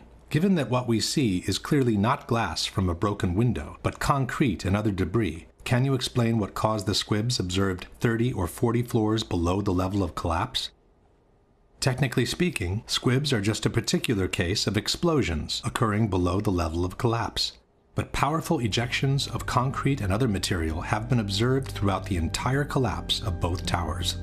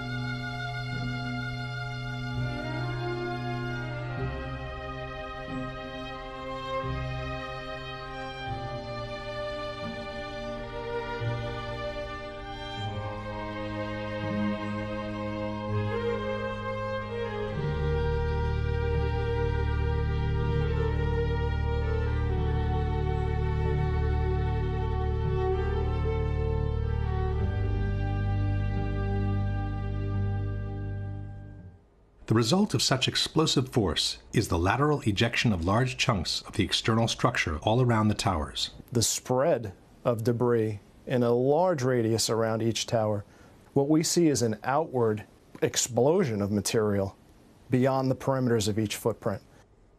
FEMA has documented a 1,200-foot diameter debris area around each tower where major chunks of the buildings were found. This means that parts of the structure were ejected laterally at a distance twice as large as the width of the tower itself. Large multi-ton beams were hurled hundreds of yards laterally. Gravity works vertically, not laterally. The debunkers contend that the material ejected laterally was only the aluminum foil covering the structure, not the steel beams themselves. Ces éléments qui sont là, certains disent, vous vous rendez compte des poutres qui font plusieurs tonnes? Non. Ça, c'est pas des poutres qui font plusieurs tonnes, c'est tout simplement le parement qui était prévu sur les tours, qui étaient des plaques d'aluminium qui étaient collées sur les poutres en acier. Les poutres en acier, elles sont là et là. Ça, c'est juste des choses très légères qui ont volé, comme tout à l'heure, ma touillette à café. Voilà. Voilà. Kiran is mistaken. The chunks of material being hurtled hundreds of feet away are not just aluminum covering. They are the same prefabricated blocks of steel structure used to build the two towers.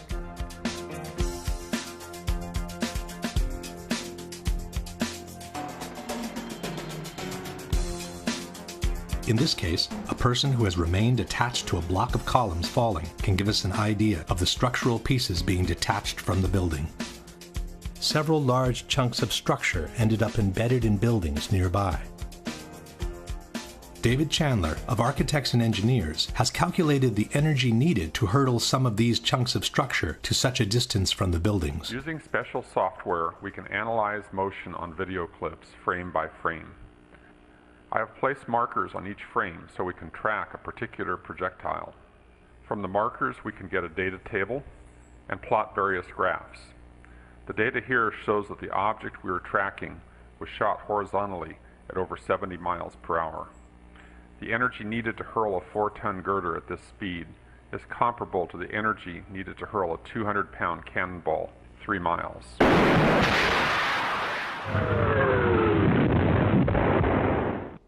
Question. Given that the falling upper sections of the towers had no additional energy to destroy the healthy structure below, where did the energy to hurtle these large chunks of structure at such a distance from the towers come from?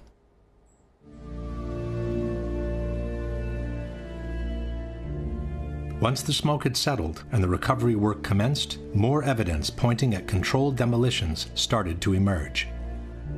One example are the supporting columns cut at a 45-degree angle that were noticed sticking out of the ground.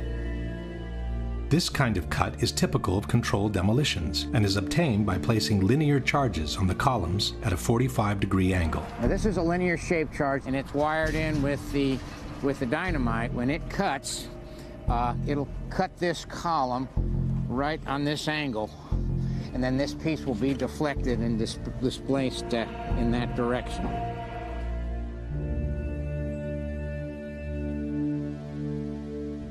Some of those cuts on the larger chunks of the structure, called candlesticks, were made by iron workers during the removal operations.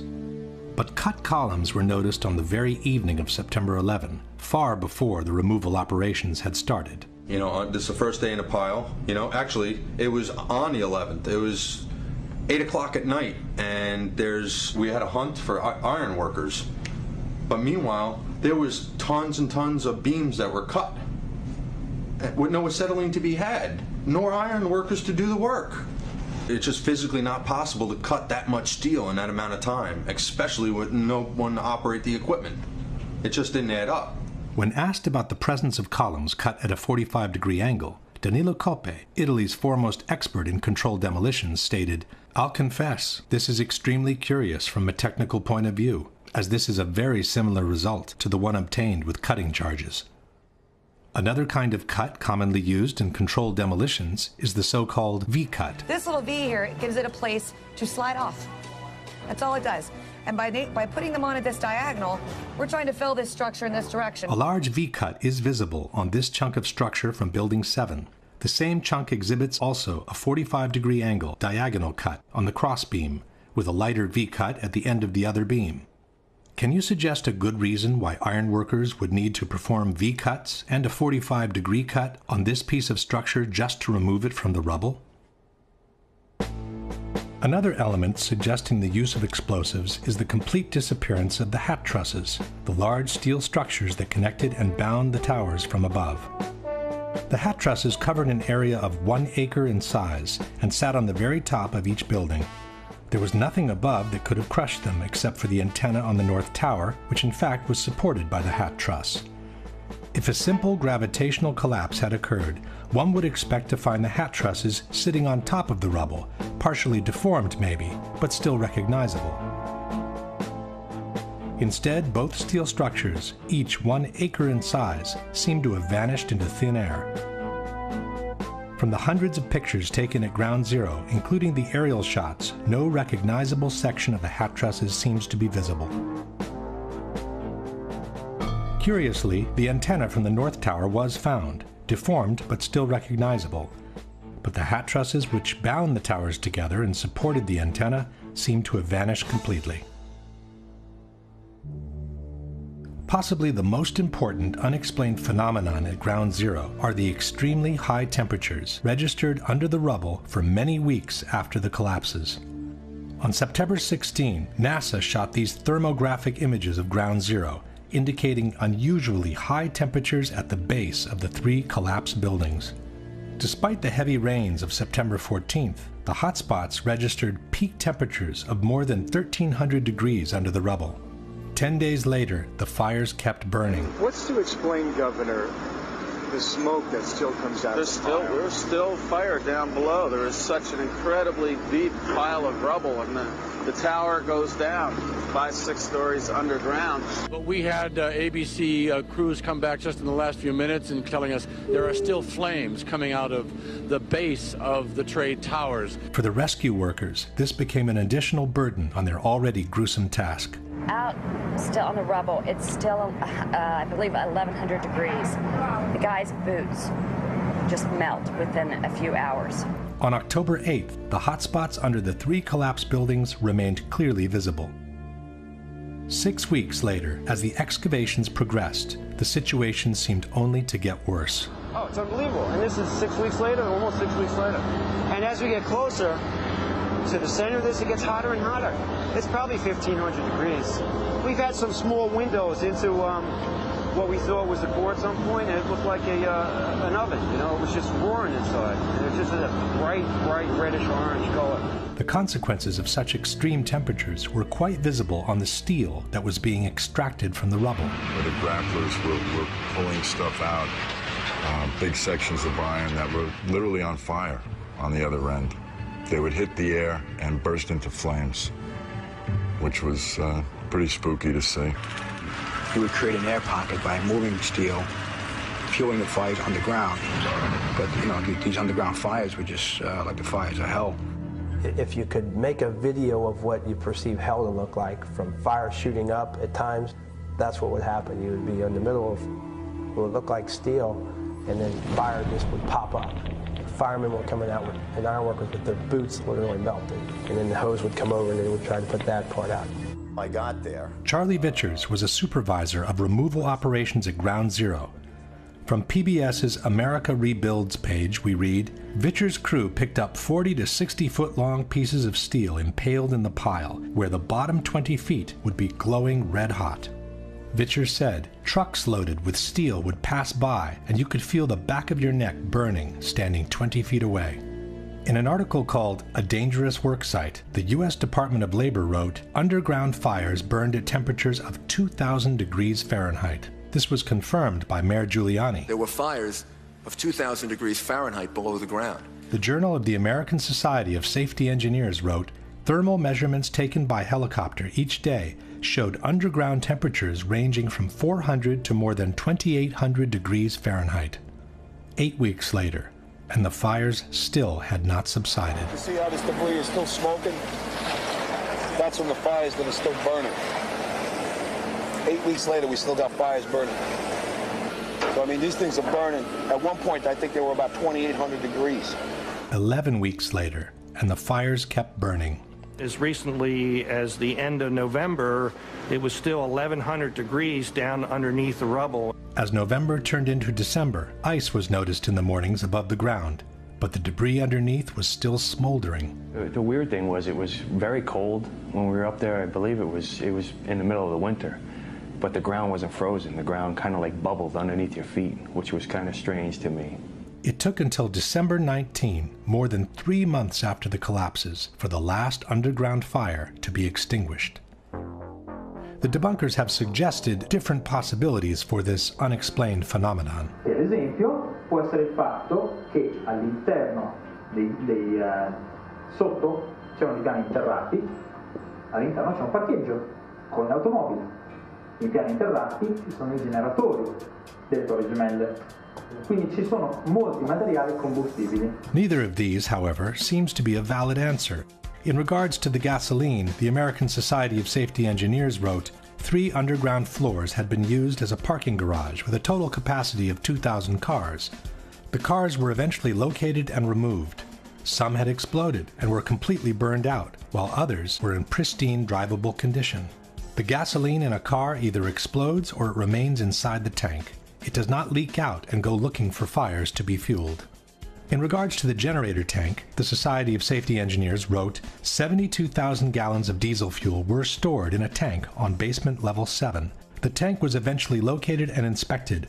Although slightly damaged, no leaks were found. The fuel was removed.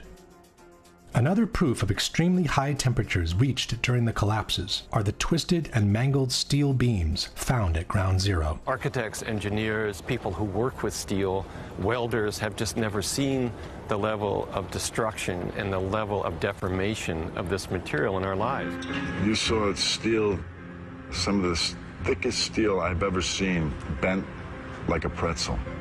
This 8-ton steel I-beam is 6 inches thick.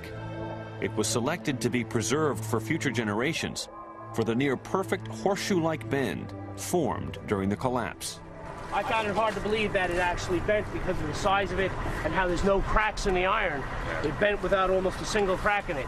It takes thousands of degrees to bend steel like this. In fact, the temperature of 2,800 degrees mentioned before is not casual at all, as that's exactly the temperature at which steel melts. And molten steel was repeatedly found under the rubble at Ground Zero. You'd get down below and you'd see molten steel running down the channel rails. Like you're in a foundry. Yeah, like lava. Like it was lava from a volcano. The fires got very intense down there and it actually melted beams where it was molten steel that was being dug out. Just like they did for the explosions, the debunkers simply doubt the testimonies on molten steel as a whole. NIST has also denied any knowledge of molten steel at Ground Zero. I'm curious about the pool of molten steel that was found in the bottom of the tower. I know of absolutely nobody, and no eyewitness who said so, nobody who's produced it. I was on the site, I was on the steel yards, so I don't know that that's so. It is true, Mr. Gross did visit the steel yards where the remnants of the towers had been collected. But he must have been in a big hurry, as he didn't even notice the high degree of deformation of massive steel beams sitting only a few feet away. In any case, there are several highly credible witnesses who have reported the presence of molten steel at Ground Zero. Rich Garlock, a structural engineer working at Ground Zero, said, "Going below, it was smoky and really hot. Here, World Trade Center 6 is over my head. The debris past the columns was red hot, molten, running." A supervisor from the National Environmental Health Association, Ron Berger, stated, "Feeling the heat, seeing the molten steel, the layers upon layers of ash, like lava, it reminded me of Mount St. Helens." William Langewiesche is the author of American Ground, a book containing detailed descriptions of the conditions at Ground Zero. One passage mentions streams of molten metal that leaked from the hot cores and flowed down broken walls inside the foundation hole. Greg Fushek, who provided the rescue workers with global positioning equipment, stated, "Sometimes when a worker would pull a steel beam from the wreckage, the end of the beam would be dripping molten steel." Peter Tully of Tully Construction said that he saw pools of literally molten steel at the World Trade Center.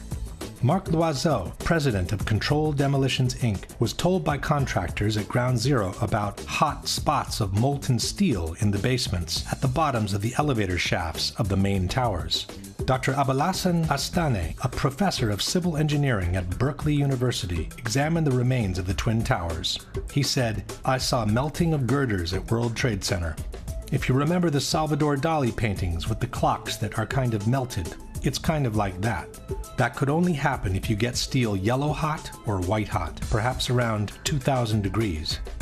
Possibly the most authoritative account of all comes from Leslie Robertson, the engineer who had built the Twin Towers. We're down at the B1 level, and one of the firefighters said, "I think you'd be interested in this," and they pulled off a big block of concrete, and there was like a little river of steel flowing.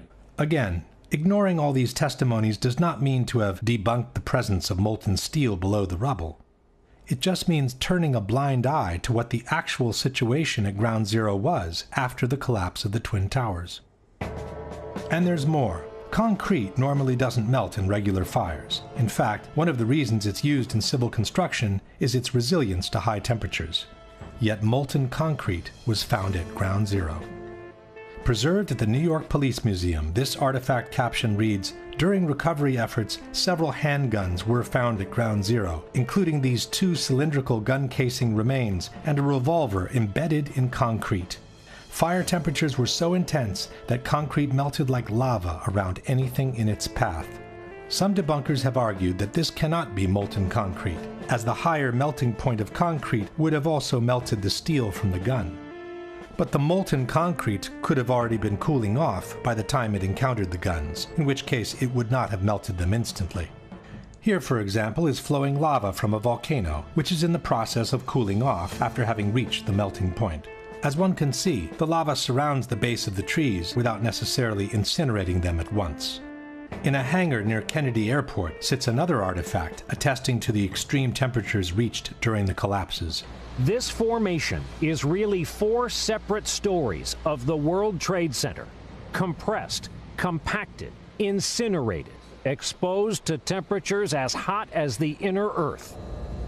I never knew this existed. Another of these artifacts, nicknamed the meteorite, contains both molten steel and molten concrete. One of the more unusual artifacts to emerge from the rubble is this rock-like object that has come to be known as the meteorite.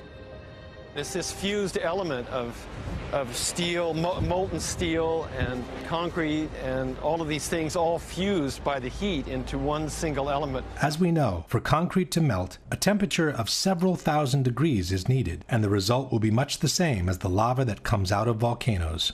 And almost like a chunk of lava from Kilauea or Iceland, where they're very sharp but breakable shards on the end here. Question. Given that most of the jet fuel was burned after the impacts, given that only office fires were burning at the time of the collapses, and given that no major source of combustibles seems to have been available underground, can you offer a comprehensive explanation for the temperatures up to 2,800 degrees reported at ground zero, for the long-lasting fires underground, for the incandescent beams repeatedly extracted from the rubble, for the massive steel beams bent like a pretzel, for the molten steel and the molten concrete observed and found at ground zero as caused by the office fires and the gravitational collapses only? The last set of evidence against a gravitational collapse is the almost complete pulverization of all the contents of the Twin Towers, beginning with the concrete floors. Had a simple gravitational collapse occurred, one would expect to find 110 floors pretty much stacked up on each other, like it happens in regular collapses. In the case of the Twin Towers instead, practically all the concrete from the 110 floors of both buildings was literally pulverized.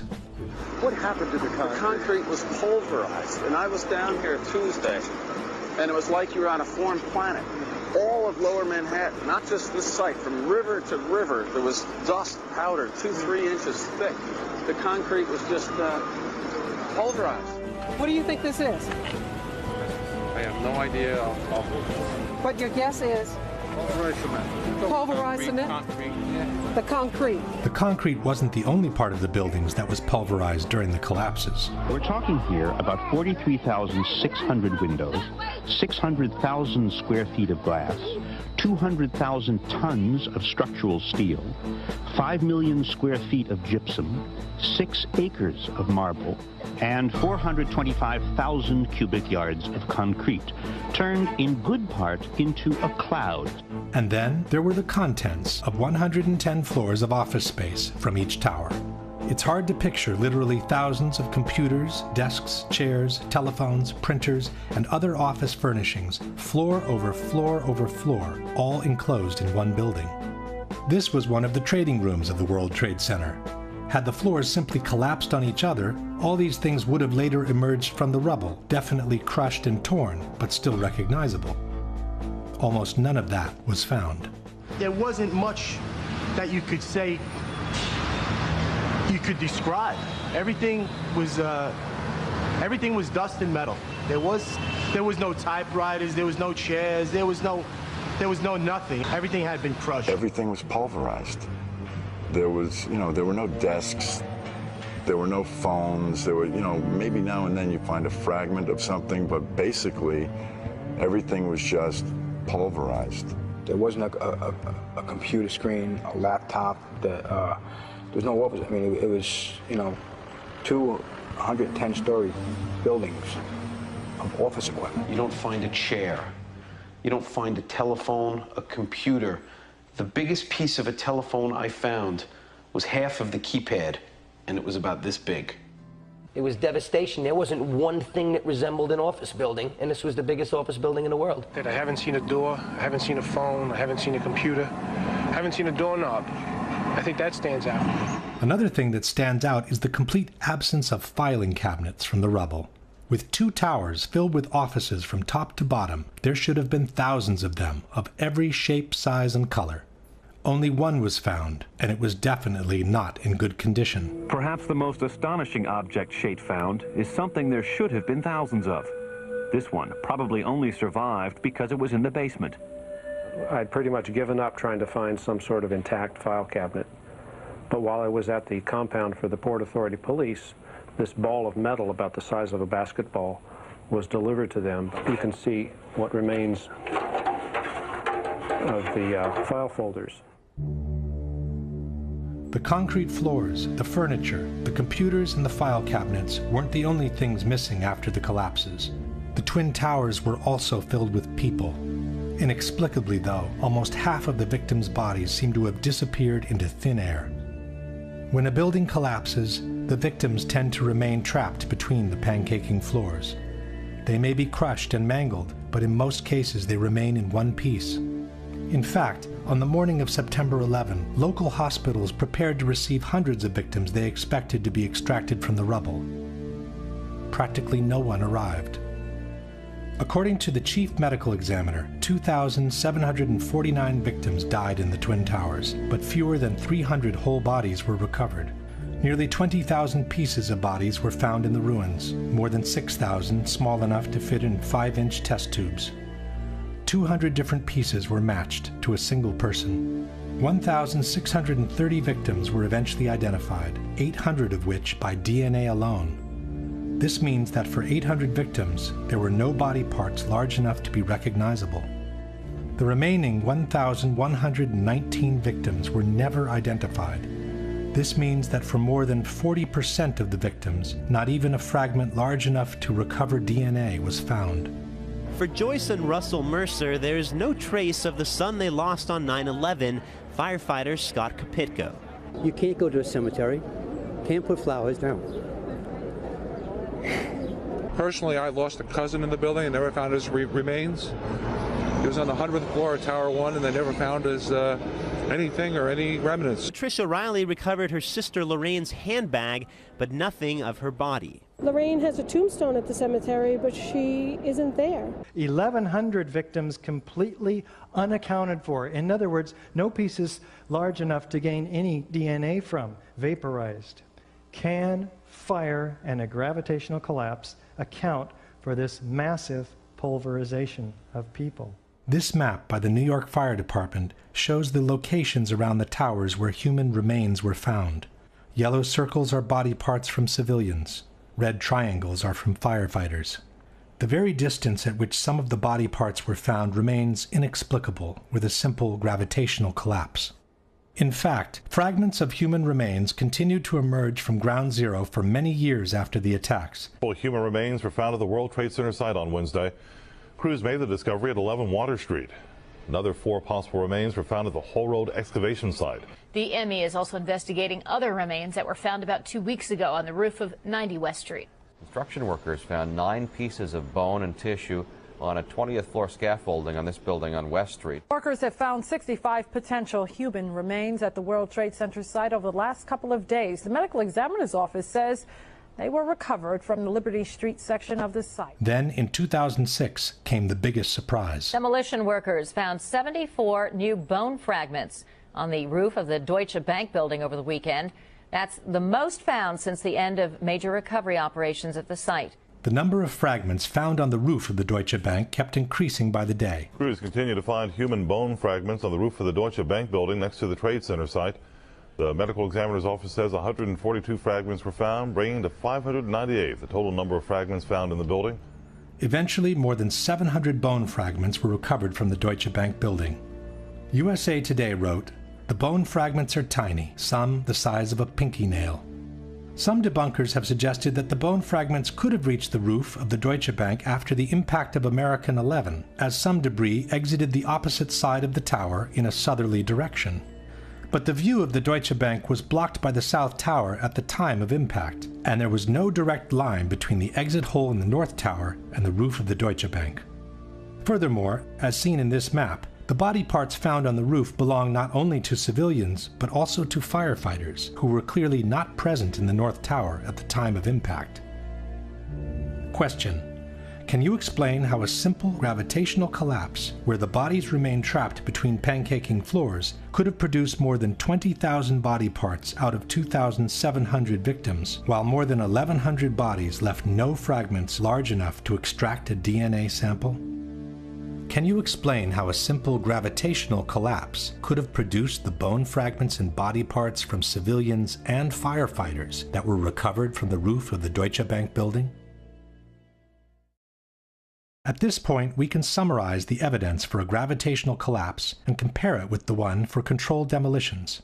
The official explanation for the initial collapse, or sagging trusses theory, is fundamentally flawed for at least 3 reasons. There is no evidence that the fireproofing was widely dislodged from the steel trusses, no evidence for temperatures high enough to seriously weaken the steel, and no valid explanation on how the trusses could have pulled and broken the external structure on their own. At the same time, the initial collapse is fully compatible with a controlled demolition. The official explanation for the total collapse of the Twin Towers does not exist, nor was a scientific calculation ever attempted by NIST, as they have repeatedly acknowledged. At the same time, the full collapse of the buildings is fully compatible with a controlled demolition. The vertical acceleration of the upper sections to near free-fall speed makes it impossible to explain the collapses by gravitation only, without violating at least 2 fundamental laws of physics. At the same time, the near free-fall acceleration achieved by the collapsing towers is fully compatible with a controlled demolition. The amount of witnesses who reported powerful explosions and the ensuing devastation in the Twin Towers is overwhelming. Such explosions cannot be explained by jet fuel alone, while they are fully compatible with a controlled demolition. The squibs observed 30 and 40 floors below the level of collapse cannot be explained by the air pressure in a gravitational collapse. At the same time, squibs are the typical signature of controlled demolitions. Not all the diagonal cuts and V-cuts observed on the columns at ground zero can be explained by the removal operations. At the same time, these kind of cuts are another typical signature of controlled demolitions. The large area of debris around the towers, with the lateral ejection of elements weighing several tons, cannot be explained by a gravitational collapse. At the same time, these ejections are fully compatible with the use of powerful explosives. The long-lasting fires, the extreme temperatures under the rubble, the incandescent beams extracted during the cleanup, the high degree of deformation of massive steel beams, the molten steel and molten concrete observed and found at ground zero cannot be explained by jet fuel alone, nor by regular office fires. Highly effective destructive devices capable of developing extremely high temperatures must have been used as part of a controlled demolition. The almost complete pulverization of the contents of both towers, from the concrete floors to the office furnishings to the actual vaporization of victims' bodies, cannot be explained by a simple gravitational collapse.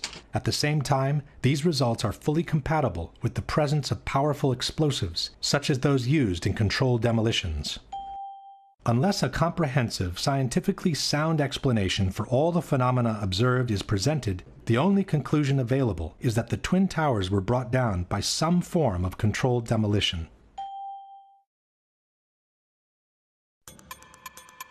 After they published their report on the Twin Towers, NIST moved on to tackle the collapse of Building 7. What they faced was no easy task. Contrary to the Twin Towers, Building 7 had not been hit by an airplane. It was only partially damaged by the collapse of the North Tower, and it suffered fires that were anything but devastating. Nothing could have suggested it was going to collapse. On the other hand, it looked like the perfect controlled demolition. It featured the sudden onset of the collapse, the rapid acceleration towards the ground, the symmetrical descent of the structure, and it even appeared to have started the collapse from the bottom, as most controlled demolitions do. Professionals in the field of controlled demolitions, such as Dutchman Danny Juwenko, seem to have no doubt on what had happened. Dit is controlled demolition. Zeker weten? Zeker weten. Er is nagesprongen. Dit is in opdracht gebeurd. Dit heeft een team gedaan van experts. We weten heel goed wat ze doen, die jongens. Zie je vanaf boven gaan? Nee, je gaat vanaf onder. Die gaat vanaf onder, ja. Toch? Ja. Ze hebben gewoon kolommen weggeblazen. Er is nagesprongen. Similar comments were made by TV anchors watching the replay of the collapse. It's reminiscent of those pictures we've all seen too much on television before, when a building was deliberately destroyed by well-placed dynamite to knock it down. In spite of what seemed obvious to everyone, NIST came up with an absolute historical first. New York City, 2001. No tall building had ever collapsed primarily due to fire. But that's exactly what investigators believe happened to the 47-story World Trade Center Building 7 on September 11th. World Trade Center 7 collapsed because of fires. We really have a new kind of progressive collapse that we have discovered here, which is a fire-induced progressive collapse. According to NIST, the collapse was triggered by the failure of one specific column, number 79, located in the northeastern section of the building. So you look at the floors failing here, and eventually this column 79 is going to buckle, it fails, and then the entire vertical progression takes place. NIST blamed thermal expansion as the phenomenon that caused the collapse, which was also an absolute first in history. Our study has identified thermal expansion as a new phenomenon that can cause the collapse of a structure. For the first time, we have shown that fire can induce a progressive collapse. Coming from such a reputable organization, these kinds of statements should have sent shockwaves through the architectural world. What they're telling us is that our existing building codes, to which thousands of skyscrapers are currently designed, there's a serious problem. If NIST's findings were true, hundreds of skyscrapers from all over the world would suddenly be in danger of a collapse due to fire. This should have called for the immediate suspension of all high-rise constructions, widespread verifications in all existing skyscrapers, and a serious revision of fire codes and safety regulations for the new ones to be built. None of that has happened. Steel skyscrapers have continued to be built just as usual. The ones that caught fire, even when fully engulfed in flames, have continued to remain standing. And not one of the basic tenets of fire protection has been modified when it comes to designing high-rise steel buildings. At the same time, it should be noted that NIST's report on Building 7 was never published by a peer-reviewed publication. This means their analysis of the collapse cannot be validated from a scientific point of view. Even though this was an unprecedented event in history, we are being asked by NIST to take their word for the soundness of their conclusions. It's based on sound science, and it is consistent with all the observations we have. But it has never happened before, right? But the physics is consistent, it's sound, it's been analyzed, and we have the results. And we are very comfortable with our findings. They might have been comfortable, but the scientific community of architects and engineers was not. Science is never secret when it's done right. Science isn't science unless it's published, unless it's openly published and made available for criticism. Architects and Engineers has asked NIST to at least verify the computer model on which they've based their theory of the collapse. But also in this case, NIST has refused to make their data public. Structural engineers rail against NIST because they refuse to show the visualization. It's a black box. You cannot download any of this data. This means that also for the accuracy of their computer model, we have to take NIST's word for it. Here is our structural model showing the building collapsing, which matches quite well with the video of the event. This is the video of the event. On the right is one of the two animations released by NIST on the collapse of Building 7. When you observe the footage of how the building failed, and when you look at the animation of the failure, and compare that to what you actually observe in reality, I think they disprove their own theories. It is impossible for it to fail the way they said. The second animation released by NIST is even more inconsistent with the real event.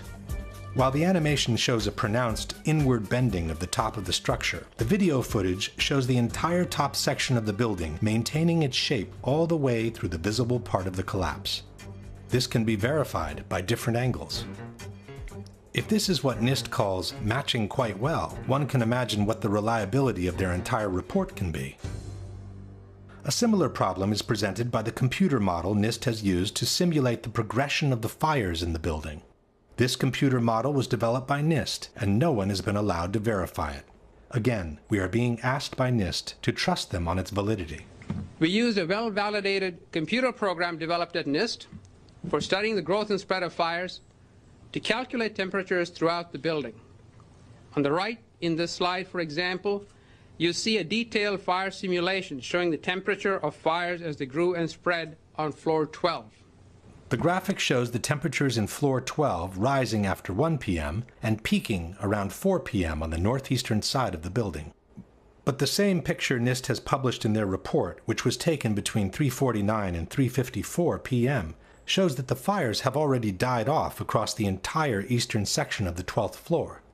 A similar picture, taken between 3:53 and 4:02 p.m., confirms that the fires on the eastern side of the 12th floor had already died off. NIST itself has stated in the same page that there is no indication of fires burning on the east side of the 12th floor at this time. In other words, the accuracy of NIST's computer model doesn't even need to be verified, as it's disproven by the very pictures and statements NIST has published in their own report. In order to justify the first and only collapse in the history of a steel skyscraper due to fire, the debunkers have maintained that Building 7 was weaker than the average steel structure because it had been built over an existing electrical substation. Alors, une des particularités de cette tour 7, c'est qu'elle a été bâtie sur un bâtiment existant qui est une sous-station électrique qui avait été construite dans les années 60, alors que la tour 7 a été bâtie dans les années 80. On verra que ça a été une des raisons de la ruine de ce bâtiment.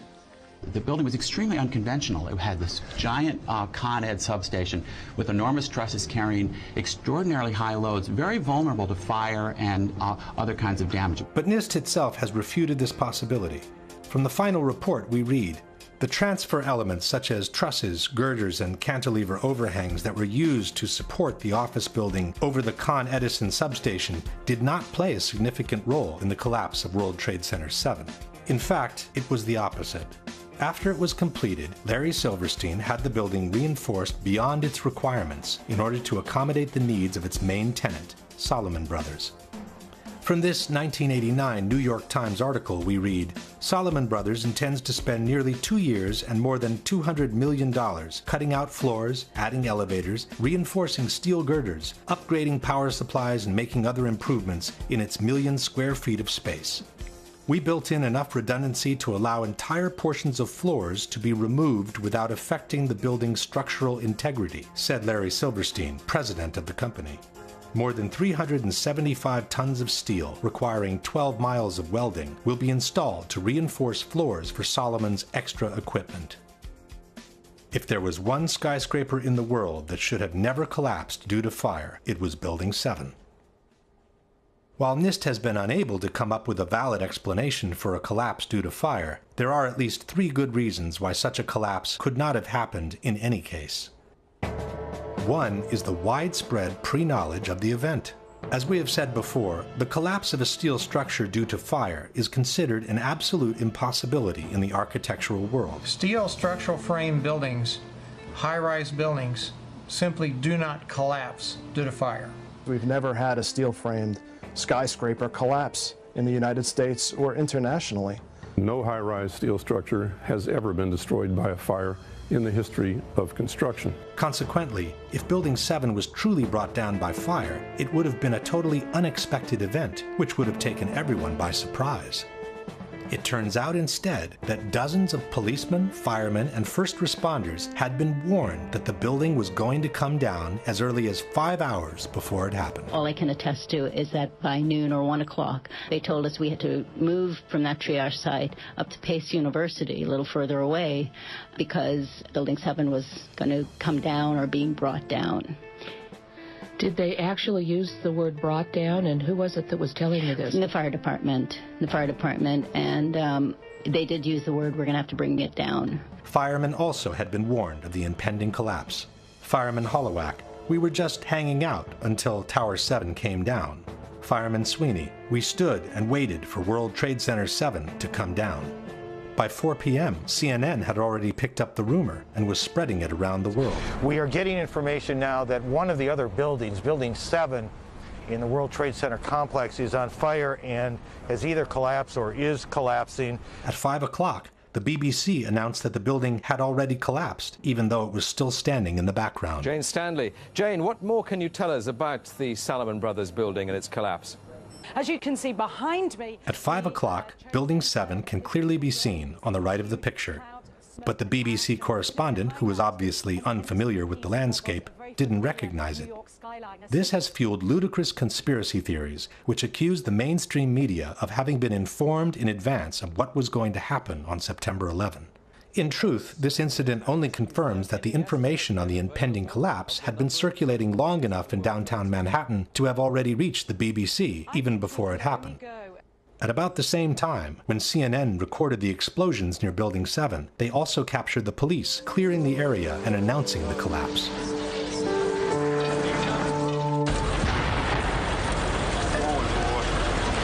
Keep your eye on that building, it'll be coming down. The building is about to blow up. Moving back. Back here. All right, guys? We are looking back. There's a building about to blow up. This is the account by a paramedic who witnessed the collapse. You know, we heard this sound that sounded like a clap of thunder. Turned around, we were shocked to see that the building was, well, it looked like there was a shock wave ripping through the building, and the windows all busted out, and, you know, it was horrifying. And then, you know, about a second later, the bottom floor caves out, and the building followed after that, and we saw the building crash down all the way to the ground. There's even someone who heard a countdown moments before the building collapsed. First responder Kevin McPadden was stationed near Building 7, awaiting for orders from a Red Cross representative. You know, he kept asking the Red Cross rep, what's going on, what's going on? And all the time he had his hand over the radio while he was getting a countdown. And then he's just like, at the last 3 seconds, he takes his hand off and you hear 3, 2, 1, and he had this like heartbroken face. He's just like, just run for your life. It was about a second or two after the countdown ended that you started hearing the explosions. Explosions. Now, we're talking about bombs. Because, you know, you get that like, bam! You know, there's like a little explosion and then the force. And then boom, boom, boom, boom, boom, boom, boom. That was the building coming down. Question. Given that the collapse of a steel skyscraper due to fire would have been an unprecedented event, how could so many people have known about it so many hours in advance?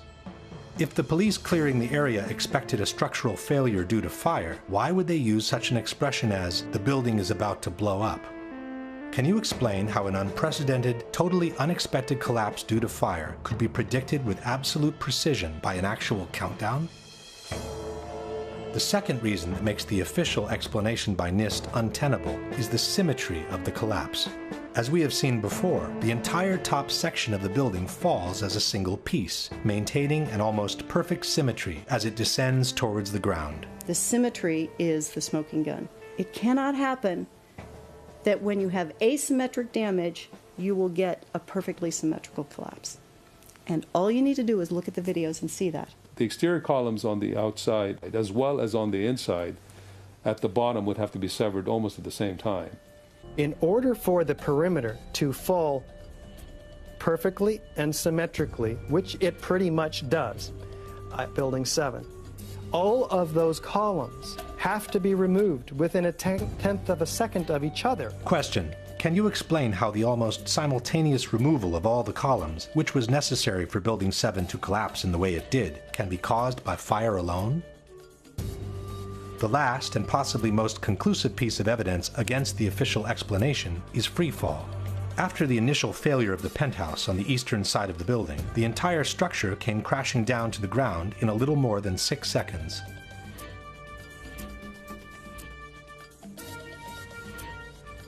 David Chandler of Architects and Engineers has measured the downwards acceleration of the building from the start of the global collapse. We can measure the acceleration of Building 7 by video analysis. The slope of the velocity graph gives the acceleration.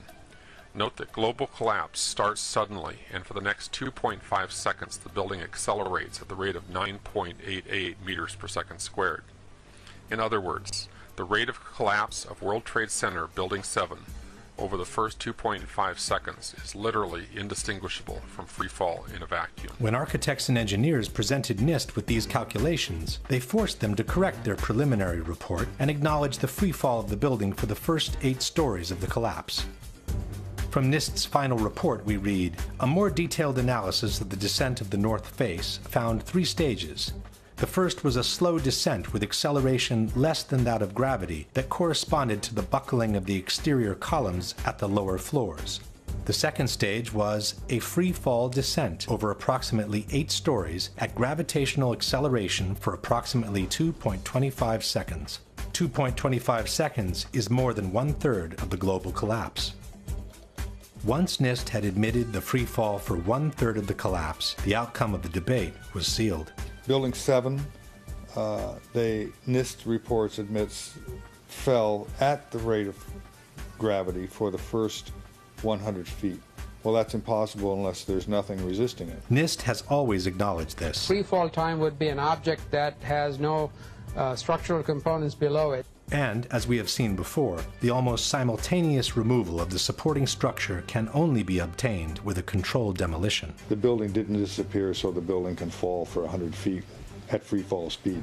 That's impossible. That evidence alone would indicate that the official story doesn't hold water. Question: can you explain how free fall, which requires the almost simultaneous removal of the supporting structure, can be achieved without a controlled demolition? This very question was posed to Senator John McCain by a 9/11 researcher in April 2013 during a C-SPAN broadcast. Senator McCain, the National Institute of Standards and Technology asserts that the collapse of Building 7 was caused by fire, yet they acknowledge that the first 100 feet of that collapse took place at free fall acceleration. Now, engineers will tell you that fire cannot do this, and that the only method by which it can be accomplished is the use of pre-planted explosives. Your question is what? Well, how do you explain this discrepancy of 100 feet of free fall without the use of explosives?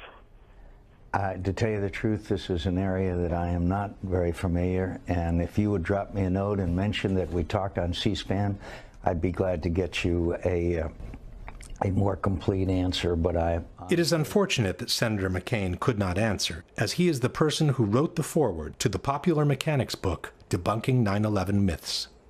In the foreword, McCain stated, "Any explanation for 9/11 must start and end with the facts. The evidence must be gathered and analyzed. Then, only then, can conclusions be drawn."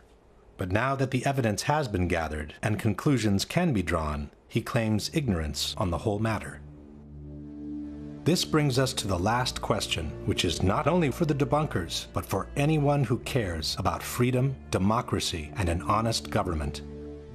If you were aware of solid evidence disproving the official version and suggesting the involvement of some rogue elements of the government in the terrorist attacks, would it be more unpatriotic and anti-American to ask for a new investigation, or to turn a blind eye to it and pretend such evidence doesn't exist?